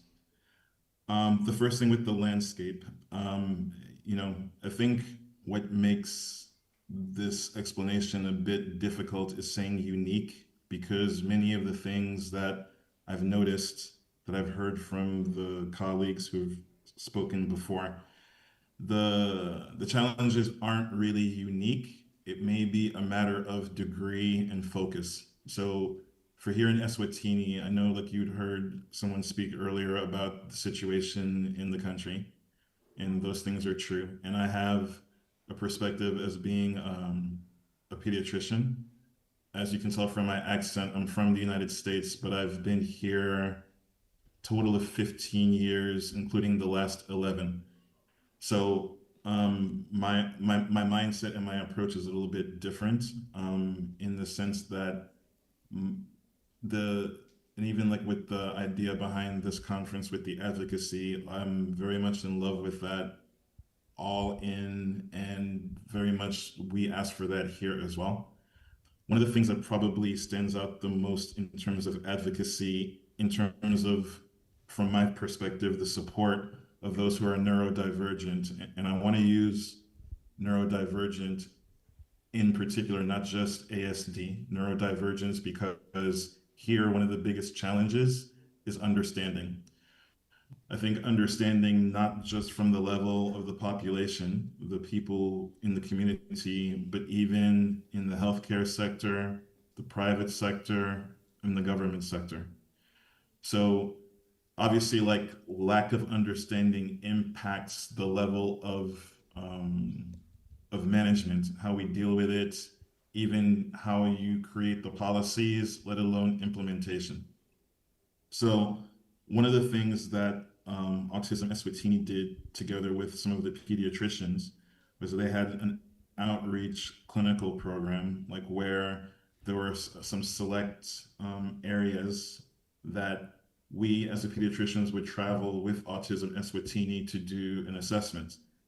And so as much as the population was told that we were looking for neurodivergence, you would see that people came in with things that didn't really count as neurodivergence, but it was still important as well.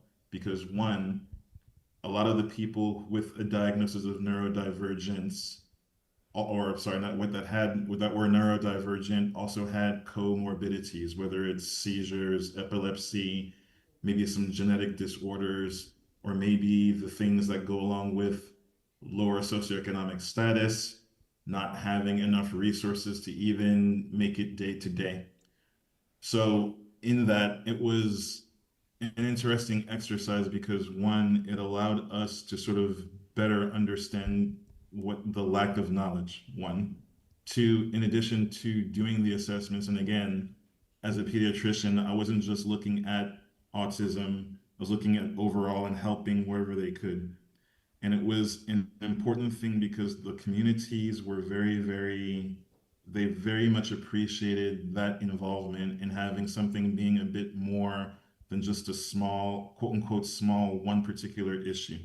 Because again, we have to remember that neurodivergence overlaps. If we remember Venn diagrams, like the circles that overlap, there's quite a bit of overlap. And I think too, in being able to get our expertise to those people to at least give them an idea of what's going on, but more importantly, the next steps necessary and what to do is very important. And I mean, that's one victory, but I think I want to also advocate for another win, so to speak, that I've had in my sphere, in my practice, is that I will still have people who, even when their resources are limited, they find the way to find the resources to get to me to at least get a better idea of what's happening.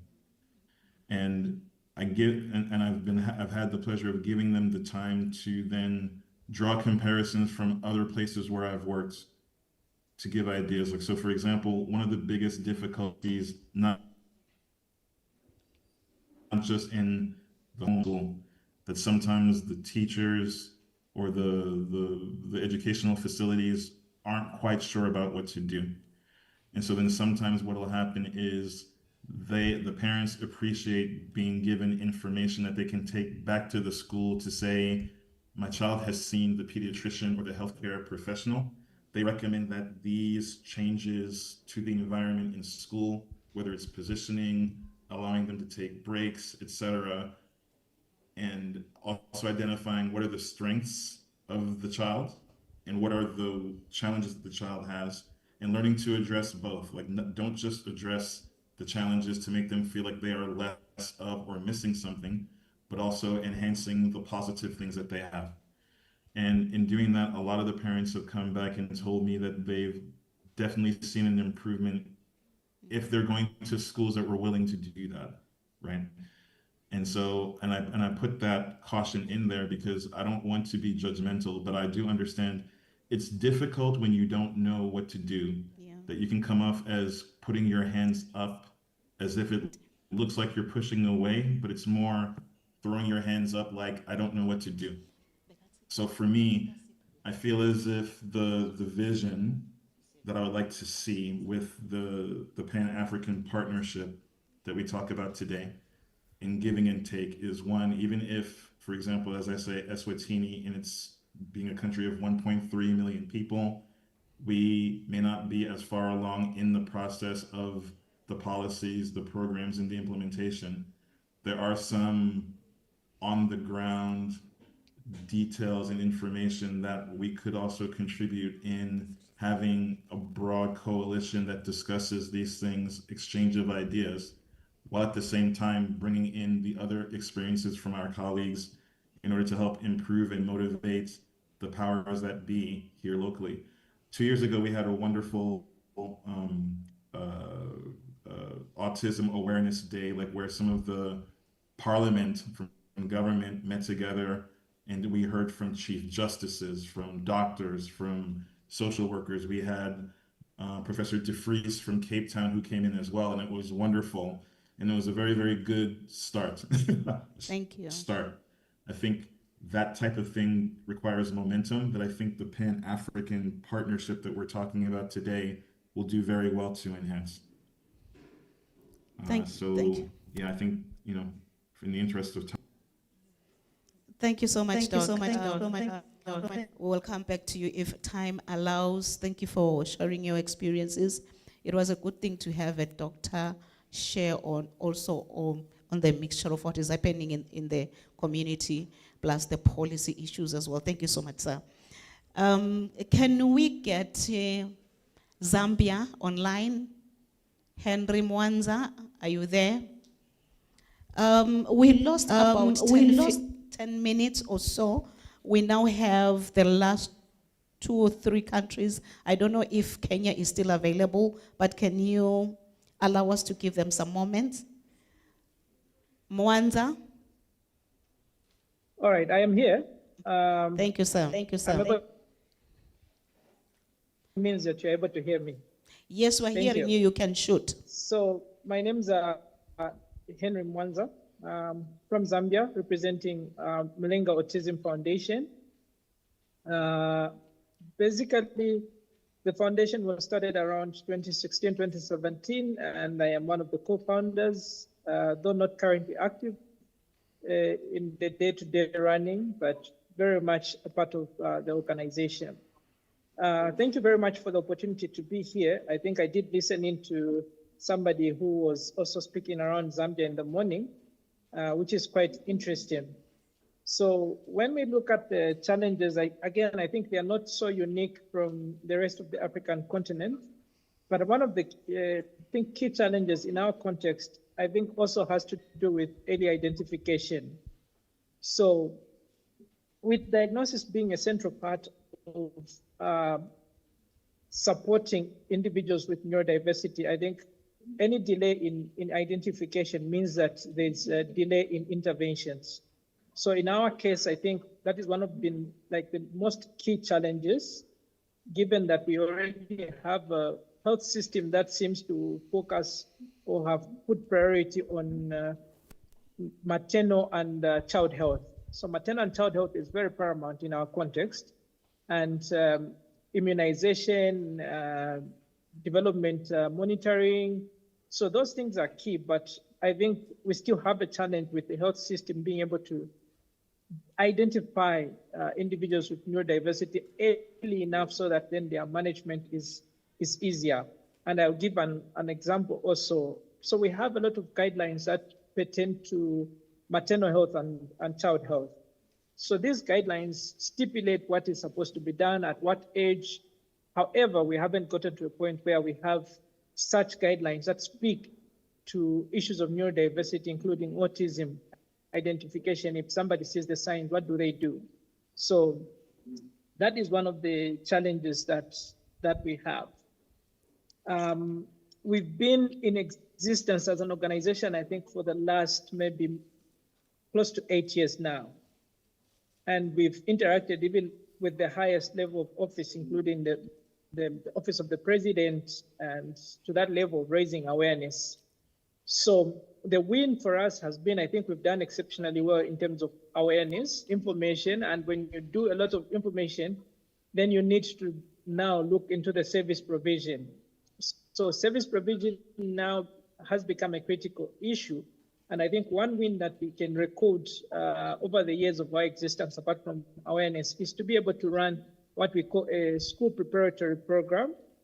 So the school preparatory program focuses more on early intervention. Between 3 to 5, we prepare the young ones in order for them to actually go into the mainstream school, so that then we can also ride on the opportunity of inclusive education on that front. Public schools haven't been that successful, but the private schools have been quite successful because of the teacher to pupil ratio. So in those contexts, I think we've actually scored. The other win that we can point to is the fact that I think as a foundation, we rely on a network of individuals and professionals. So wherever each one of us is sitting, or wherever we have an opportunity, we are always advancing the aspect of autism and the service provision, and aspects that need to be addressed. So that network is quite big that some of the times you're not invited to a platform, but because there's somebody in that network and they'll alert you to say, there is this opportunity, there is this that is happening, I've put you on the list, can you come through? And I think that's one of the biggest win to have such a supportive network, both from parents and professionals. Thank you.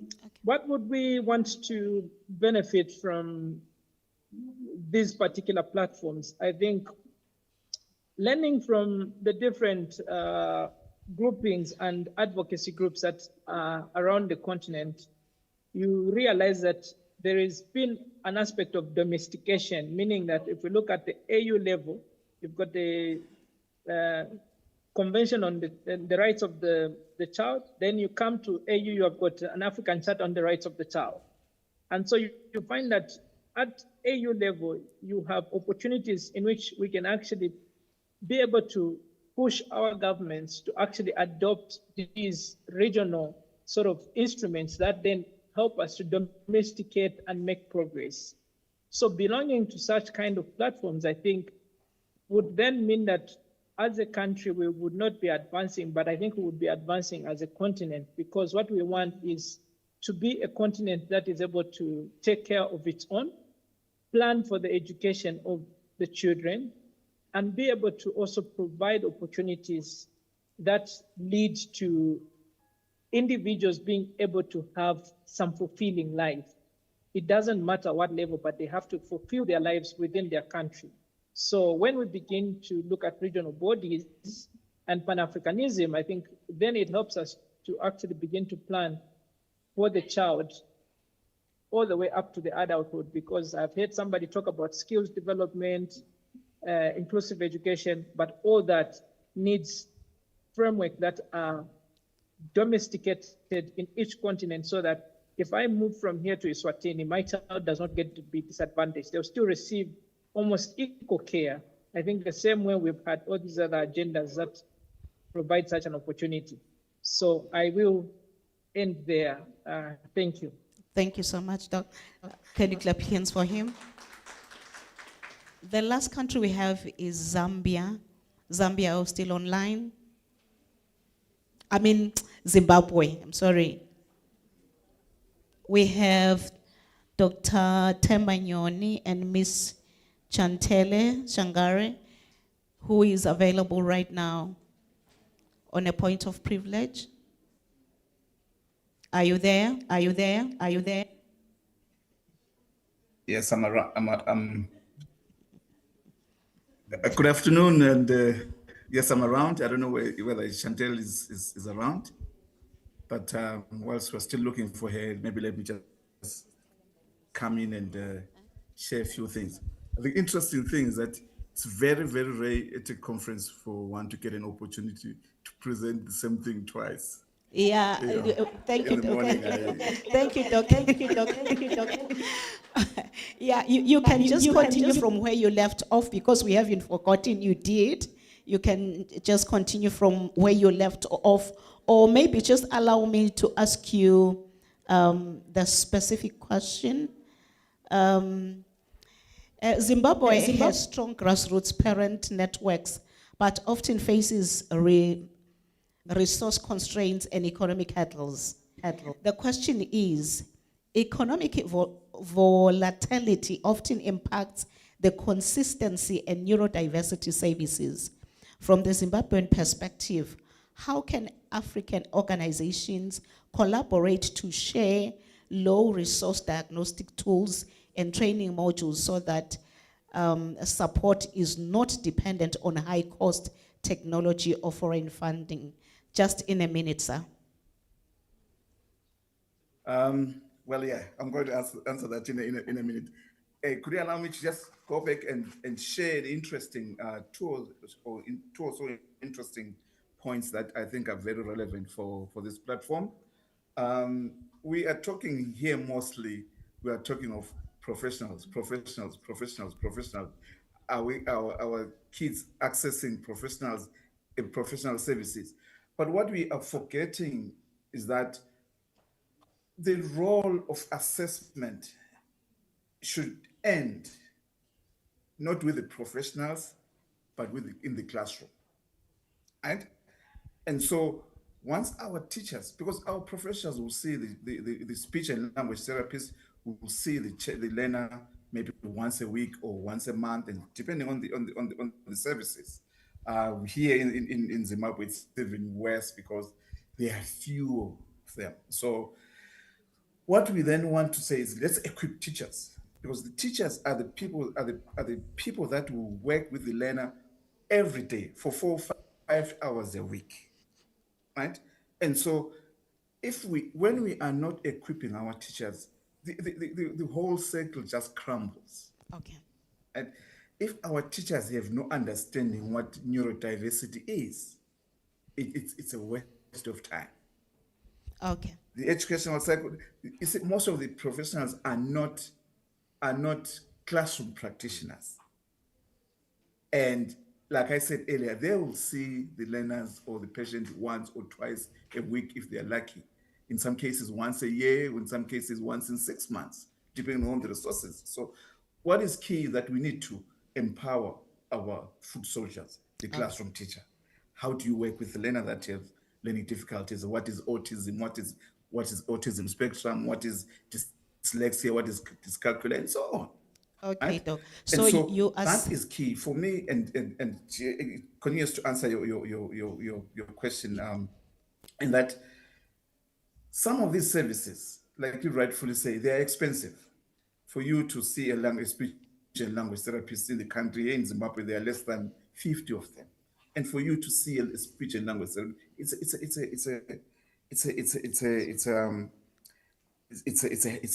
a hill, it's a mountain hill. It's a mountain to climb. So what we then need to say, our institutions, are they training the relevant people? Are they making it possible or wider for us to train speech and language therapists? In the country, we have about 26 universities, and there's only one institution that trains speech and language therapists. Okay. Yet the demand for speech and language therapists in Zimbabwe is huge. Okay. And so the institutions, our high learning areas and institutions of higher learning have a gap. Okay. Which is number two. Okay, this is the economic impact that is there. The number of tests that we use, the batteries that we use, are normed against first English speaking white children.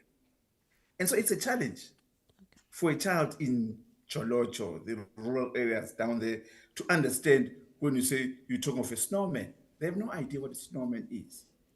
Thank you so much, Doc. Thank you so I much, think Doc. we will need to have more time for us to unpack this. Our time is already elapsed. In closing, Dr. Nushin, I would want to say, given an opportunity, now I'm asking the house here and everyone there, what would be your first priority in everything that we have spoken about? Thank you. Thank you so much, Trifina, for facilitating the session. I think we must give a warm hand of applause. Also, thank you very much for the speakers that have come far and abroad and has really sat the entire day listening to this conference, which is so dynamic. We are almost towards the end of our program for today. I'm going to ask Dr. Costa to please take the stand to close for today. Please do not leave. There is dessert, I believe, so on the top there, and enjoy the view before you go. Dr. Costa, over to you. Thanks. Isn't it the lovely presents that we got? You have leverage when you get home to get some services at home, coffee for a ball, and so forth. Thank you, Randburg Clinic. It's really unique. I'm going to allow you as human beings to shut down as laptops. So I'm going to give you 6 sentences that will make you think of the discussions around those sentences. The first sentence is, and now I must just lift it to my eyes. The African Association and Journal for Neurodiversity now exists. Use it. The river is already running. Whether the bridge come or doesn't come, it's irrelevant. But we need to get to the ocean, and water is powerful. In all countries, resources are scarce, but with the bitter, there's always sweet, as every country also expressed pockets of excellence. And then that leads me to my next point, which is we have to start to celebrate milestones, as small as they are, and we have to document them as small as they are, as it does not only give recognition to progress made, but it also guides on a way forward. Legislation in all countries do exist. The challenge is the implementation and why it has been discussed. And then my last point. Are we even making a difference? And I want to conclude with something that one of the speakers said. As Africans, everybody has to be part of something in a contextual way where you are. I think that closes our discussion for today. It will make you think of discussions took place. Colleagues, thank you so much for being here. Things went dodgy in the morning, but that's life. And isn't it wonderful that we could cope in our own way? Some of us cope better than others, but that's also acceptable. Tomorrow, with this wealth of context that you're now coming to listen critically tomorrow to the speakers, as they are now going to put a real meat into certain of those elements. Please travel safely, and we see you tomorrow. Thank you.